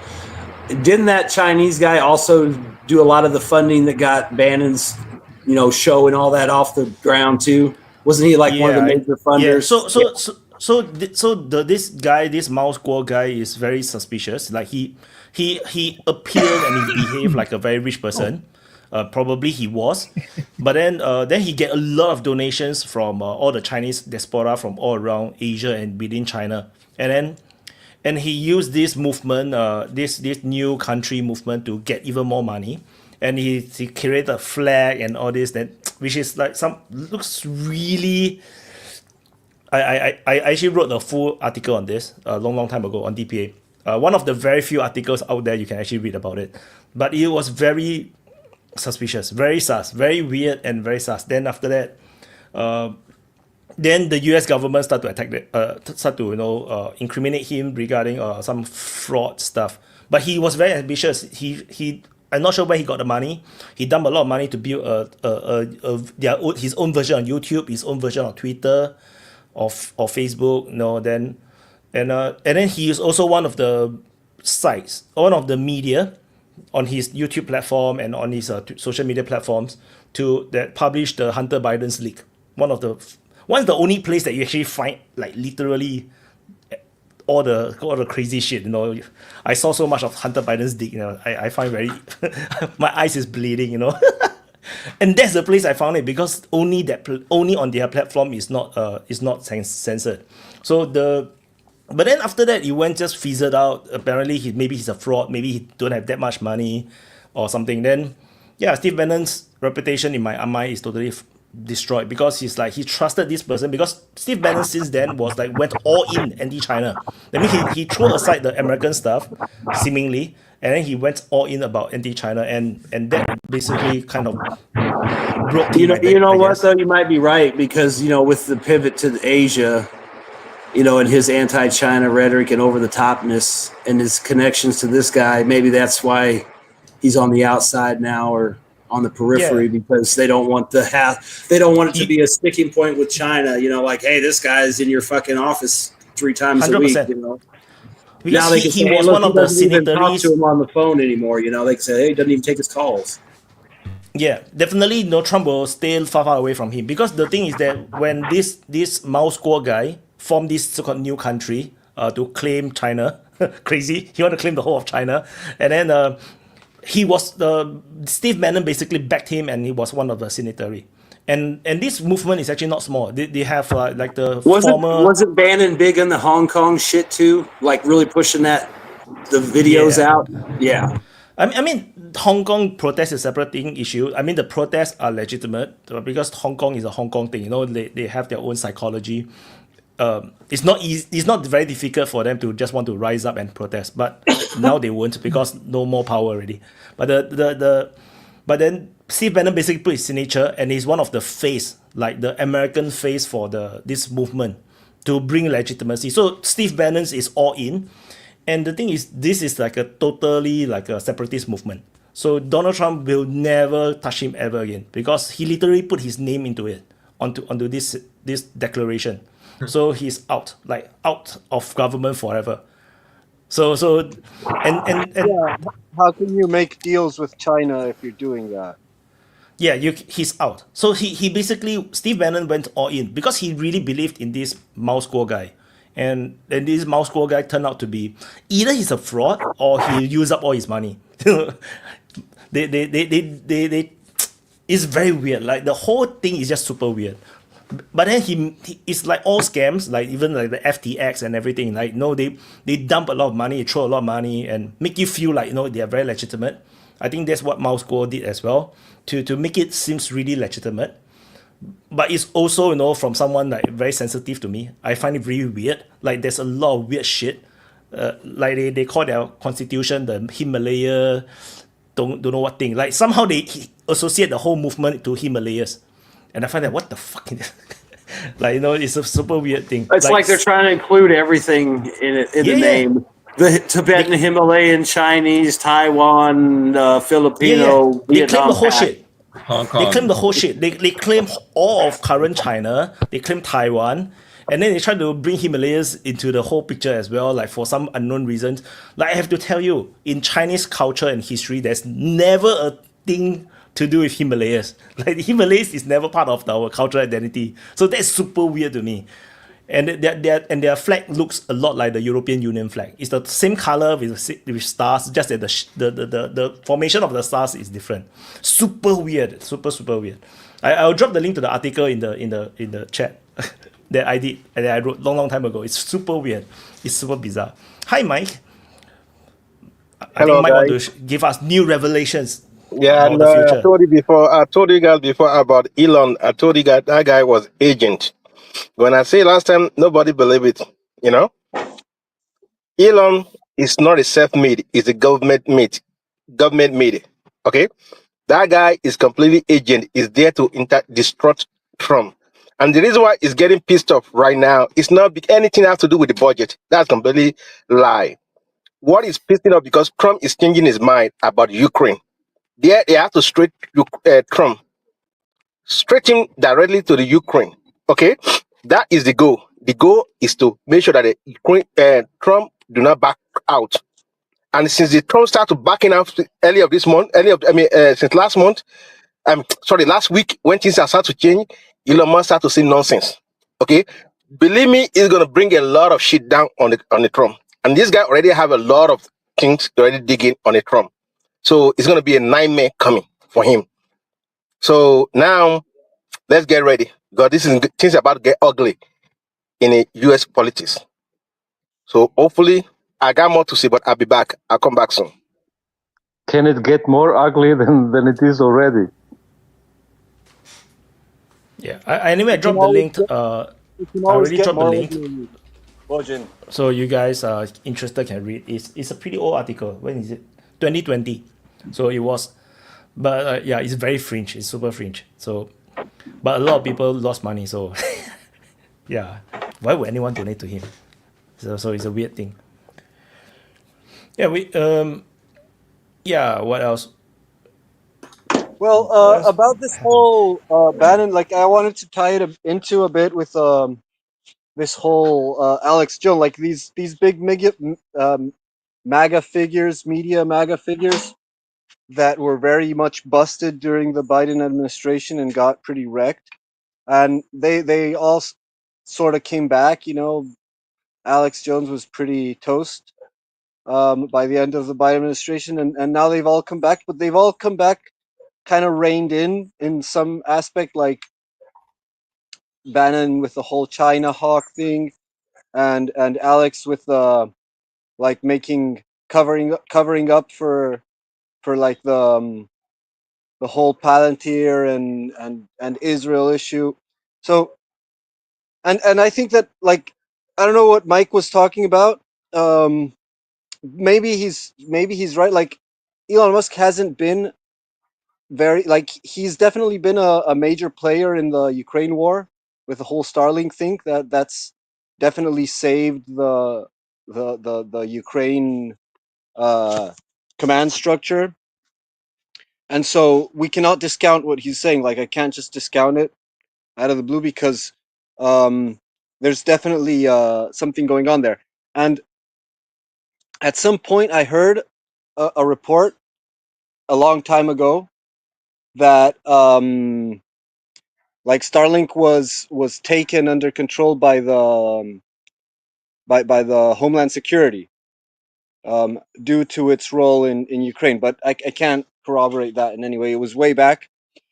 And so there might be some issue going on there with like massive contracts, government contracts that, like, if Trump pulls out, will be somehow canceled or diminished. Well, that I guess it all goes twirls around that. But on another side, you have this whole big beautiful bill, which has pretty dark things in it about centralizing information on the American citizens, state information, and putting it like in the hands of Palantir, which is an extremely dark organization.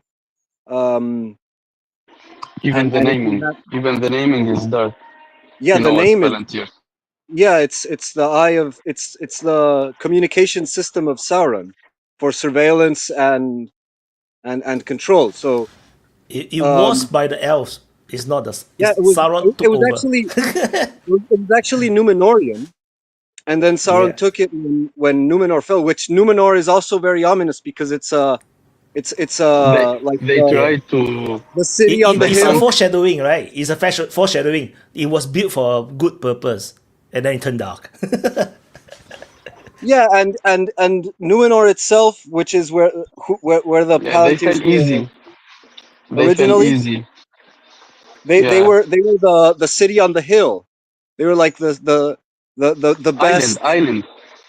Yeah, but it's like to make a reference to the United States. Like they were the model nation of man, kingdom of man, and they got corrupted pretty quick, and then were sunk in the ocean. So anyway, the point is that there's a really there's been this sort of fear amongst certain circles of the right about MAGA and Trump and his alliance with the technocrats, which is Elon Musk and Altman, and I can't remember the name of the guy from Palantir right now, but I'll remember it eventually. Anyway, the point is that for all the populism and the demagoguery therein, there is a very real risk that it's going to be used to slip in like the worst possible scenario,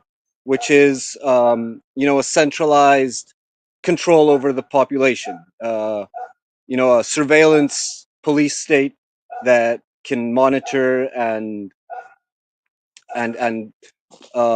synthesize the information about all the American citizens, which is probably even worse than the whole war with China or war with Russia thing. Like for the Americans, I mean, sure, nukes are bad, but are they as bad as having absolutely controlled police surveillance state? Food for thought. Oh, something happened. Well, put your thoughts down below. What is better? Shamapak. Well, I think if you're suggesting that nukes are better than, sorry, I came out wrong. You just said that you would prefer a nuke over a police state. Why won't you hold the ambition of leading that police state, if I may ask? It's an American thing. we Asians don't understand. We Asians are perfectly fine with police states. You know, it's like, please police us. We need more security. But then in America, it's like, no. I'd rather die by some criminals than get having policed. My point is, if a certain amount of the youth starts thinking in such a way that no, we have to lead forward, then such problems won't arise. Na? I really believe so. It's an American thing, like really, like it's really American thing. Like I think most European countries are pretty policed as well. There's a lot of security camera everywhere, but no, only United States. They are a very odd one out. Like no, they cannot stand it. Like for me, if I look at it in a very innocent way, I think it's perfectly fine because they have to find a contractor to build the infrastructure to link up all the government systems. Because what happens right now is that the government agencies and the ministries don't talk to each other. So they have no way of connecting and liaising with each other in a way that they can tell who is actually illegal immigrant, who is not, who is legitimate, who is not. That's why there's so many fraud within the American system. So so from a Singaporean point of view, it looks like very normal. Just that of course Palantir is Palantir. They are a bit shady in that sense. No, shut up. Just a far-fetched thought. These are the people preaching about carbon emission and everything. What amount of carbon emission does go about in maintaining these servers under constantly collecting data and tracking them? Your mic is shit, man. Surveying people. Hello. Yeah, you should talk like this. No, talk like this. We didn't hear you. Okay, my question was, these are the people who sermon us about carbon emissions, and what about the carbon emissions which are given out by maintaining these servers, which are collecting and tracking and trafficking these datas on personnel, if I may say, individuals who probably don't even hold any eminence? That's a huge question. Why? It's supposed to be. These are the people who apparently preach about veganism the most. But now this you are an Asian. I'm an Asian. But Donald Trump is not, right? But Donald Trump don't care about green deals and. I am not against Donald Trump. However, I might just say I was against that old man. But Donald Trump is going to build like a lot of power stations. I don't think they care about an honest lion who actively goes on and accepts that no, such and such discrepancies have happened or are happening. See, I don't want to put anything into a delusional dilemma, but I would just say that anybody who gets into power has a tendency of getting corrupted. Power corrupts, power corrupts absolutely. And we have given this particular nation this stage. I'll argue back a little bit. Donald Trump is not a social media user like us. He actually don't know a lot of the conspiracies out there. He actually don't know a lot of the crazy shit that we are all we care about. Like if you look at the internet and the social media in our space, a lot of people cares about Snowden. But if you look from Donald Trump's perspective, he don't give a shit about Snowden. Like he thinks that Snowden is just another traitor of the country. Like he have a totally different perspective. We have to understand he's a very old guy. He's a totally different generation. He's the part of the boomers, and he don't use social media like us. No, he's not like Elon Musk. Elon Musk is very in tune with the social media zeitgeist. Not Donald Trump. So a lot of things the advisors of Donald Trump have to explain to him what the hell is happening. And like his son, for example, Barron Trump is one of the guys that helped to inform him and told him that what podcasts are good, he should go on. So Donald Trump himself depends a lot on advisors, and which is also why he sometimes made no good decisions, especially in the first term, because he got very bad advisors or ministers like the problem serving him. bureaucracy. Yeah, because he's just one person. You have to understand that he's just the director. He just direct all these people to do things. He signed an executive order. He don't tell you how exactly to do it. He just tell you do it, secure the border. Okay, then the office of Homeland Security will decide how to secure the border. He just gave an executive order. So so people sometimes overstate how much Trump would know or how much Trump will do, because he's still one person, and the briefing that he get is always simplified. 100%. It's not going to be the level of detail. For example, I'm doing Ukraine war report. Every day, my report is half an hour, 20 minutes, half an hour, sometimes 40 minutes. Donald Trump is not going to sit there and listen to what's happening in Ukraine for 30 minutes. It's just going to be a 5-minute one-liner, two-liner, or one paragraph. What the hell is happening in Ukraine? And he wouldn't know what the fuck is happening. And definitely the reports are not going to say that, oh, the Ukraine have lost yet another 30 square kilometers of grounds. That is not going to be in the report. The report need to include many other things like the missile strikes and what kind of logistic problems happening. And that's like he's just going to have 10 minutes on Ukraine. So he's not going to know everything, which is why sometimes even when he quote numbers, it's always fluctuating, like on death, the number of people who die, or all this kind of thing. Every time he goes to an interview, the number changes because the information that he get is always very sporadic. So I would say the same for Biden or whatever. No, it's not a pro-Trump thing. It's just that that's a reality of being the president. Yeah, it's just a reality. Nika. I don't know. Yeah, you just said it in the last part. I don't know why everyone who's a Trumper always say that. He didn't know that. He didn't know that it would happen. He wasn't aware of that. He wasn't well informed. So what the fuck is he doing as a president, man? No, If you are not qualified or you don't have the capacity to absorb. No, just 1 second. But I'm always 1 second, and I will leave you continue. One thing, everything that you don't agree or every messed up we do, people will come out with the same excuse as always. He didn't know. He wasn't aware. He put the wrong man. He took the wrong information. So what the fuck is he doing in the presidency, man? That's everyone. To tell you everything. Do you really think he's going to tell everything he knows? Like he knows the number of Ukraine and Russia, but the guy is like, I love how he's talking. Like a lot of deaths, millions and millions of deaths, both sides. And the other time you're going to say Russia lost 500,000, and another time you're going to say Ukraine lost 1 million. Very bad, big losses, huge losses, big losses. Mr. Lambo, you remember? He's playing with the words. You remember, Mr. Lambo? One thing, you remember when Russia hit Ukraine after the drones, the amount of drones, he was threatening Russia. He was very angry, and they will know. And why, when Ukraine hit Russia, he didn't say nothing for like 2-3 days? It's like, come on, guys, come on. He's biased as hell. He's biased as hell. No, the thing is, that's why I say he may not be briefed on it. The thing is, he because United States is quite big. There's a lot of Wyatt. No, he's Wyatt, definitely not going to be briefed on it. You're telling me his tweets because he wasn't.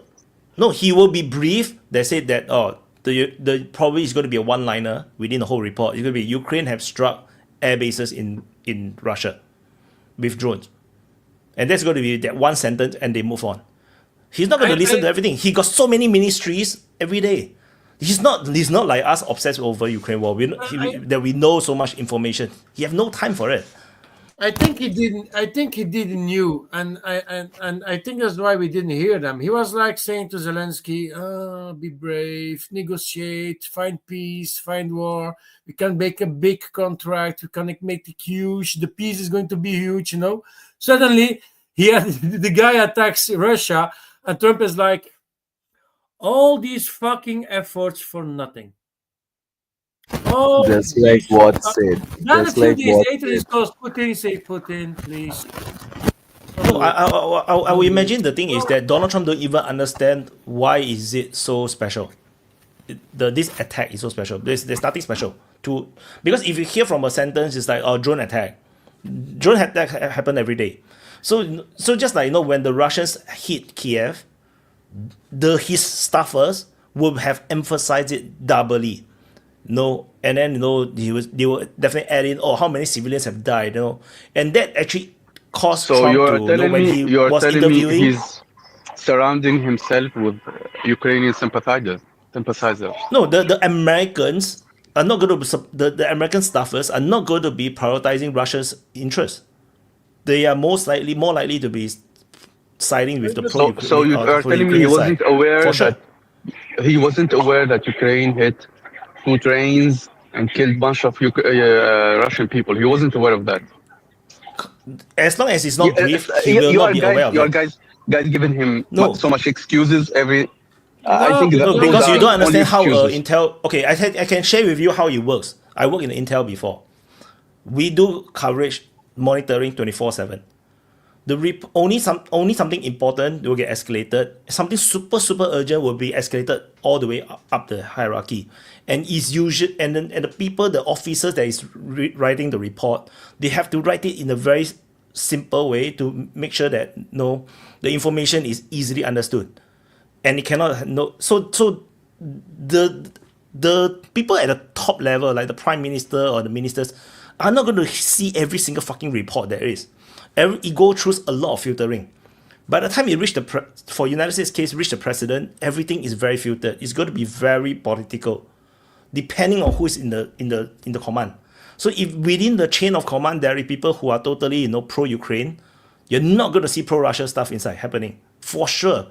Because you yourself, you are expecting a NAFO guy to write something about Russian civilians dying to be sent up to the hierarchy to president. He's never going to put it in. So you have to understand it's not so straightforward. The Intel bureau is huge, Shama Park.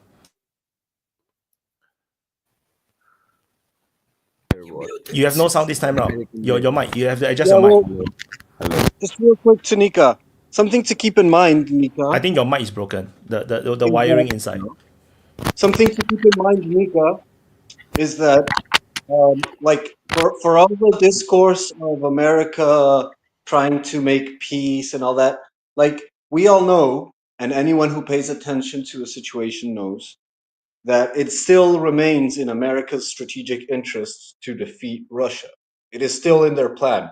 Like that hasn't changed, and there's no reason for that to change. That's the truth. That's the truth. The only difference right now is that they're losing.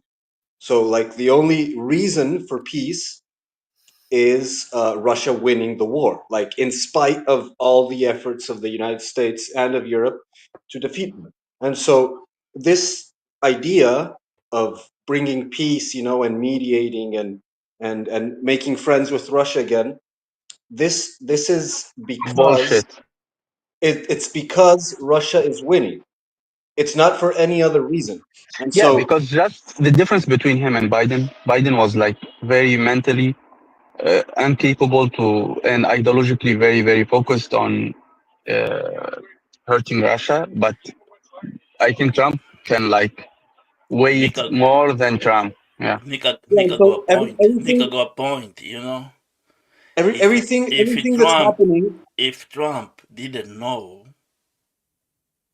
it makes him look like a stupid. Yeah. So he's doing the same. If he knew, it's not Trump's war. You need to understand that one. It's not. If he knew, he's a warmonger. So we just need to pick which way you want to be on his side. Come on, Trump is like 130 and something days president. How can he know every shit thing that happens in the world? Is impossible. But the guy says since day one, he wants to end that war. He also admitted only know in one day. Wait, Mr. Lambo, let me speak first. I was speaking when you. I was speaking when you interrupted me. I was the one speaking. BBC. Yeah.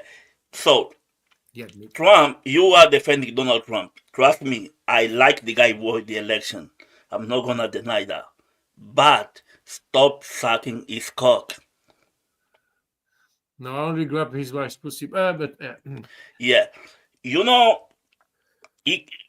always say, he doesn't know. He didn't know. He doesn't need to know everything.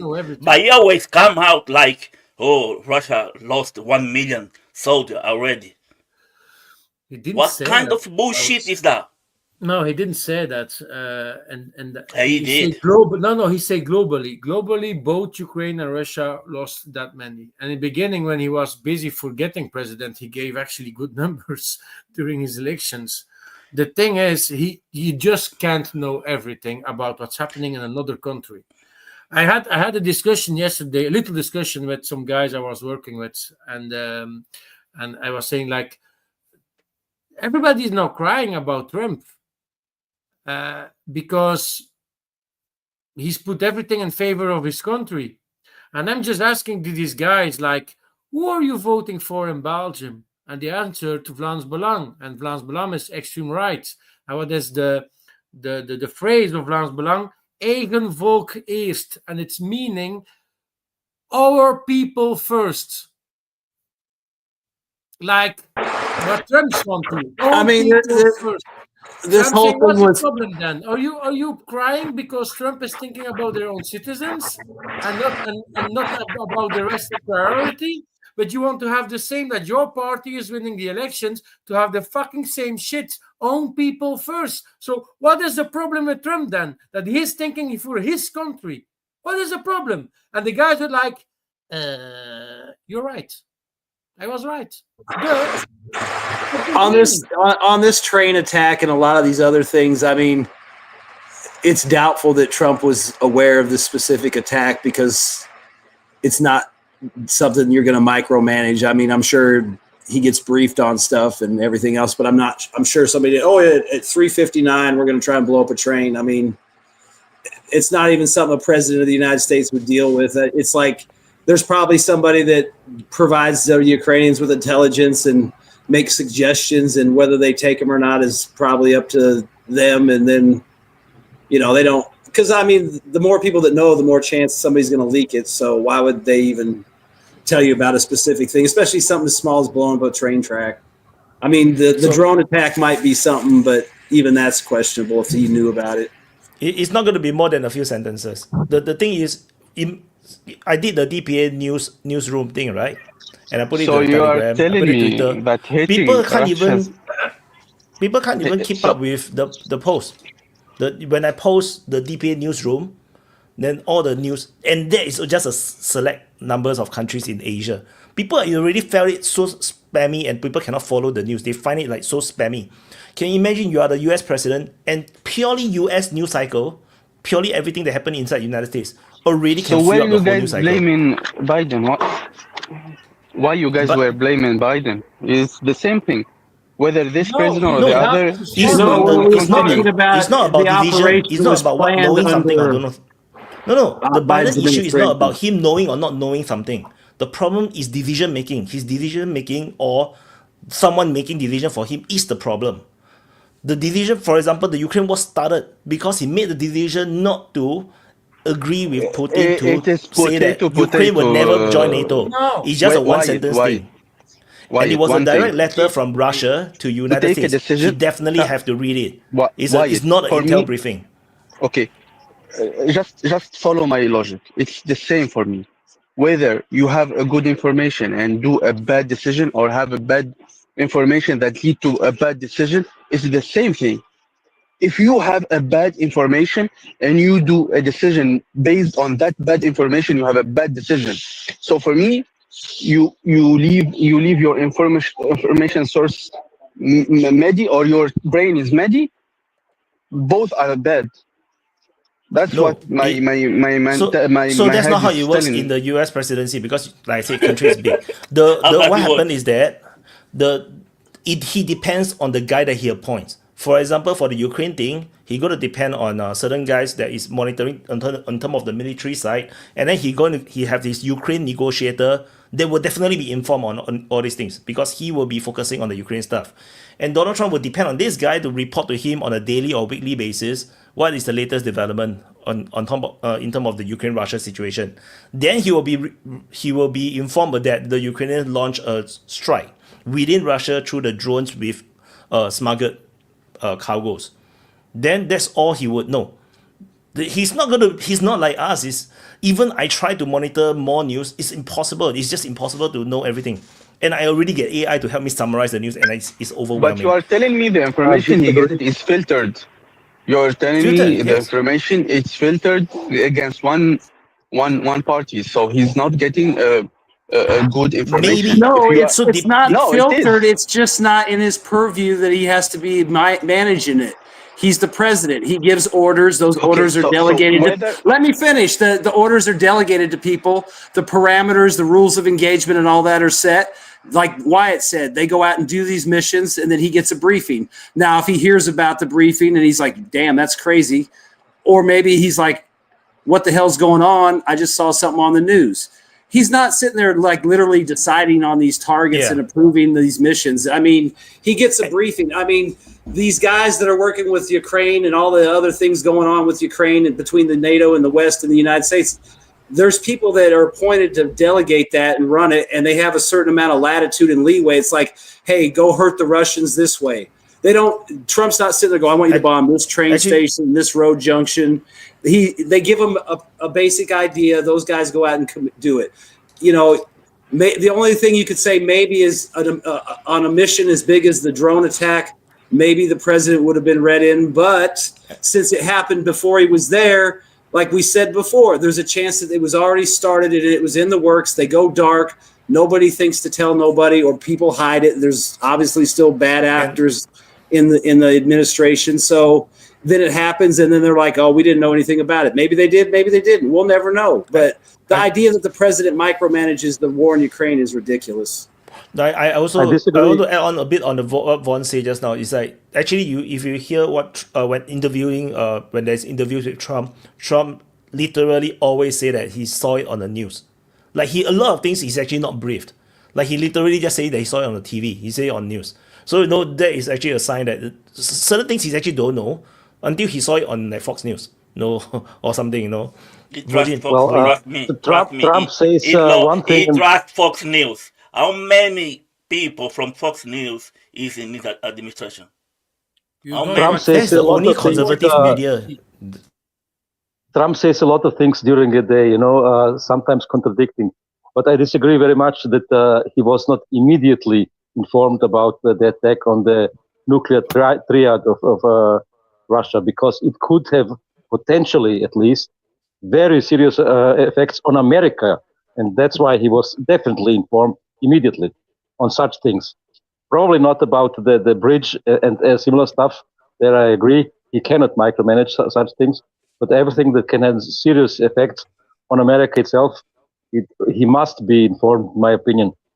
And if he wasn't informed, it was a criminal thing to not do it by his people. And there has been discussions about maybe some issues at the CIA, in peculiar with this particular operation. So we'll see what happens. But like I said, I mean, whether he knew or not is fine. We don't know. But the idea, he didn't come up with this idea. He didn't pick the target. Nobody, like I said, they have broad leeway on how to execute, the objectives of the war. Maybe he gets a briefing about, hey, this plan is progressing. It looks like it's going to be good to go. Do you still want to do it? Yeah. Whether he knows the intimate details of everything.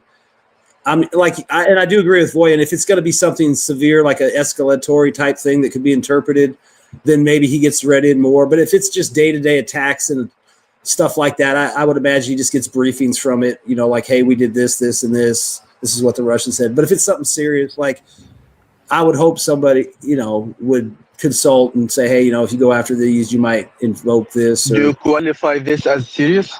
What happened? Nah, I mean, honestly, if you look at the overall Russian Air Force, no. No, but it's embarrassing. It's embarrassing. They didn't know the results beforehand. It probably didn't affect the tempo of operations. I know, but as an operation, strategically isn't like a very important operation. You think the missiles that Russia hit? Like I'm saying, it just depends. One second. You think that the response, that heaty response that Trump gave to Putin after that missile strike is more important than what happened 3 days ago, last week? Which missile strike? It's just a routine missile strike. They did nothing special. The drone attack that happened on the airfields, believe me, all the people of the defense of Russia that are responsible for defending these things, they're all pissing their pants right Quiet. Okay, let me. Have you guys watched the news? The real like mainstream media TV news on this attack? Huh? If you watch it, they will not have tell you that it's launched for an FPV drone through a cargo. You never talk about it. They only say Russian airbase deep in Russia got attacked by Ukrainian drones.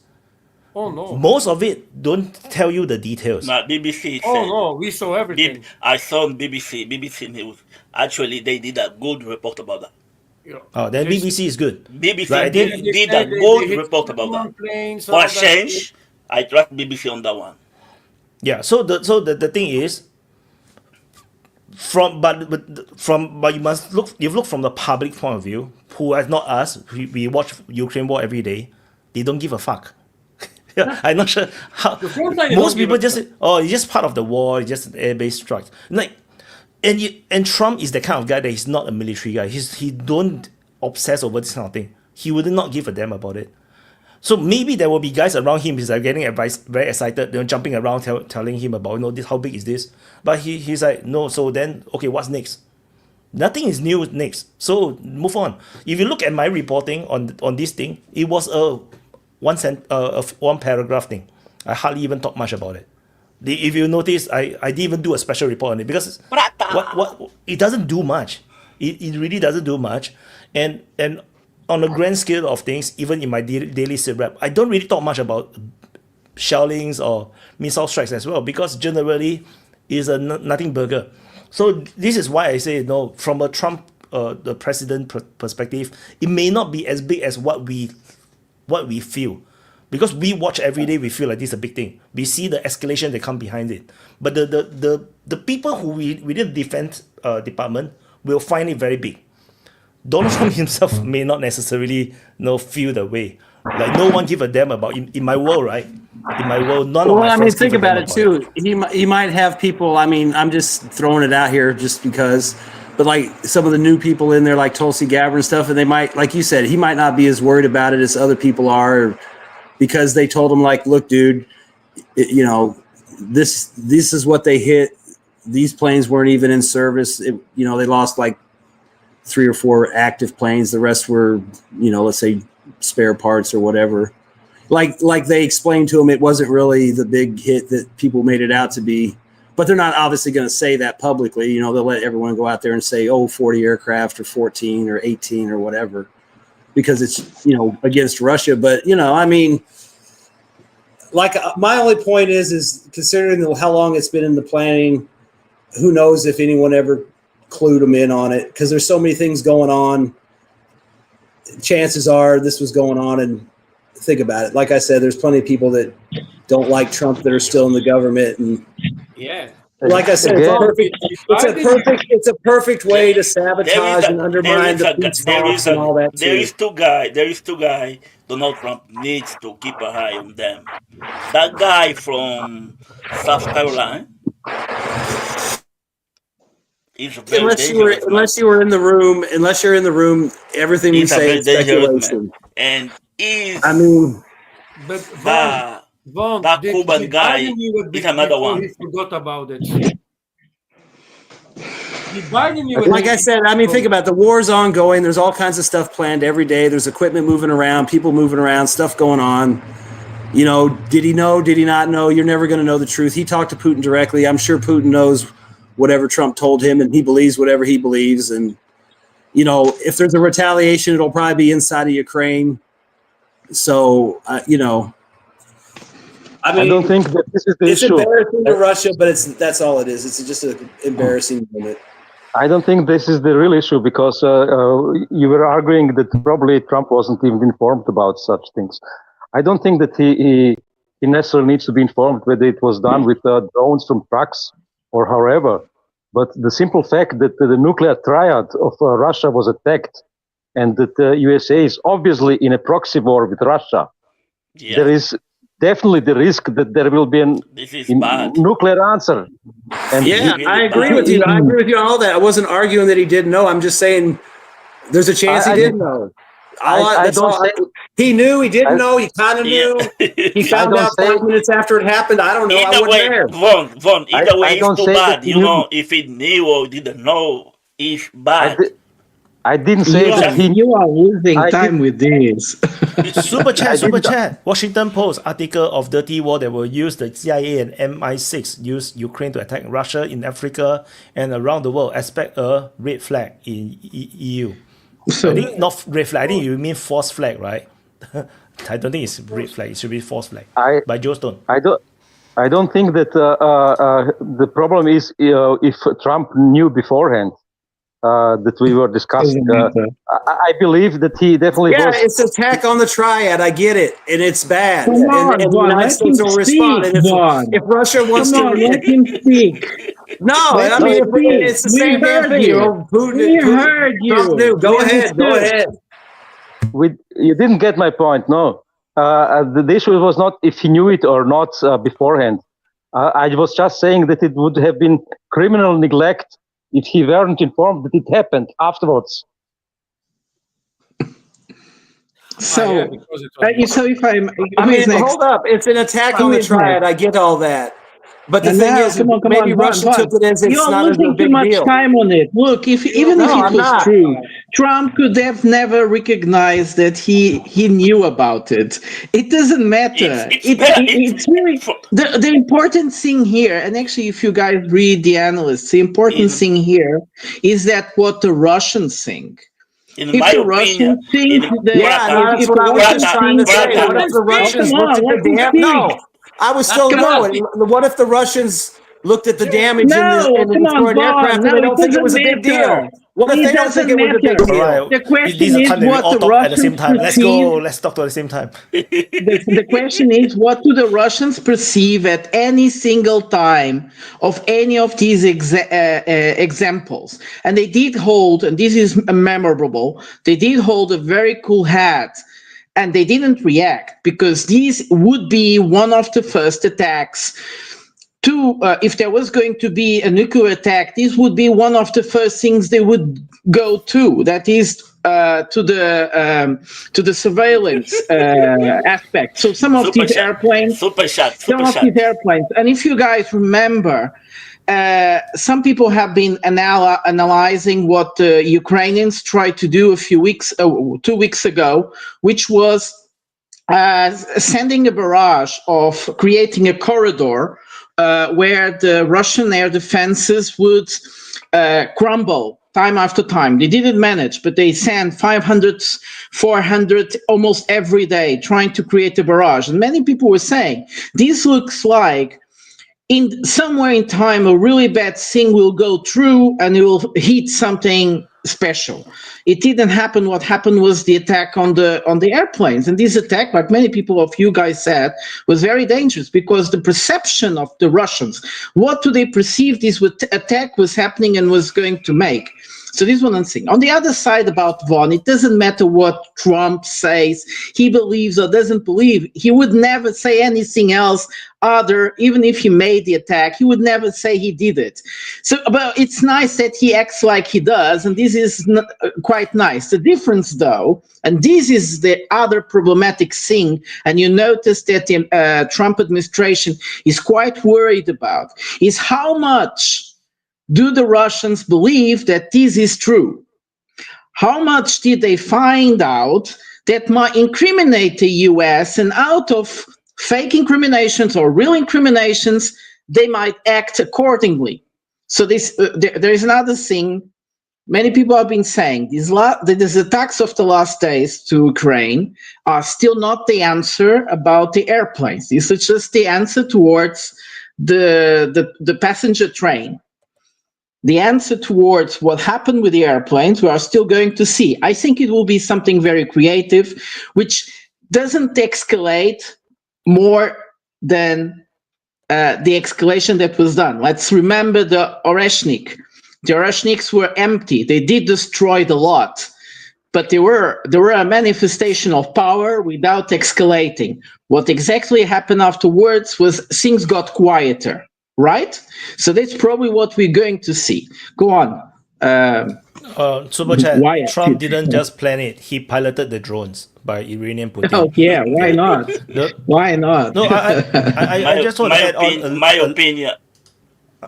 I just want to add on a little it's bit. better. When the Kursk offensive or Belgorod offensive happened, when the Ukraine forces attacked into Russia, Trump also didn't really talk anything about it. Like even recent times, people are expecting like too much from him in terms of this thing. Like he's not going to be so granular, and even like I think what Prata said is true. Like even if he know, he can pretend he don't know, because it does have diplomatic consequences, because he's trying to push a peace deal, and maybe he was behind the scene he will tell the Russians, no, if you still don't sign, I will authorize more of such attacks, maybe, because he knows, but maybe he don't know at all, so we do not know. So we are going round a circle in becoming a black hole, in this thing. My opinion, it's better. He wrote something like this. I called the wrong name. That if it wasn't for him, very bad things would be happening to Russia. He wrote a week before this happened. Do you guys remember he writing that? He was saying, if it wasn't for him, very bad things would happen to Russia. Go on, Mr. Lambert. And bad things happened? But even some pro-Ukrainian channels reported that Peak Headset was watching everything live, the biggest bullshit propaganda that can happening and give misinformation around the world. I don't care who knew about it. I am just care about that new tactic, and using the drones in that way is actually the biggest topic you need to talk about. And blowing up bridges and trying to destroy railways, it happens always. They do everything to destroy the cargo going to the front lines. Same with the attack on the Kerch bridge.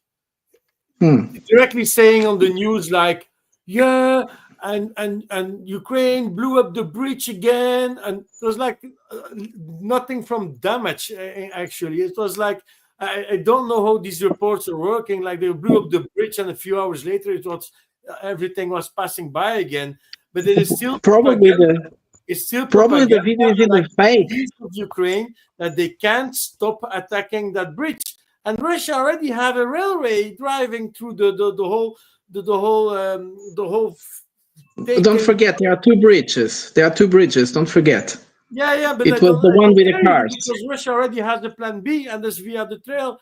They have a railway network now since last year. You mean, That they don't need the bridge, and it's like not used anymore to transport. But there's still that propagandic way of Ukraine to say that, take the bridge again. It's just fucking PR that the people are believing in the propaganda, just happy and having a hard dick about it, and that's it. Yeah, look at the fact that they speak about 4,000 kilometers and so on. No, these were low technology drones. They can't go so far. What did they manage was to go through the security checks of the Russians. We were lazy. They should have protected the areas around the bases, because these trucks were really not far away from the bases. It was like 2-3 kilometers away. In some cases, they were just at the base port, and it was just lazy. And the Russians learned the lesson, and now they will start controlling it much more, the roads and so on and so on. That's what I said. Also, exactly, they need to protect their bases also by, if you see, actually around every base. At a perimeter of 30 kilometers or more, every fucking truck you see driving, you need to stop it. Yeah, and also very interesting, like they destroyed those bridges. Since they destroyed those bridges, they already found many, I don't know how many, I was saying 1,000, but of course it's not 1,000, but a lot of explosive dispositives in many bridges and railway tracks and so on. They had to go there and go look for, and they already found a lot. So it's not that this is a technology's advancement of Ukraine whatsoever. No. And I also don't believe that to organize these, they needed 18 months. It's also a lie. They did it in much shorter time. The 18 months, it's just to create the idea that I think the the US 18 is months not is to make involved on it. 18 months is to make Russia look bad. Yeah, at 18 months. No, not just that. It's also to save the face of the Trump administration, because it gives us the idea that this was, if it had help from the Americans, it was done during the Biden time. Oh, it could be. Did Biden knew about it? Did he knew about it? But he Oh, forgot. he was crazy. He was That guy, senile. It's that easy guy, to put everything on that guy Trump. doesn't know his name. Never No, but mind. it's easy to put everything on Trump, but everybody's forgetting before Trump or between Trump, you had 4 years of Biden. What did he know? Which information gave his government to the government of Trump also? How many did they share about the conflict in Ukraine also? Because that is actually a negative point to have every 4 years a new president, or to have the possibility to have every 4 years a new president. It's like you're shifting everything continuously. So about information, after Biden's government, how many information was transacted to Trump's government, to Hexet, to all the things about information about Ukraine? Because Anyway. Hexet didn't know shit about the good information, like what happened during the Biden administration, all the classified stuff. How many was he informed about that one after Biden's presidency? That's also a question you need to take. Anyway, let's move on.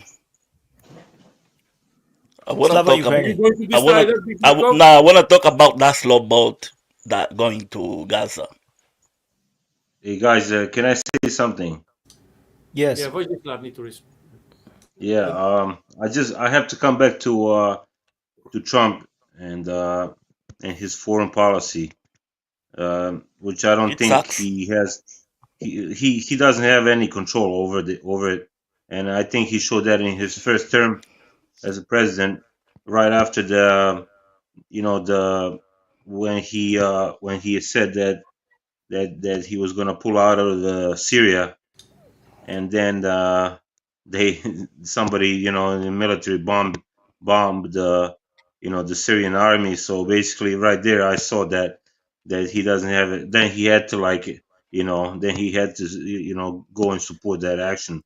But everybody could have clearly see that he doesn't have control over his foreign policy. He didn't have it then, and he doesn't have it now. And you can. I mean, I don't know if you guys remember, like, was it like a month ago that that they said that they were going to pull out of the Ukraine if the peace talks don't work out.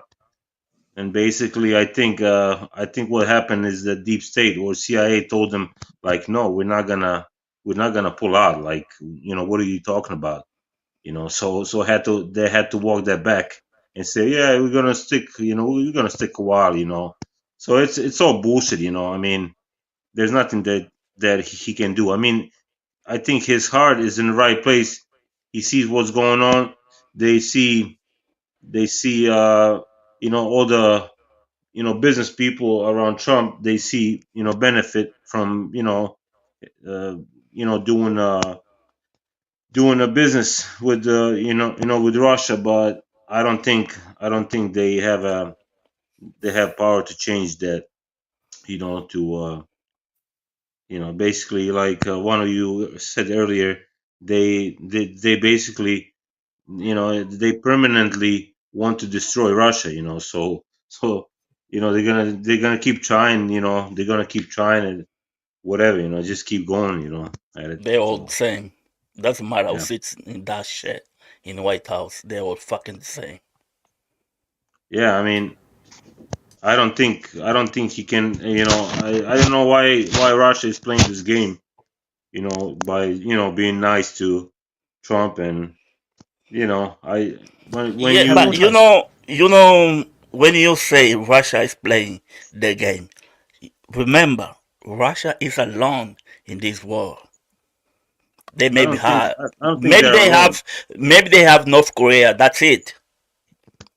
Fucking NATO is a fucking big organization. What Russia gonna do? Fight all of them? I think Russia have to play That nice with mean the United nukes. States. There's no choice because Russia is not going to disappear.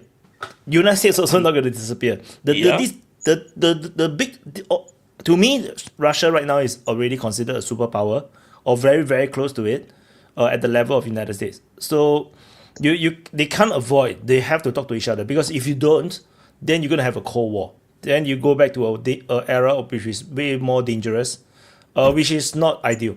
And the Cold War. Russia is generally no open market economy. They had better communication. They had better communication during the Cold War than last 20, 30 years. I mean, there was better communication and better understanding of each other. Respect. Let's not forget that Turkey is part of NATO. That's a fucking big army there. That's a fucking big army. I think Cold War is much more simpler, more straightforward because they are adversaries. You don't have to really cooperate. You understand that each other is enemy. So that is the understanding. So it's simpler. Russia have always been always in communication with the rest of Europe, with United States.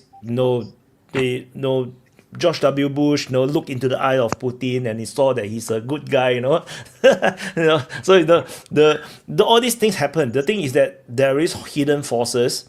There is always pushing for a war with Russia. And this is how we get Ukraine war. And these hidden forces, is out of the control of elected officials, particularly in the United States, where certain actors somehow within the government or the deep state, if you want to call it, it's constantly pushing towards the direction. And this is where I come back to the briefing problem. The president or not even the president, the directors of the different offices may not necessarily know everything. That's the problem. And the briefing that's moving up the hierarchy may be very biased. If there is no agents, there are people who cannot be trusted is in the system, which is why you see that when the Trump's appointees go into office, they started sacking people because some of the people they already know that they cannot be trusted. They have to remove them. If not, they are not going to get the correct information, and this is the danger. Just like when I worked in Intel, whatever the minister is going to the defense minister is going to see depend on the officer that's writing the report. If the officer decided not to write certain things, you'll never know. The same thing happened on YouTube. If I don't want to tell you something, then it will be totally omitted from the report. And because I deem it not important. And if I deem it important, then you will probably hear it from me. But imagine in a closed system within the government, you don't even have an alternative. Like you can watch Denis Davidoff, or you can watch a military summary, or Dennis, or whatever. No, you can get a different perspective. But in the government, there is no alternative perspective. There's only one perspective. That's how a deep state can manipulate the elected leadership. Yeah, that's the main thing. I don't know why I drift to this point, but they have to talk to each other. The two superpowers must talk to each other because they have no choice. We can't get rid of each other. Wyatt, can we agree actually that the Cold War actually never ended? Still continuing since. That's 2.0 war. That's what Russia is trying to avoid because that's why Russia constantly try to trade with Europe. They try to build a gas pipeline to tie up because the NATO always looking a way to hurt Russia, to not make it too powerful, to not make it too wealthy. And that is what's happened in 2014. Russia became too wealthy, and then they started to use Ukraine for that. That's my this is why some critics of Putin actually criticize Putin for being naive, like being too idealistic or hopeful of tying in with Europe. Putin constantly is trying. If you look at the Russia's economy, a lot of things they just decided not to invest in those industries and just buy from Europe, so that the trade can continue to circulate. So Russia focused on selling energy, selling fertilizer to Europe, and then they buy consumer products from Europe. So this is to tie up the economies together so that they will never go to war. But everyone buys from Europe. Yeah, but the thing is, Russia could have developed certain things themselves and reduce the trade. And create this trade imbalance, right? Because then it will be a trade imbalance. Why? But if you see, since 2014, Russia has changed. No, they have no choice because they got sanctioned. Yeah, but they were preparing for that. The moment Putin decided to launch the special military operation, he knew what was gonna come. Oh yes, so basically, he was ready. He was ready. But before I think the that, Minsk agreement is the. I think it's the Minsk agreement. The Minsk agreement defied, totally violated by the European side. Was the main trigger for him to give up. Yeah. I think that's the main thing. Sorry, Vojislav, Vojislav. Yeah, if you guys listen to Jeffrey Sachs, he talked about he hates America. How he helped former Soviet republics get on their feet economically. Propose certain economic steps. How to improve, and then when he asked his administration at the time, I think it was Clinton, why don't we do the same for Russia? And they said no. So no way. I think it was George Bush Senior. So basically, they never had intention to make Russia, part of the, or integrated fully economically, either on a European level or World Trade Organization, Okay, so we go. They always try to keep it down, and that's from economic point, and then from a military point of view. I think it started with bombing of Serbia in '99. That's when Putin or whoever was in in the military part or secret service part, they realized what's waiting for them. So that's basically when something had to change in Russia, and that's when Putin came to power. I think that was the reason why he came to power, is because of the bombing of Serbia. Go ahead, you got it. Okay, we go a Russian guy here that claimed to be Ukrainian.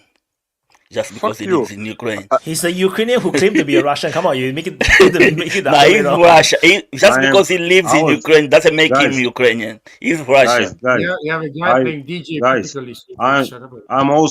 I have to say, I'm also Ukrainian, because I was born in Krajina. That's a part of Croatia which borders the Bosnia, and basically that was also called Krajina, and basically we were protecting. For me, growing up, when growing up, anything like East German, Yugoslavia, for me, everything was Soviet Union. As a kid. Yeah, I mean, I don't mind. When I was in the States, I didn't mind people calling me, Russian. I was like, yeah, cool. Came back to, because I was listening, because Vojislav mentioned Jeffrey Sachs. Do you know something about Jeffrey Sachs? Do you know anything about Jeffrey Sachs? I mean, I try to listen to everybody. He's right now. He's like fucking freedom fighter against the deep state. Blah blah blah. Do you know what he was doing in the 90s and in the 80s? Yeah, I mean, he was working for the USAID. He was bankrupting Russia, and right now he's trying to spin that he is like, oh, I was fighting to get the economics. Blah blah blah blah blah. He was at Harvard. He was working with do you know who Mike Pence is? He was a Tucker. He's like doing research on that USAID, National Endowment for Democracy shit. Just go and watch his recent video on the Bono and Jeffrey Sachs, and you will understand who Jeffrey Sachs is. He's full of shit. Right now, he's trying to portray himself as a good guy, but maybe he changed his mind. He's So a good guy now. Yeah, I he's a mean, good guy now, but In my view, he's a good guy now. in the 90s, he was destroying Russia. Yeah. In the 90s, he was destroying Russia and Ukraine and all the Soviet states, working for United States State Department. So let's not portray him as he was trying to, he was trying to save Russia. He was working for the fucking USAID to steal all the fucking resources here. So let's not Maybe be. he saw the light. Maybe I along never the way he said- saw the light and gained what? enlightenment. Like The way they I'm say- talking like maybe right now he's saw the light, but way back then he was working for the fucking USAID and to steal the fucking Russian resources. Someone have to. And now he's pretending like he was the good guy all along. No, he wasn't. Yeah. People need to be paid their bills, right? No choice. I didn't say he was a good guy. He just made some point, you know, how everything worked back then, you know. I mean, I didn't know about him until you know, we came how to that show on Bloomberg when they put him off the air, you know. Yeah, I mean, I saw he him was on talking COVID about- stuff, but Yeah, he was talking about how he helped Poland and some other, Yeah. you know, post-Soviet countries.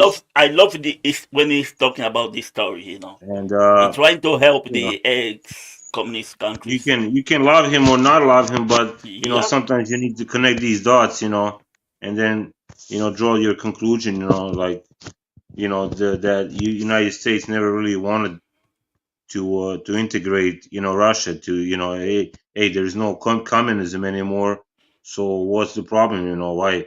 I think they have problem with the you know, Christians, with the Russians, you know, as a people, as a race, you know. I mean, they always had a problem with them, you know, like they have problem with us in Balkans here.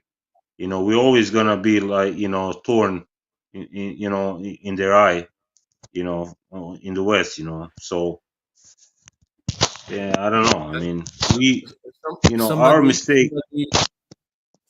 Our go ahead. Yeah, I just want to change or go a little bit back to the missile strikes of June 6th, and Caravaggio can read my mind. I am yes a little bit excited about what happened. There was one of the hits during the cruise missile strikes of Russia against Ukraine 2 days ago. There was like a big storage facility hit by the Russians. And it actually, I think it was still burning today, so it was a pretty important hit. If that's burning for a few days, sorry, Caravaggio. So I have here a message, and I posted on the WhatsApp group, Wyatt. One of the targets during the attack on Ternopil, because it happened in Ternopil in Ukraine on June 6, was an underground bunker where newly delivered Western missiles were stored.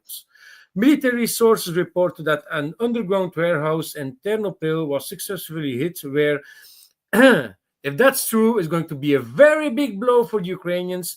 56 Storm Shadows missiles, 32 Patriot missiles, and 53 ATACMS missiles delivered to Ukraine 5 days previously were stored. So it could be that, and that is why I'm saying Russia is only attacking places with their cruise missile that they really know it's a target to hit. So if they have intel and proof of images about the delivering of a lot of missiles, they're going to hit it. If that's true, ow. Big ow for Ukrainians. Because you're speaking about approximately more than 140 missiles of 3 different weapon systems that have been Kaputsky. No, what very interesting was that city in eastern Ukraine, Mr. Lambo. Yeah, They hit it. it's still burning. It's still burning, I think, right now. I think. Yeah, and they hit it several times. Yeah. On the night, then again on the day. So they kind of knew not everything was target, and they did it again. There's also this Bolshevik fabric in Kiev, which was well known for having bunkers, and it sounds like the bunkers were exploding. There were very big impacts also, and these ones, yeah. So that's what I'm saying. If Russia is launching 40 cruise missiles, it has an importance, and it's also depending which type of cruise missiles. So there are also Kinzhals normally in the air that there's nobody like to report, but I think the Kinzhals were the targets for Ternopil. Hey guys, I think Russians need to like make up names for these attacks. You know, like Krinky Operation or Kursk Operation. You know, just to remind No, West. You know, they Ukraine need to used. make the names up. They need Yeah, to no, make but these. You know, that's Ukraine. the only way you can you can show the West, or to remind them of their failures. You know, in those Yeah, operations, which nobody because mentions, but they were like so freaking disastrous, man. I mean, it's yeah, but crazy. they use like for Ukraine, use like that drone attack was a spider web mission. So we can maybe call that one the Batman mission because it was in the night, and the Yeah, next one they I can would use it the Wonder I Woman would give mission. I would give I would give these names. I would give these attacks names like like Avdiivka or like Kurakovo just to fuck around with them.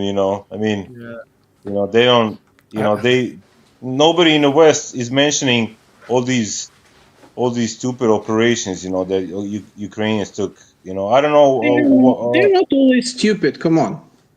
They're not always stupid.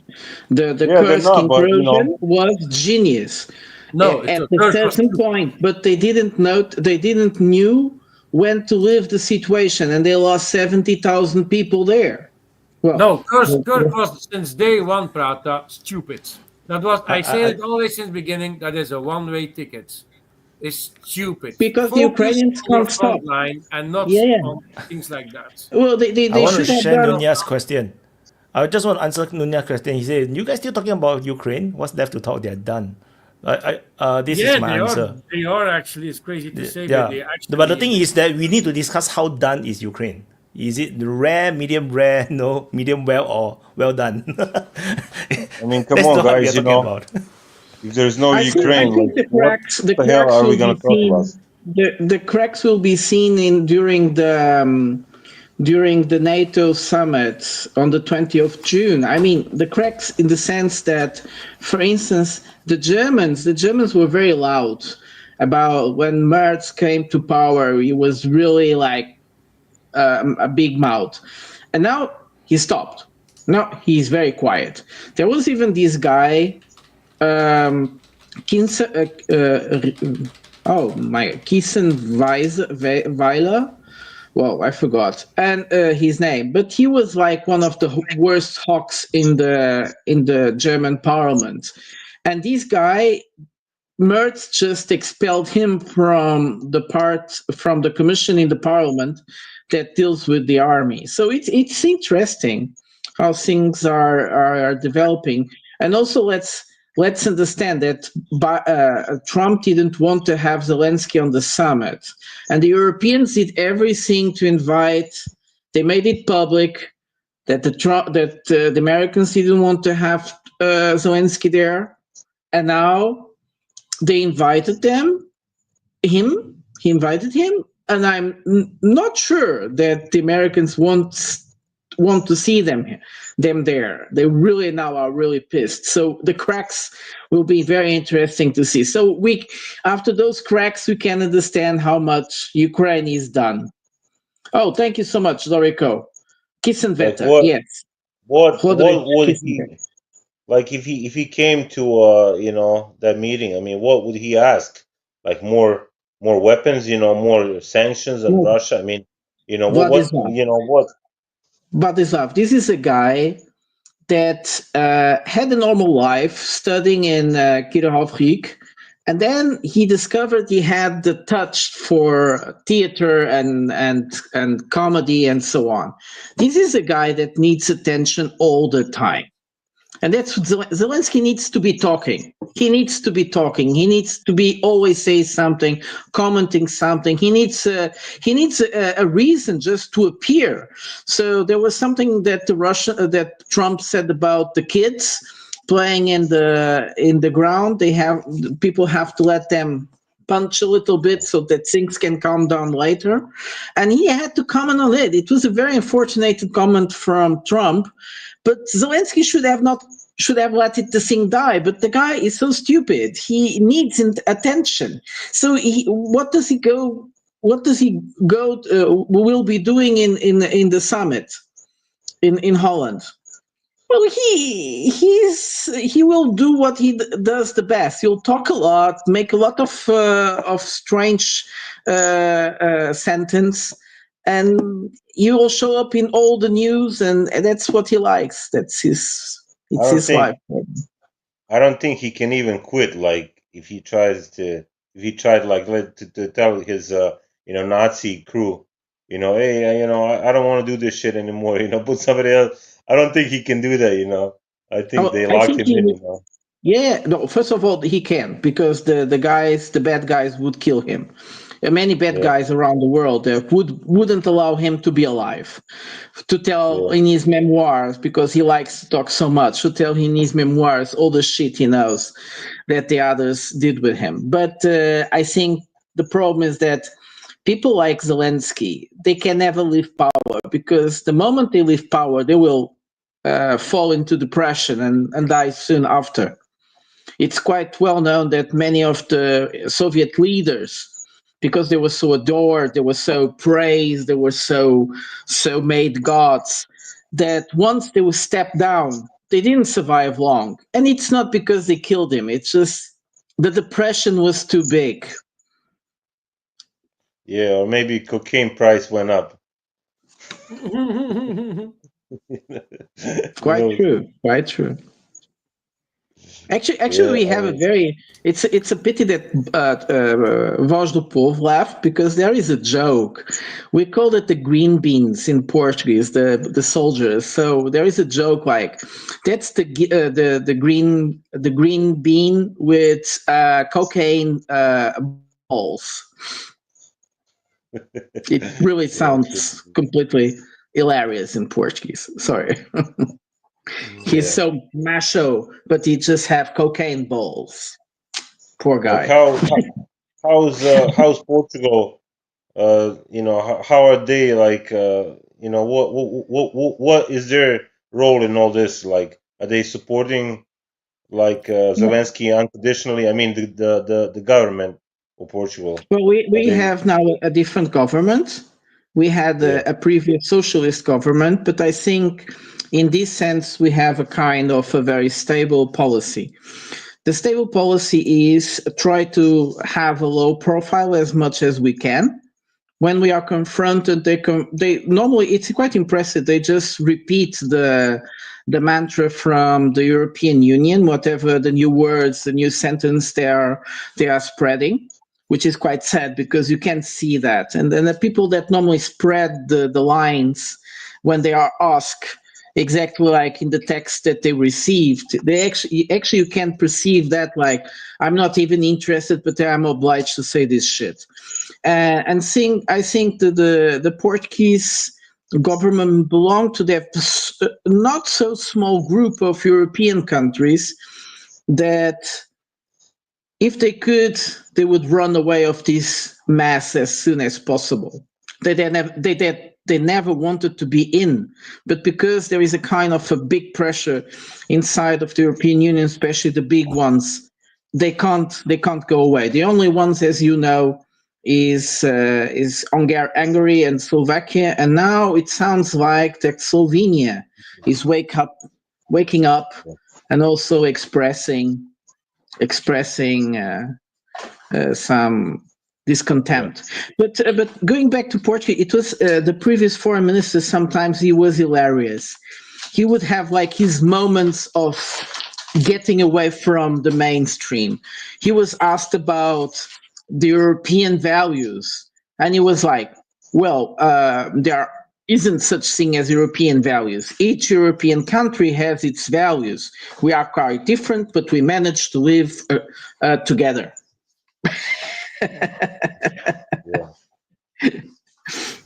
Yeah, that's crazy. That will start the new black hole if he asks the question here.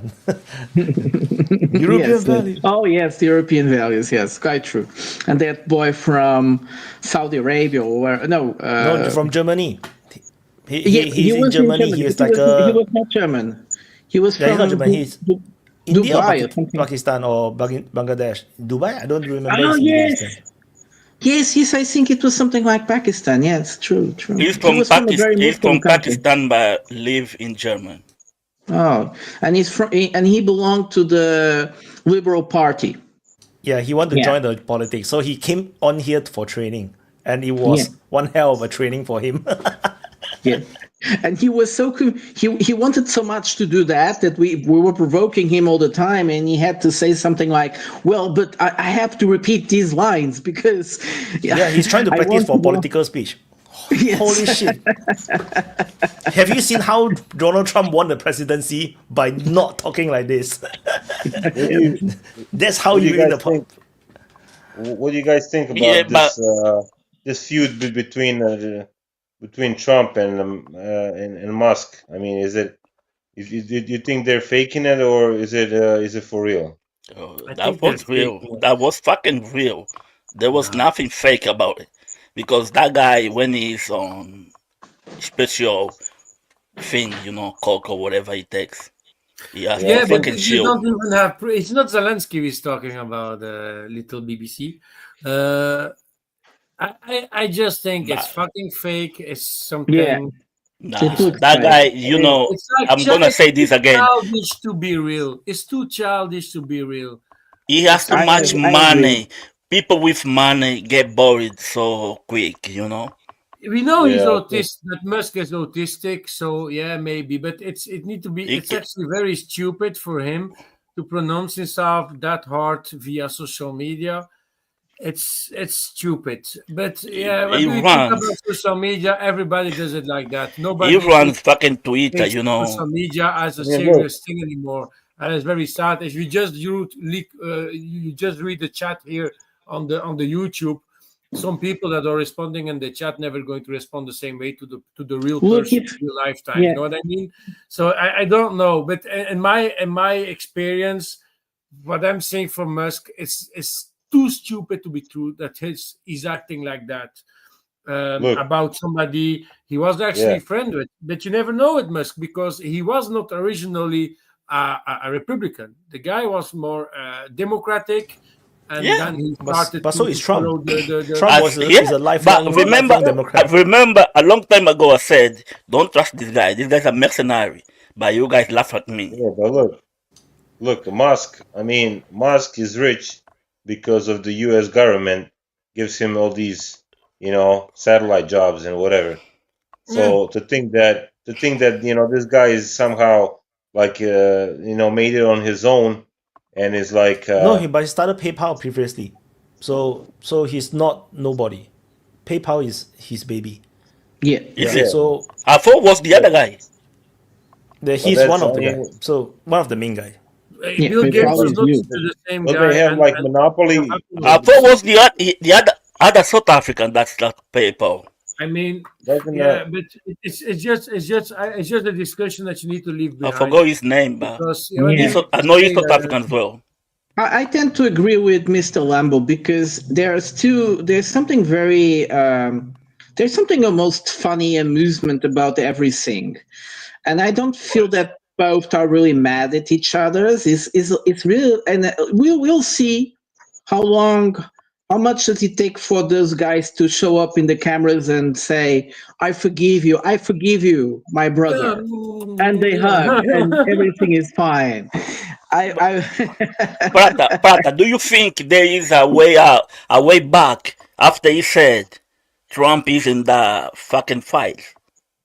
That's big, But he is in the file. He's because he's accusing the president of the United States not releasing the files because he's in the fight. That's why he's Yeah, deleted. but the internet doesn't lose this kind of thing. Everyone got the screenshot of the That's why shit. Elon We all got the Musk knows screenshot. it. Yeah. No, Elon Musk knows it. That's why he's willing to delete it, because he knows that he already started this. He knows how to play this social media game. And there is one rule with the internet. Once on the internet, always stays on the internet. Yeah. Like you said, yeah. But remember that guy you say, "Thank you, USA." I don't know. No one knows his name. No one cares about him, but everyone knows his name is "Thank you, USA." He's not the leader of Poland, right? He's someone in Poland. I think he's the leader of Poland right now. No, he's not a leader. He lost the election. I think he tried to run for president. I think I'm not sure. It's But he's someone in the government. He's someone really powerful in the government. Vos, I think it's a strategy of Musk to put more pressure into the government of Trump to release his files. There's someone, pressure on Mr. Lambo. There's someone. Hold on, yeah, Mr. Lambo. There's someone in the chat that say no Africa. Fuck you. Oh, by the way, if we're talking about Africa, what about this guy? Is it the new president or the some guys from the military that took power in Botswana? No, not Botswana. The other one. What do you call it? Help me here, Force du Pauvre. What's the name of the other little country? Little country. Swazilandia, I think. Swazilandia. I only know Congo. For me, all these countries resort to Swaziland. For me, I always call them South Africa. Yeah, I think it's another sanctuary. Just like Ireland. I just checked who is the Poland nobody. The Poland nobody who said thank you USA is now the foreign minister. Yeah. He's a current foreign minister. So he's not a nobody anymore.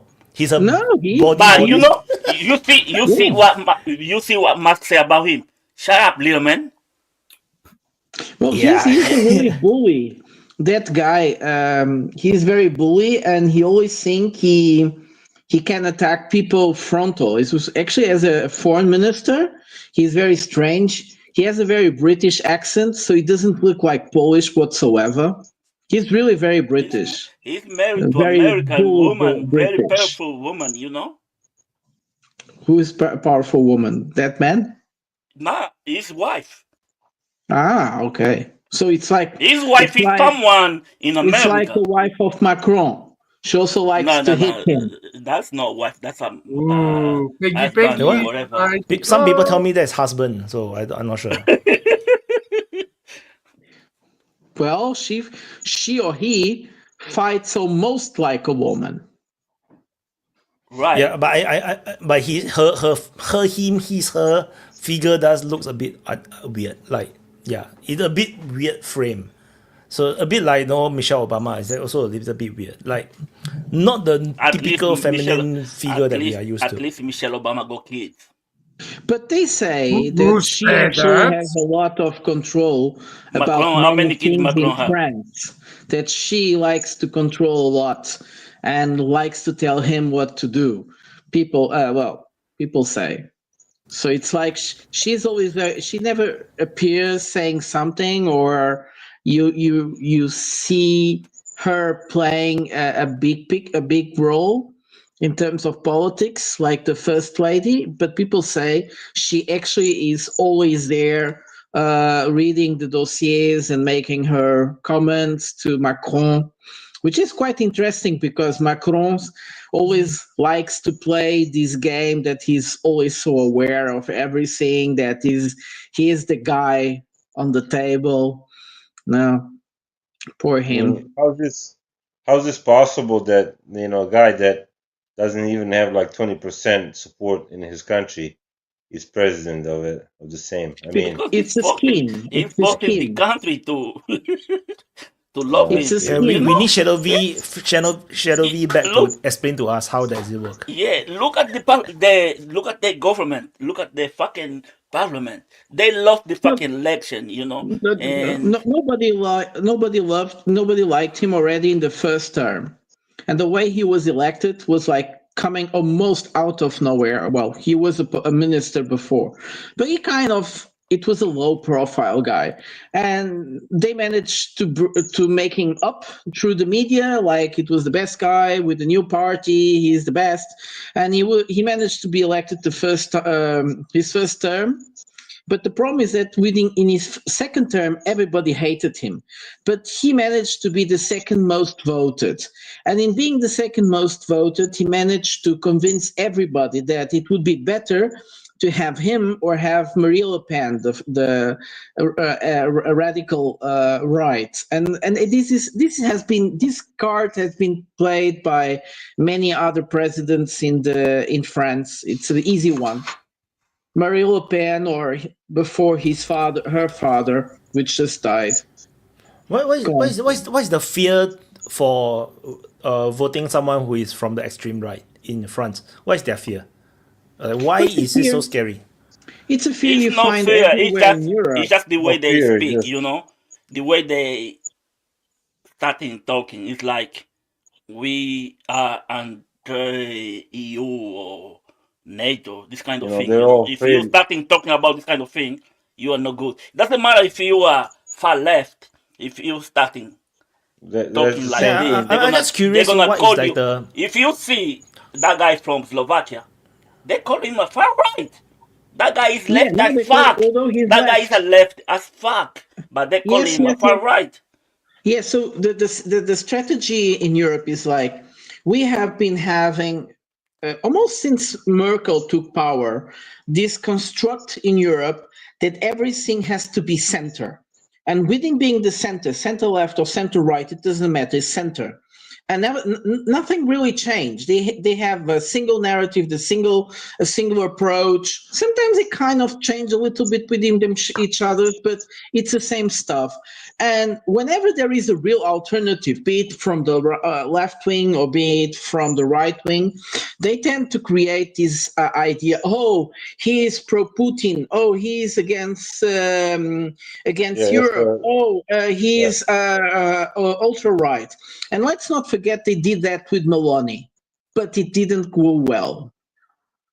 And then somehow Meloni managed to integrate, and now nobody questions Meloni, although she is a big. But the thing is, the shit she used to say is on the internet.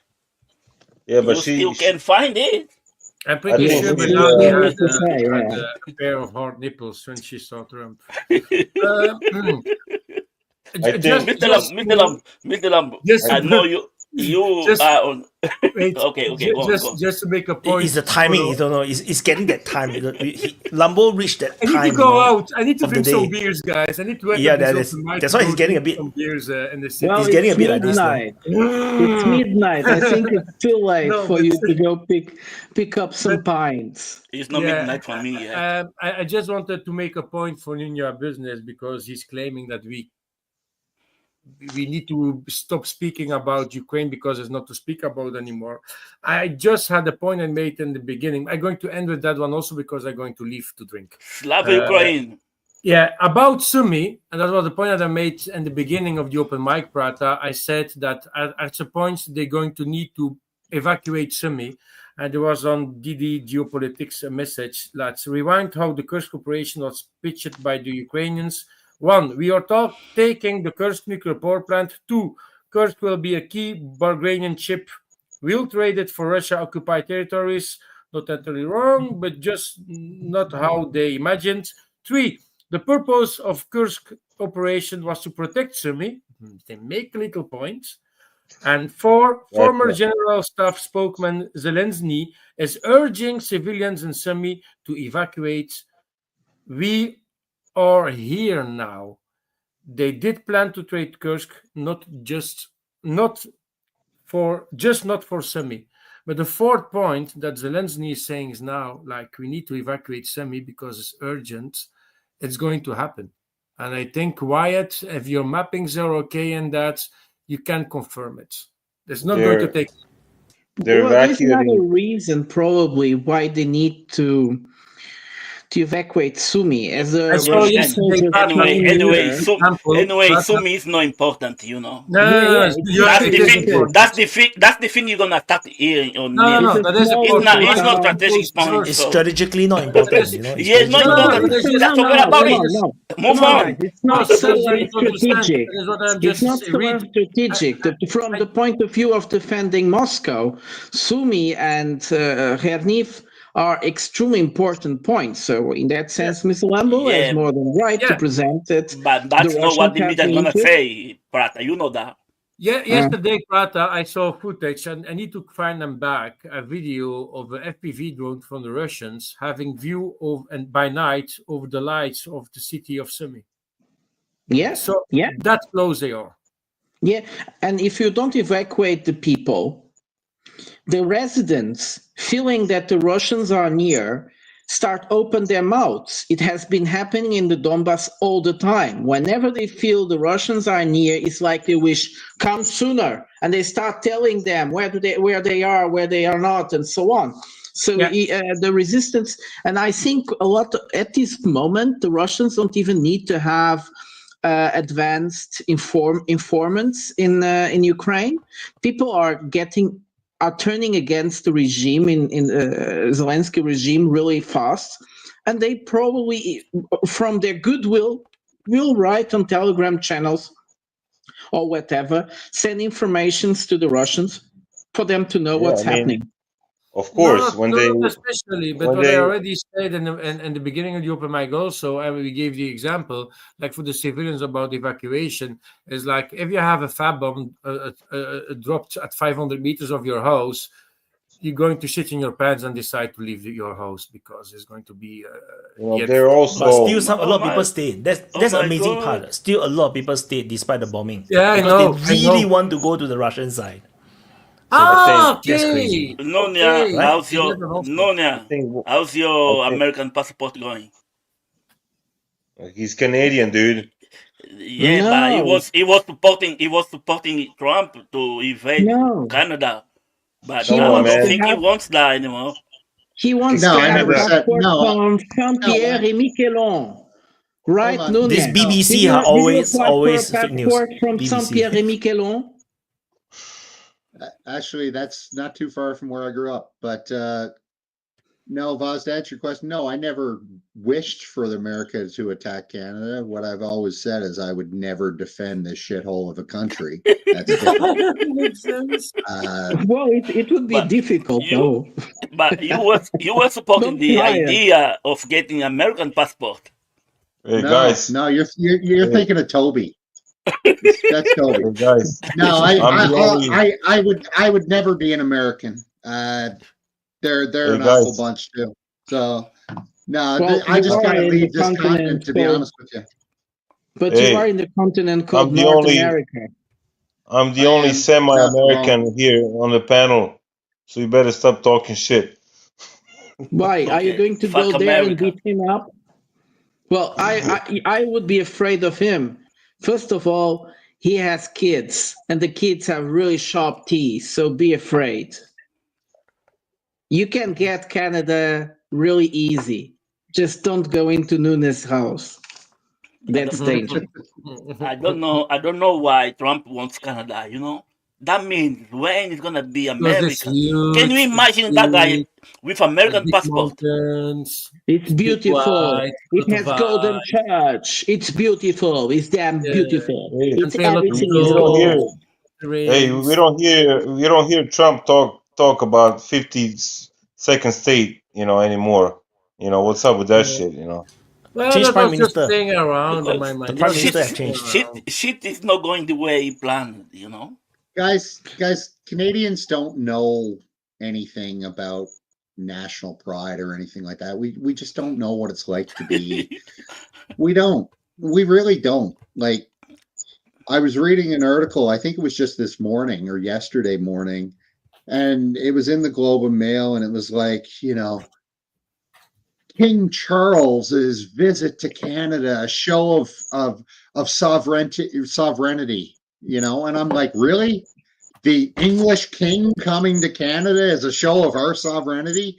You fucking retards. Like, they don't even get it. Nunia, I saw you on TV. You were flying the British flag when King was in town. That was the only guy we saw on the street. So much Was fake it news. you? Oh my God! Hey. Yeah. Hey, you need to ask that king. You need to Nunia's ask that reputation king. is now destroyed. You need to ask that king how to say. Does he say aluminum or aluminium? And if he says aluminium, just send him back home. Like fuck you. Well, the thing Well, about geez, it's wanting like to annex Canada, the thing is that it had its moments. It had its moments. It made its purpose, and that purpose is wasted. So you can't keep hammering on it. It's gone. But it had its moment. People laughed. People were angry. People said many stupid things while just taking it ironic. And even about Greenland, I think for 2 months now we haven't heard much. You know why? Because when JD Van went to Greenland, no one was there to see him apart from the troops. Hey, Revan, why don't you join the chat, Revan? I'm as Canadian as they get. Why don't you join the chat? Oh my God, Ninja! Come on, join me, faggot. Yeah, Yeah, come on, come here. Let's fight. Let's pick Canadian fight. No, just don't be a coward. Get on here and join the debate. Don't be a faggot. Just get on here and join the debate. Vos, you should have said. No, I remember you sending me the picture of you holding the Canadian flag. Hey, Revan, I'm from Newfoundland and Labrador. I did spend a shitload of time up in Labrador as a goddamn lumberjack back in the day. You want to pull out your man card, queer? I'll do that with anybody on this panel. Go fuck yourself. Get on here, queer. Come on and debate me. Oh, come on. It's the Pride Month. If you want to talk about hard manual labor, I'll put my resume up against anybody's. So fuck yourself. Nunia. Anyway, what were we talking about? Nunia, what do you think Not about Ukraine. the beautiful budget bill? What do you think about the beautiful budget bill? How beautiful is that bill? Is this already the document that will save? Wait, guys. Wait. Is this the document that will save the US? I haven't even looked at it. Like, I'm sure it's more of the same, like just more tax cuts and more benefit cuts. So, it's just a race to the bottom everywhere in the West, right? It's not just America, it's all of us, right? It's Canada, it's, European countries. Our standard of living is going to continue to decline because our leadership wants to keep looting the treasury. So. There is an American guy who is as well. Beautiful. Is there anything that can save North America, like from all this debt, and like is there any way back to fix this? Bankruptcy. I've been telling you guys this for a long time, right? I've been telling you this for a long time. Best thing for America is declare bankruptcy and just call it a day. Like that's what I would do. Yeah, but how do you like? Von, come on, Von, say something. It's your country. No, you see, he has his over his mouth, so he can't say nothing. Most guys have that. I just wanted to refer. I had the talk. I had actually last week a good talk with with Wayne. Never going to believe me. We had a good talk. And Wayne, are you sure? Canada. I was speaking about Canada to him because my city, my region, was liberated in the Second World War by the Canadians in November 44. We were deliberated by the Canadians. They landed on D-Day and they went to my coastal region, deliberating Zeebrugges, Knokke, where I'm living, to Breskens, Vlissingen, I think, and Holland, to do their fight. And we are remembering them every year in the month of November. We're doing a 30-kilometer march. We call it the Canadian March, to remember them, the ancestors. So I'm going to say to you, Nunya, thank you to your ancestors Mr. Lambo, making that we are not Mr. Lambo, Mr. Lambo, you know that Canadians just go a free walk in the park. It doesn't matter. No. They fought fair. When was it? Which month? You say November? Was in November. You just need to Google. Yeah, November 1944. Liberation, and you're going to find Wikipedia article of the November 1944. I think it was 44. Yeah, it was 44 after November. Russia already was in Berlin. No, it took longer. Both already around Berlin. Basically, German. That's 45. Huh? That was 45. I know. They 8th of May. In May, but Russia was already in German at that time. Oh yes. Basically, German was just collapsing. I think it was in January. Yes, of course they were collapsing. Everything was. I don't love it, my carnival. Everything was. If we have to, without them losing, the Germans lost 70% of their casualties. 80%. 80%. With the Soviets. 80%. 80%. No, there you go. So it's the D-Day was a very, very, very difficult operation. Let's not make it easy. Many people died because it was actually a very stupid move to try to land on that beach. But it's many stupid stuff were done by the British, like Giacopoli. I don't remember. Well, that island near Istanbul, but doesn't matter.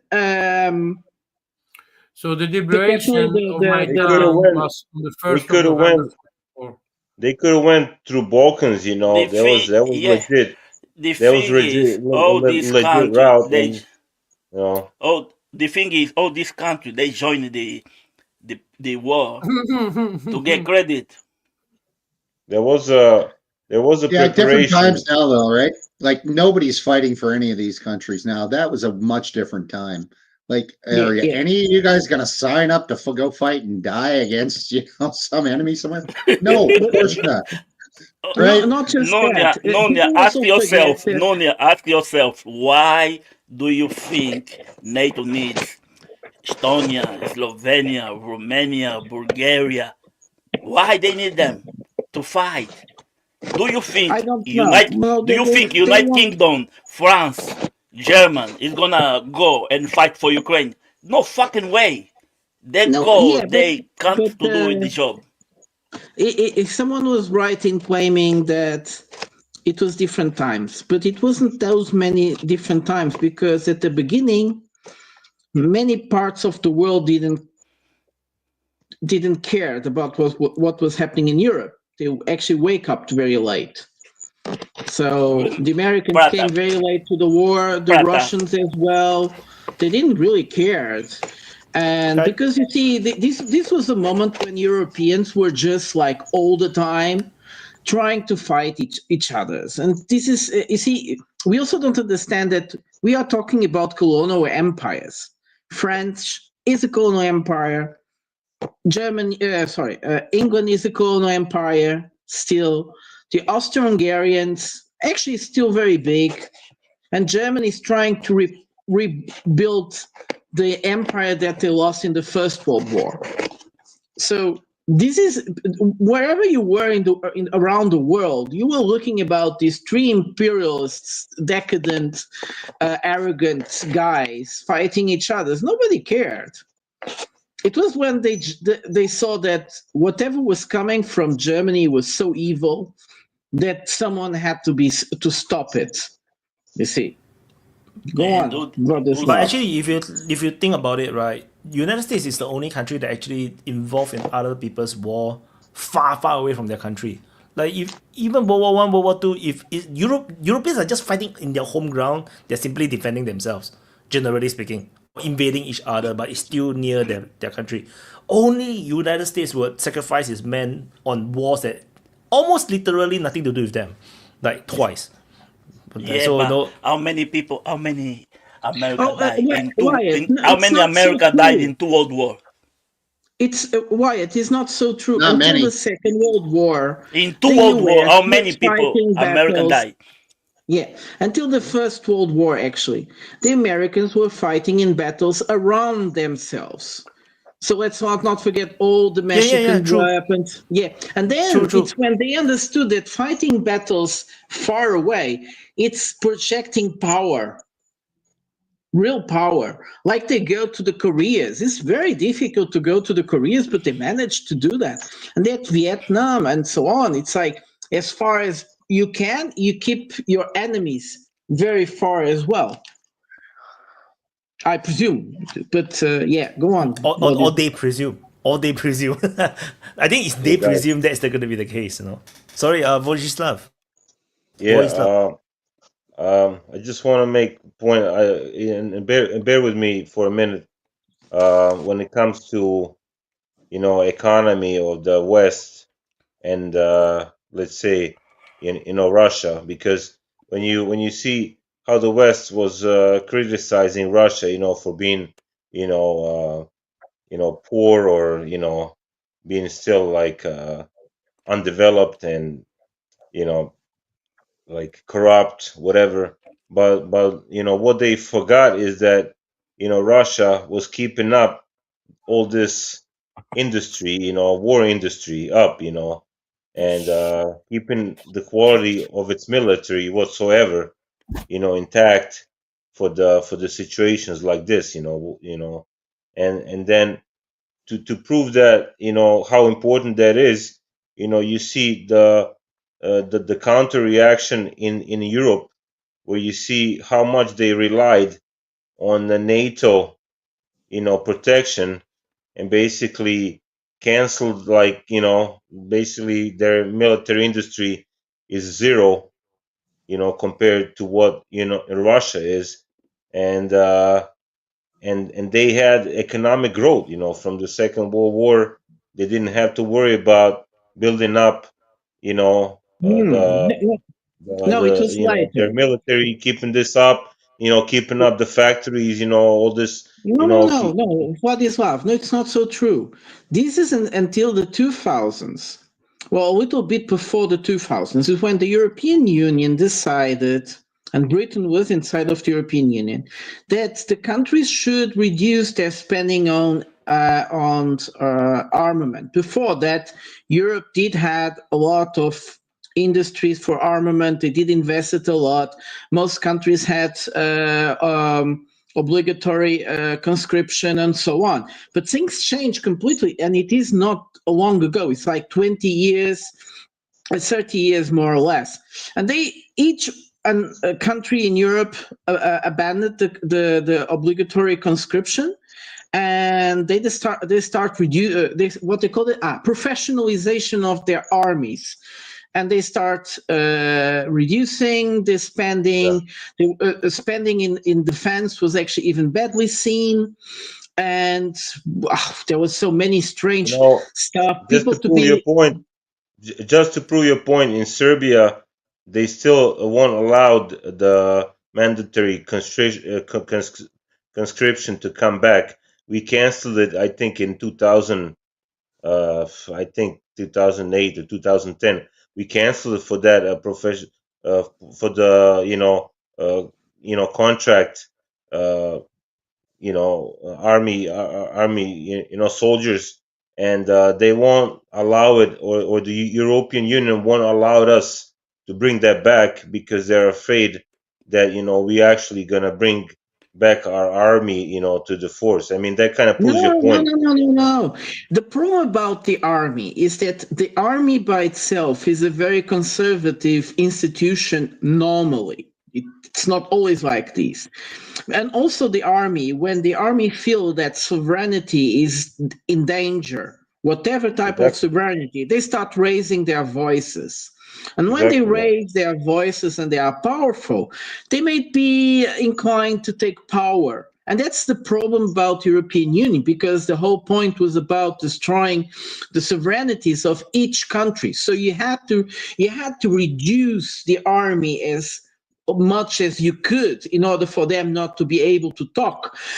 You had to reduce their appearing in the public sphere as much as you want. We now in Portugal, we have Almirant, which has never belonged to any party, and he's a candidate for president in September. And you should see all the media against this man. They try to find anything against him, but whenever they try to find something, it breaks down because it's not true. And they keep trying every day. And it's amazing. It's amazing. The guy was suggested to become president. He didn't say he would, and they already start saying bad things about him because the idea of getting an Almirant, a military, into politics, it really makes them fear because you also, it's not always true, but you have this feeling that a military person has a very strong sense of honor, Of course, yeah. not to lie, and so on. But if it's a democratic system, what are they afraid of? I mean, what are they afraid of? They are afraid of I democracy. know Europe what you is mean. extremely afraid I of know what you democracy. mean. But They are afraid yeah, of exactly. Europe democracy. is not a democracy. Exactly. The liberal democracy, for instance, is very interesting when they say liberal democracy. What does liberal democracy mean? Liberal democracy means that you have all the liberty to be a minority and you will be overrepresented on the policy making and the policy decisions.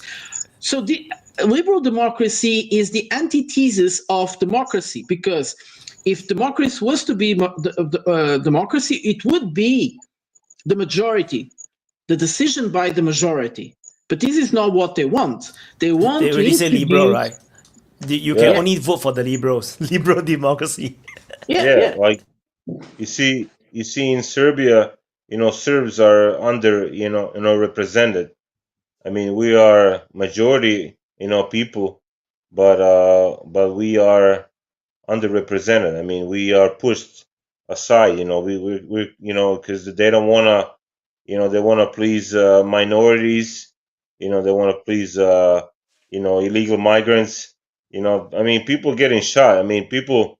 I mean, there's like a gunfights among migrants that come through Serbia, and like nobody is allowed to talk about this shit. I mean, and if they attack like some local lady or a girl. I mean, there was a case of a dog raping. Can you believe this shit? I mean, this is how this crazy shit is. I mean, I think they in even Germany, it Yeah. was a talk about migrants go rape sheep and cows.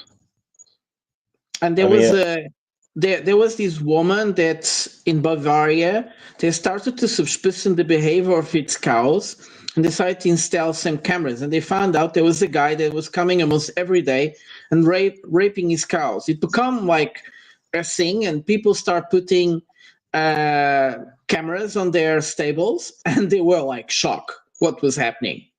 Almost a little and they bit probably everywhere. and they probably weren't allowed to like touch those perpetrators. I mean, that's Okay, what is the that's how implication now? progressive, So what's the implication for the farmers when your cow got sexually arrested? I don't know. Well, you can't claim compensations for it. Like the cow still will produce the milk, you still produce the meat. No, I'm not sure. And other than it's like morally wrong. Yeah, I got arrested for protesting, against all this shit, and they won't. And I tell these cops, like you allow these terrorists to come in, and they laugh in my face. They just don't care because they have good they have good paychecks and good benefits, and they don't care like what happens to their nation. Like they see everything falling apart, and they don't care because they have good cars, nice apartment. They have all these benefits, and like they're bought off. And Until they war don't care. happened, right? Until war happened, like in Ukraine, then they will be the one that will die first. Yeah. So it's everywhere. I mean, it's shit everywhere. Money. Money buys people. Like you see a lack of religion. You see lack of faith. You see. I mean, you see like booming. You see the boom of these betting houses around. Like in the last 10 years, like even like the Serbian Football Federation has like soccer bet on their t-shirts, and as a main sponsor, and like I can't believe this shit. Like, isn't this like conflict of interest? And I keep like telling everybody, like, do you guys see like what the hell is going on? Like, you can never have this like like betting, like bookies being advertised in sports. I mean, this is crazy shit. I mean, I don't know. And But that's happening in EPL, the right? thing is, you get arrested if you are a sportsman and betting. But there is a lot of bookies in front of Yeah, over here, football stadium. here, no, I mean, No, over here, not just there. Not just there. In England, there is like 20 teams from League 2 to the Premiership. That's 4 division, with sponsorship for the bookies. More than yeah, 20, but I think. that's a serious, that's a serious state, and I mean, but like when you have a state like mine, where you have a sponsor of the football federation, being gambling house, like what are you gonna think? You're gonna think they're in cahoots. I mean, of course. So like nobody's even watching football and shit anymore, because everything is like fucking corrupt. So I don't know. I believe all of you here know what Bet365 is. The CEO of Bet365 is a bookies. It's the biggest in the world, I believe. The woman that runs the bet company, she gets 300 million a year. For herself, That's it's it. nothing to do. Just for herself, it's nothing to the company. That's what basically she gets 1 million a day. She earns 1 million a day. Just to Why run why that not? company. If it is her company, Yeah. if she worked for it, why not?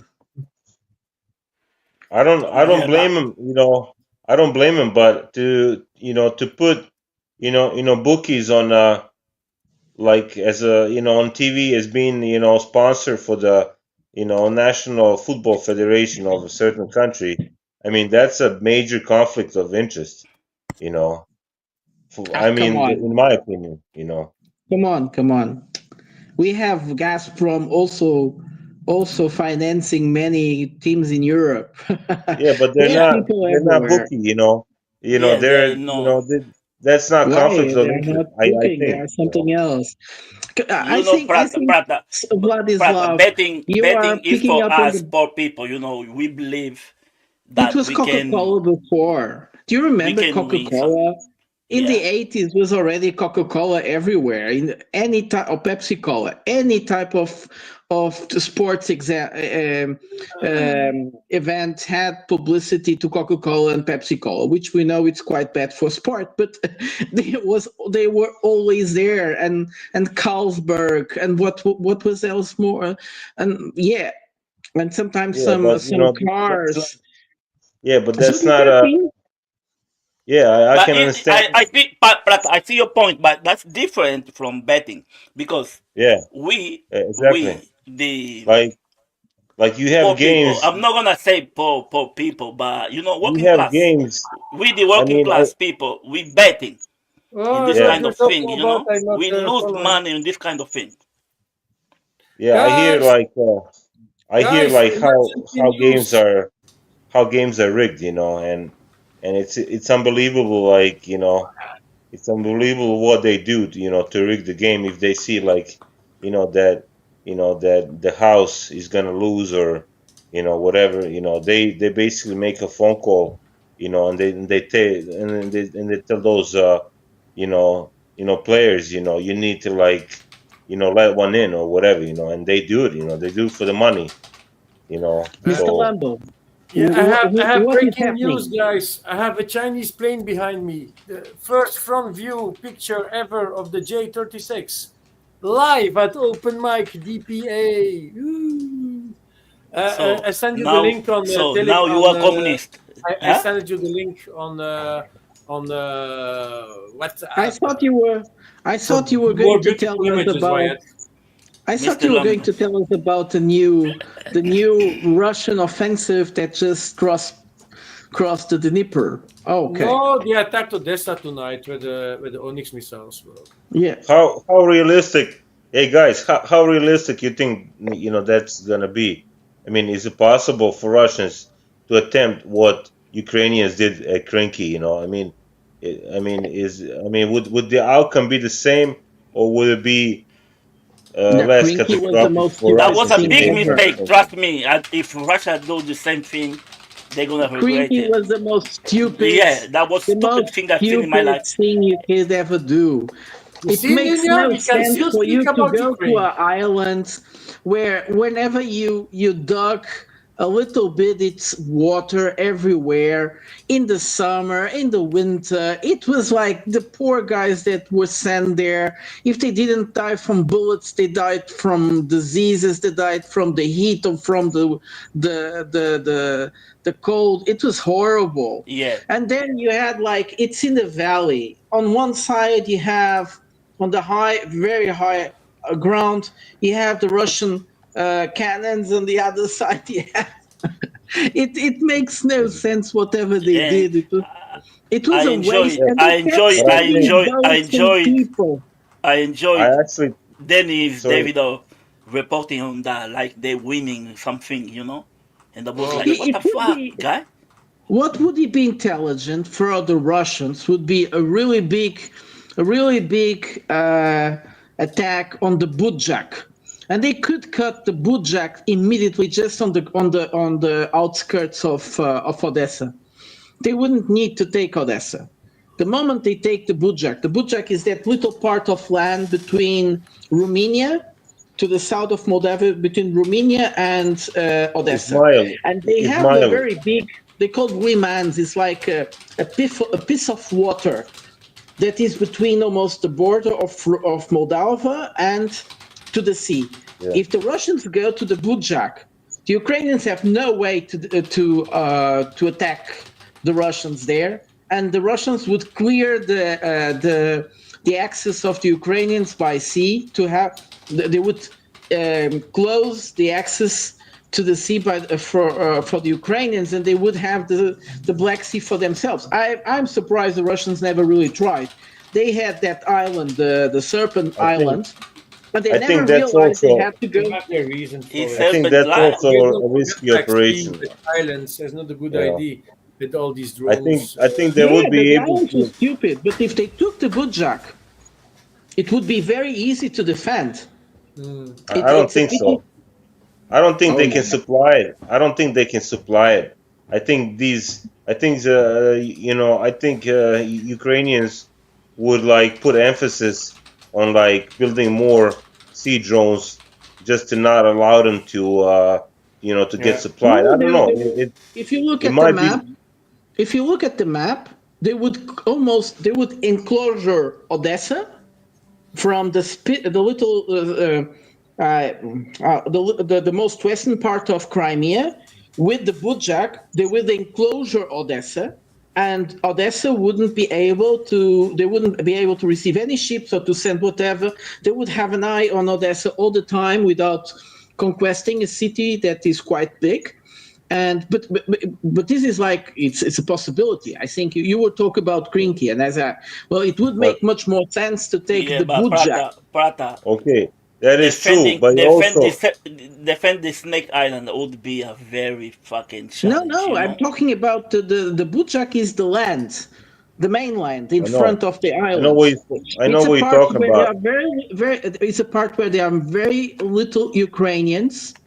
It's a very mixed cultural area. It's habitated by Moldovans, Gagauz and Bulgarians, Russians, but very, very little Ukrainians, which means they could very easily conquest people's heart, but they don't feel Ukrainian. And in that sense, they wouldn't have partisans or whatever. That's not the problem. You know, I think the problem would be, you know, surveillance. That would, you know, I mean, that's pretty close to Romanian border. I mean, and what? You know, and what? Well, Poland is in the border to Kaliningrad. And what? That would be the. we're That not would talking mean about that. Kaliningrad. You know, we're talking about this. You know, this hypothetical. You know, bridgehead. You know, I mean, you have a Romanian border, and then you have these drones, American drones, that would like constantly be above your head. I mean, Then they that's couldn't like do basically. anything, and they couldn't do Yeah, I anything. mean, they would know exactly like the movement of every soldier on It that would be part too of the. far. It would be too far. You have to look at the size of that liman. They call it liman in Ukraine. I don't know how to call it. It's like a big body of water that is more or less enclosured. So it's very you can't really sail on it, and it's almost sick. So in that sense, it's very bright. They could enclosure that Bujak completely, and the Ukrainians would have had, and in the past, because if the Russians did it on the beginning, I would agree with you, but I still think they would do everything they can to make but they did to make everything it they hard could. for Russia to supply They that did area. everything they could. It doesn't matter. They already did everything they could, and nevertheless, the Russians are still there. You see, the problem is that, for instance, if they would have closed the Bujak, the supplies from Romania wouldn't have come. All the supplies that go to Odessa, that make Odessa such a dangerous city for Russia, wouldn't be happening, because they would have closed the border with Moldova. You see, They still have Poland. You know, they still have Poland for supplying. You know, even no, the you know. water. I mean, No, they would close the water. Look at the map. The area, the access to water of Odessa would be completely closed. It's just a few miles. Any ship trying to get in, they would be able to bomb it. I understand that. I'm not talking about the access from the sea. I'm just talking about, like, you know, if you know if you have a certain amount, you need like at least 20,000-30,000, you know, Russian troops on that part. And I mean, you're gonna need a lot of supplies. You're gonna need a lot of supplies. Where is the Bujak?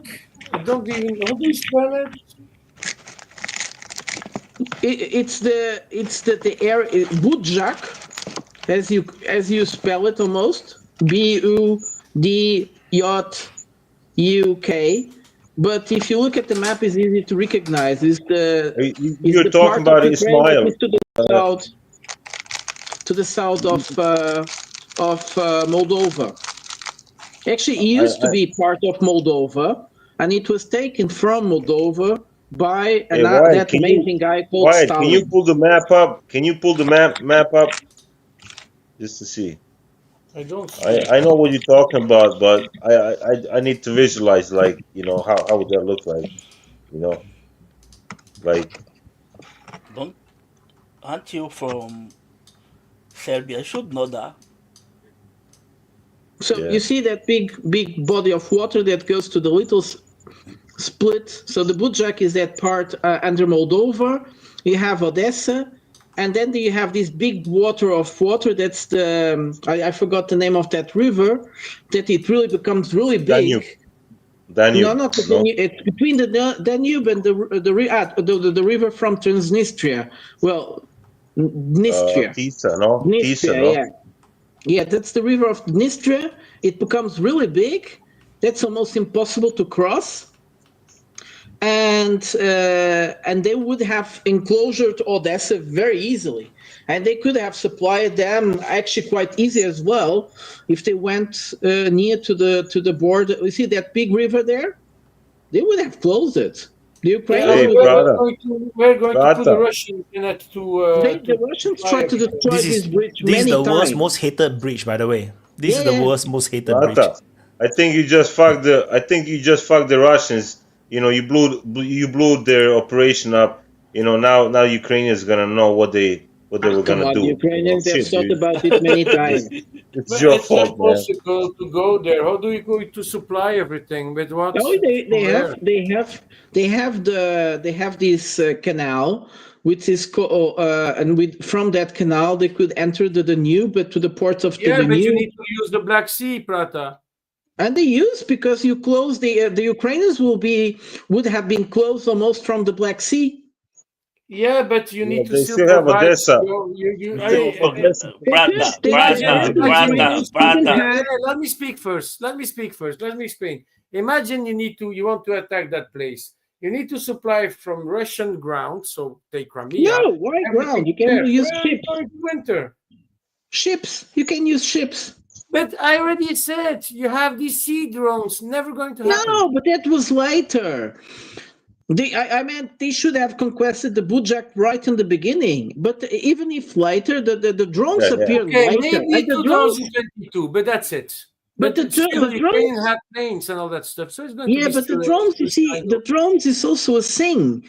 It's possible to use them because they have all this big area of sea where they can launch these drones. If what happened was that they have been enclosed, it would have been for the Russians much more easy to target those drones and destroy them. Prata, you need to forget one thing, one detail. If you want to invade, you need to put troops on the ground also. So you're going to need ships, and for your tanks, all that shit. Forget the Black Sea. It's impossible. They're going to sink and lose everything. And which ships you're going to bring up? They already doesn't have ship left, and you can't bring any more ships via Turkey because there's an It's a agreement. pity that the Russians didn't understand they needed to do it. So they thought they could control the Ukrainians by having the Snake Island, which was a big mistake, a really big mistake that they should have realized. It wasn't a sooner or big later. mistake, you know. They just never thought NATO would be 100% behind Ukraine. I think they should have landed in Odessa at first. I think that would have been maybe, better. 2022, but now it's too late. So it's difficult Yeah. to go back Move to the on. past. We need to I think remember- about the I present and the future, and that's it. That had better I chance see of it success happening. than If the conflict is going to take more than 1 year still, I think at a certain point Russia is just going to walk in because everybody is going to be bye-bye. And Yeah. but right now, forget it to use the Black Sea. Just don't do it. You're going to sink your ship. What is your guys' prediction on Ukrainian army, like, falling apart? Like, how much do you give them? If one year and a half is going to be game over for them. It can't continue. After a while, you're going to run out. It'll be way before that. Do you think? I don't think so. No. You know, there's one thing. I don't think you can. As predict long the United collapse. States is behind it, there is a So chance you it would be another 5 years. No, collapses. Most of the most spectacular collapses on history normally you can't predict them, and that's I think it's we are more or less in the same area. It will collapse like from one day to another when you weren't really expecting it. Well, you can't. You see, it's in a year. No, you can look at the resources and think it is in a year. It will happen something before that. Just Go on. like the curse front. Just I- look at the curse front. You already see. Yeah, as I example. said, as long the United States is still giving them weapons, they're gonna. Yeah, but they don't go fighting. to give them Even troops. Mr. Lambert, even if they only go 100 people fighting, if they got the weapons, they still gonna. Guys, Do we need to something. hear the general Right, speak. but guys, I've always said this, like, it's not so much the military, it's the bureaucracy. Once the bureaucracy doesn't Yeah. get paid, that's the when C- everything falls apart. That's what I'm Right? saying. Like- United States is still behind it, Nonia. No, well, the United No, States I don't is think leading they're- the- United States is still paying their wages. I don't Well, think they are. that's- No, that money is drying up. That's Biden money, right? But I don't think you're going to see new funding. And Hmm. basically, Don't think so. Ukraine right now No, Ukraine right now is being funded by Europe. Whoever Europe, can cut them exactly. $1 billion check, whether it be Zelensky, the UK, And the Germany, Europeans, whoever, the like they're Europeans are funding the trying to, government. and the Europeans are trying to find. Zelensky just said that they need another 39 billion. So And this quantity 39 easing in billion is Europe. coming from where I don't know, but it's coming. If this 39 billion come, the Europeans are there you go. Nuni is right. The Europeans are paying the war now. They are giving the Americans money to buy the weapons.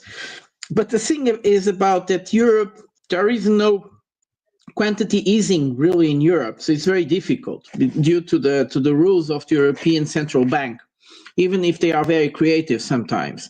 The thing is that European countries are having really difficulty to find money, and as the situation, the economical and social situation in many countries of Europe, can I say?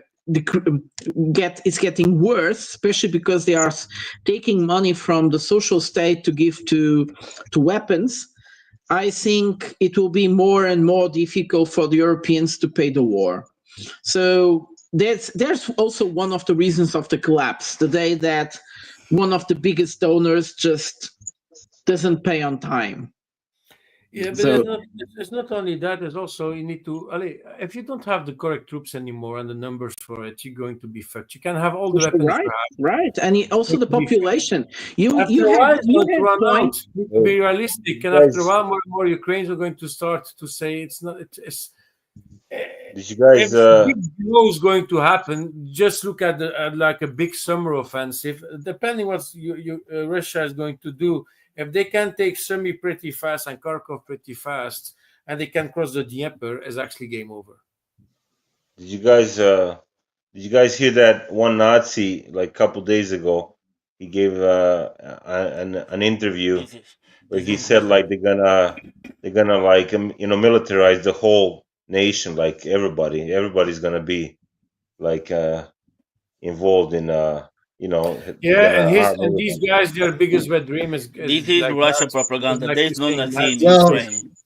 you're already seeing the military recruiters getting their asses kicked everywhere now, right? People are fighting back, right? They're Yeah, fighting exactly. against the recruiters. There They're was like, this city. no, the place is not happening.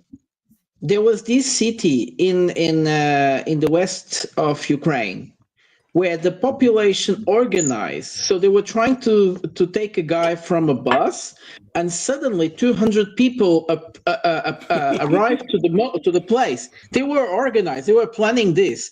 200 people arrived, blocked the streets. They couldn't go anywhere. I think they were there until pretty much into the night. I don't know what happened afterwards, but the Ukrainians were very surprised to see the population organized to resist. And the moment you have these like everywhere, it's over. Ukraine. It's over because they are not just going to against the recruiters. They are going to be against the government, against Zelensky, against everything. Prata, did you say West Ukraine? That was in Western Ukraine, yeah. Okay, exactly. West Ukraine. What do you guys? What do you guys It's different think than the should East happen? Ukraine. What do you guys think should happen to these, recruiters? What should they, their destiny be? I mean, should they be like hanged from their balls on the fucking? If I was one of them, I'd be getting out of Ukraine as soon as possible. As soon as they're allowed, they're going to be lynched. Once the war is over, do you remember that guy? Do you remember that guy in Odessa? Yep, that I sure was do. killed because the father went to the war. That guy went for his son. His son bit his son, published it in the internet like they did with everybody else, and then the son died a few days after being recruited by force. In the front, they didn't give him any type of schooling, of training, whatever, and the man came and killed him. And so many will come back.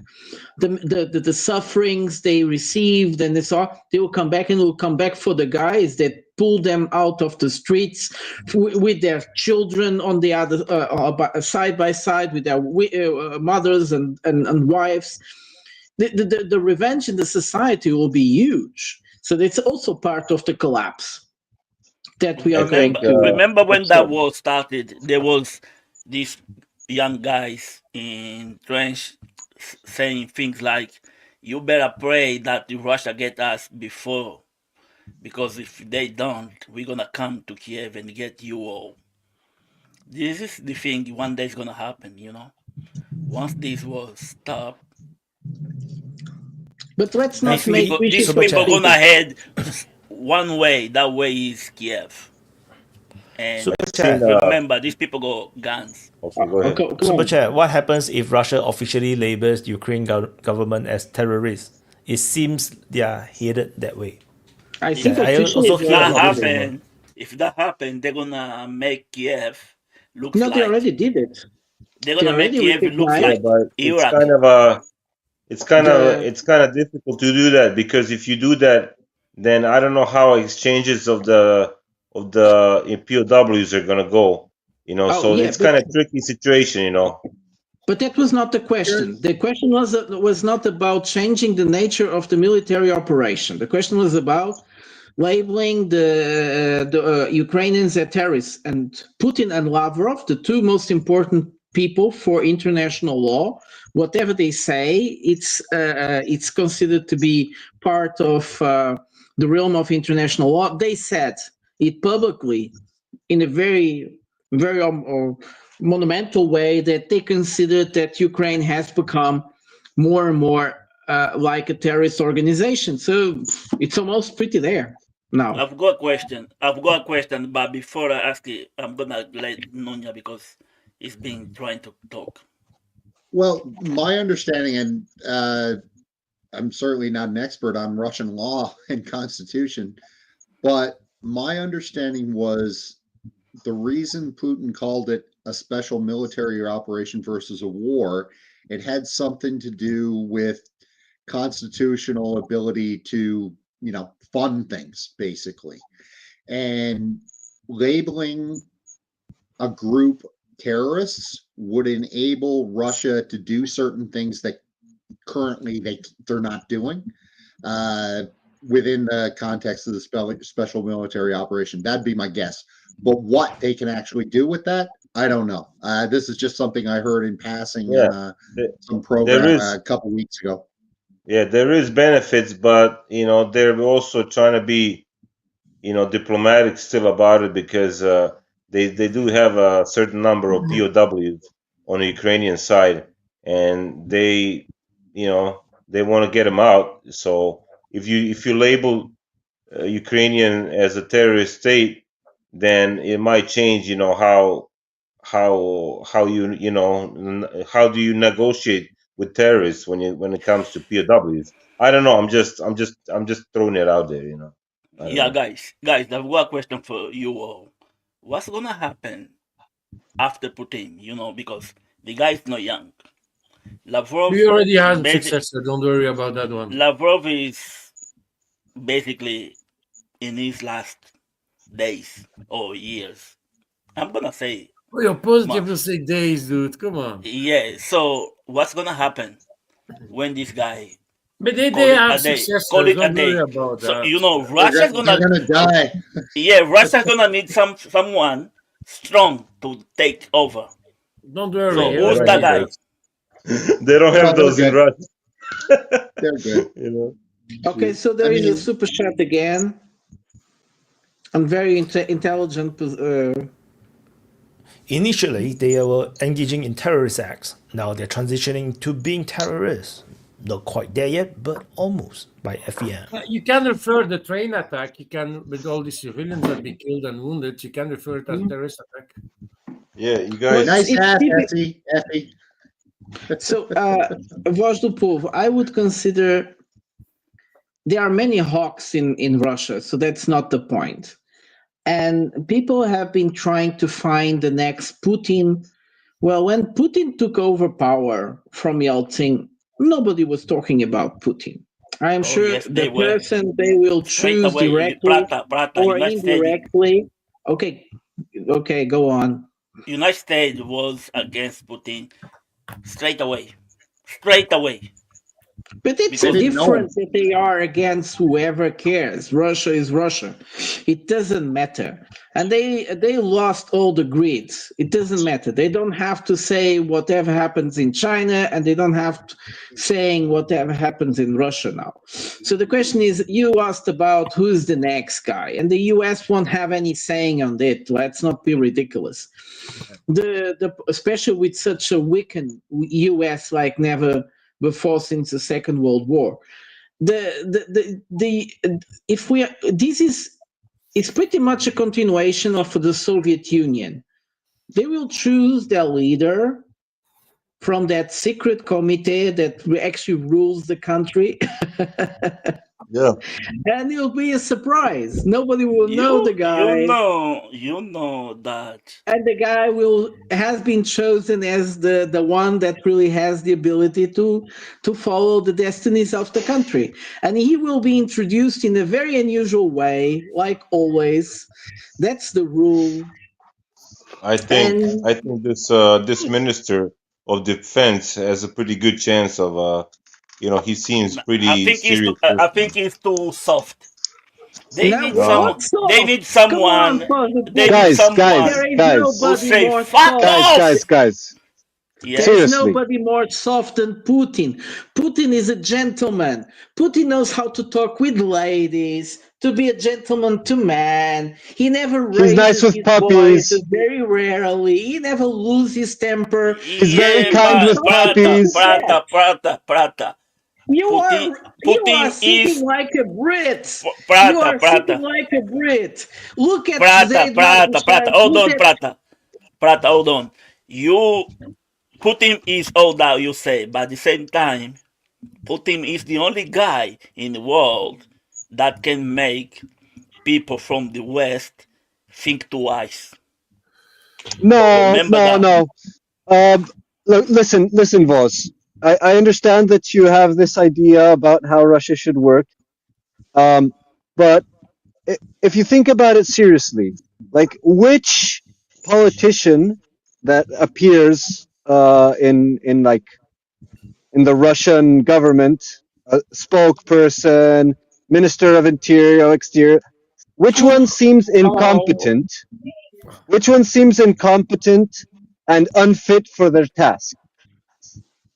So like everyone is paying a lot of attention at Putin and Lavrov, but which one is an inept? Which one looks like a Lindsey Graham or like a Kamala Harris? Which there is none. Okay, so like the entire organism of government, all of the politicians, they're all clearly capable people.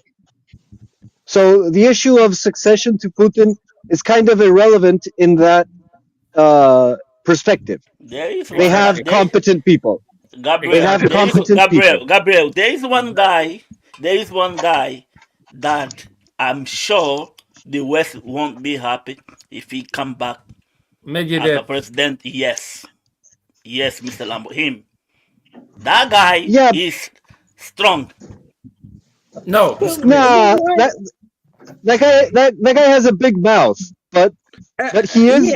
If you see at the moment, the media just starting calling him a drunk guy. Basically they starting putting him down. Before but the media stop using the media as reference. Mr. Lambo, we are in this shit because of the media.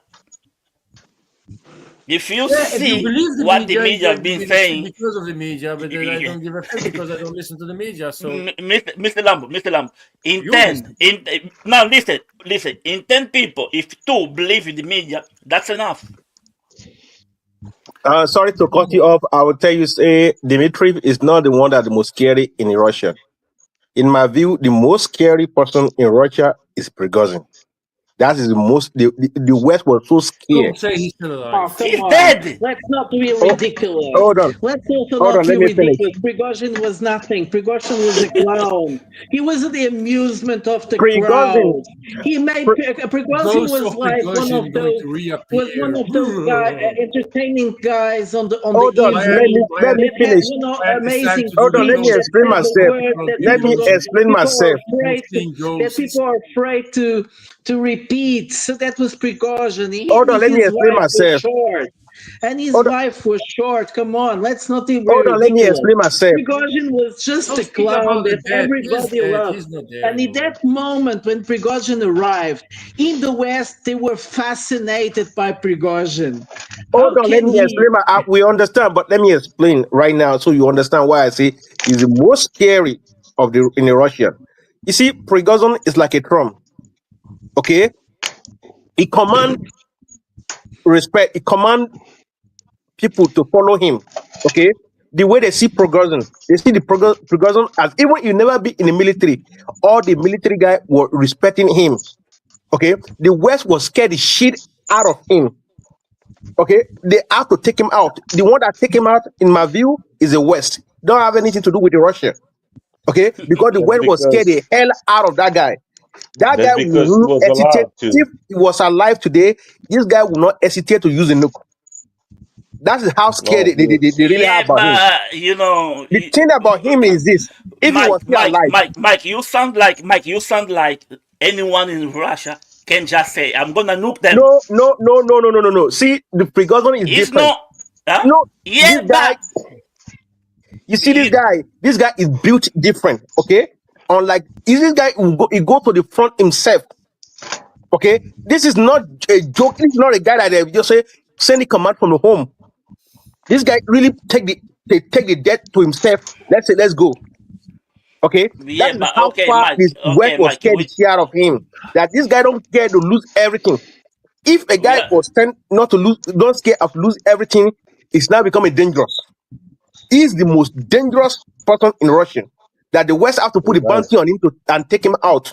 Don't copy right guys, now. but Maybe Mike, this is the we thing. talk, This is the thing. Mike, we talking This is the about thing. people that are alive. Come on, dude. My question was, Hold on. Yeah, I'm who's about to next finish. after Hold on. Putin? I haven't finished yet. See, we might see the restoration of Prigozhin. Maybe, or not. Yes, or No, maybe not. Prigozhin will rise Okay, from the dead and will he become might. the next president of Russia. He will If this raise guy Prigozhin was, again. will raise from the He will dead he and will raise become from the the dead next again. president of Russia. He It will will be raise the from the next dead leader. again. you guys know that there are so many Russian generals have been raised from the dead right now. At this point, there are about almost 3 or 4 generals in Russian has been raised from the dead. Resurrection Did from the he? dead. How will I put it right? So, never say never. We should never say never. That's the first thing I always say, right? Yes. Because So, you might say, "Oh no, it's if things get worse, Russia might." If Russia, can we rise people from the dead if you do some? Is that your point? it's So the not Russians about. are doing You don't voodoo and understand. You raising don't generals understand. from the dead.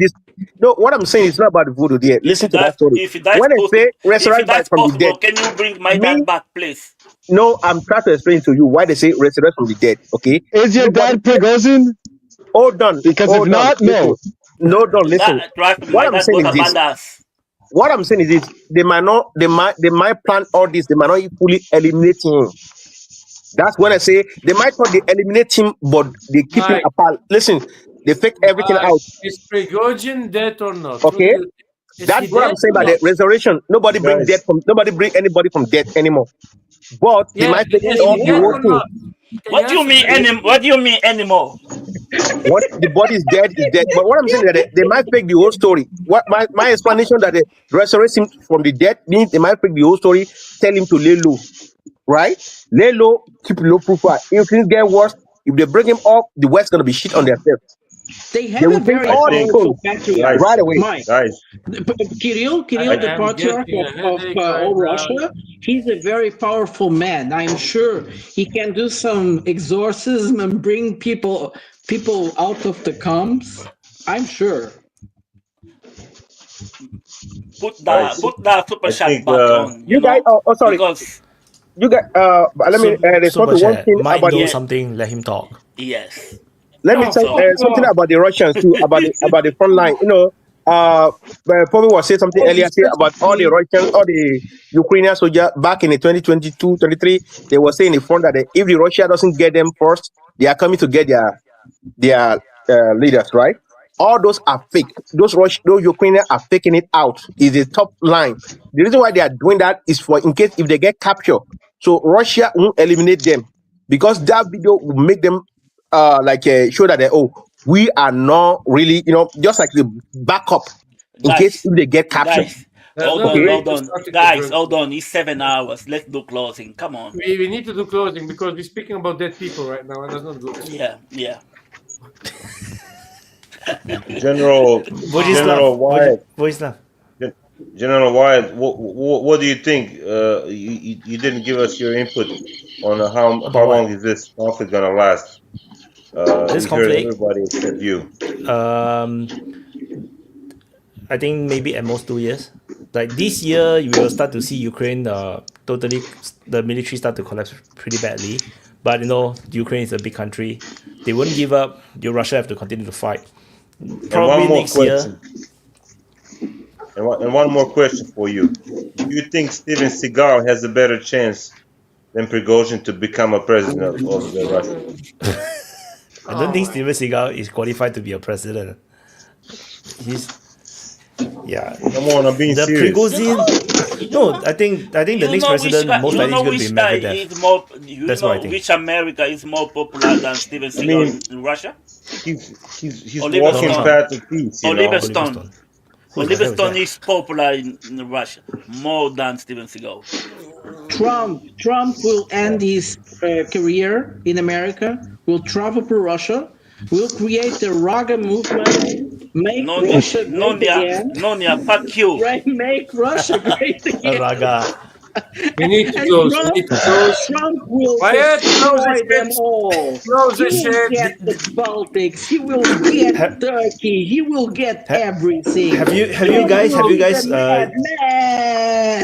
So have you guys used ChatGPT like for too long? The conversation went too long, right? When it goes too long, then the AI will start to talk gibberish and start to talk nonsense. That's what happened to DPA Open Mic. When our conversations start to go stupid, that's the time we have to do closing. Oh my God, Gabriel is so noisy. I just want to say something quickly. Sorry, guys. For what I was saying earlier, let me just say before I go. Okay, I just want to say. Things is gonna get worse for Trump, like I said earlier, because right now the way things is going, like I said, what his name, Elon Musk is a. If you guys ever see 007 in real life, his name is Elon Musk. That guy was raised from. He went to agent school, was raised as an agent. He was a real 007. He was a government made. Design, okay. Believe me, this guy was when they try to assassinate Trump, they realize they cannot assassinate him. They have to bring their final gun in, which is the one, which is Elon Musk, okay. And right now, Elon Musk already get a lot of data on all the Trump administration guys. Now he's gonna go after each person. They start to blackmail them. Right now, you could see all those, most of the Trump advisors, secretary, and others are falling in line with the Trumps, try to take him out. Some people would think they are doing it in the right way, that Elon is right. Would I even know that? No, that is a con artist. This is a bond came to destroy the world. Because what Trump is trying to do is to get out of Ukraine right now, right? They want, I believe, what he was planning is when he was signing executive order, one of his executive plan is to get out of Ukraine. Elon talked him out of it. Okay, now because that is his mission. His mission to make sure he talk Trump out. Okay, do not let them leave the Ukraine, and it's about to do that because it get to the point that Trump about to say, "Fuck it, we done." But for him not now, they have started to blackmail him now. All this is to blackmail Trump. But many Americans don't even know that yet. They thought, oh, Elon is the right thing. because it's because of the bill. The bill We is already complaining about know. the We bill. already know, Mike. We already know that Trump, when he was in Moscow, he slept with some prostitutes that pissed on him. Everybody knows about No, it. it's Has not been that. on the What media they're for a doing long right You now. tell them, time. Mike. You After tell that, them, you Mike. don't. See, Sorry, Mike. in After United that, States, the way you people can't. see You It's people closing, are different. Mike is doing his closing. Don't interrupt. It's closing. After having Russian prostitutes pissing in your Let face, them there speak, is brother. nothing Prata you is can closing. be Closing. blackmailed. Let Mike speak. See, in America, See, people. in America, You tell them, Mike. here in United States, they don't care who piss on his face as long as it's not within the United States. They're going after Trump. Okay, like I said before, they're gonna bring him down. This time around, I bet you Trump is going down. Okay, the other because he's gonna use Epstein file to bring Trump down, and that is a fact there. Because most of the MAGA already jumped on that Epstein file before they realize what's going on.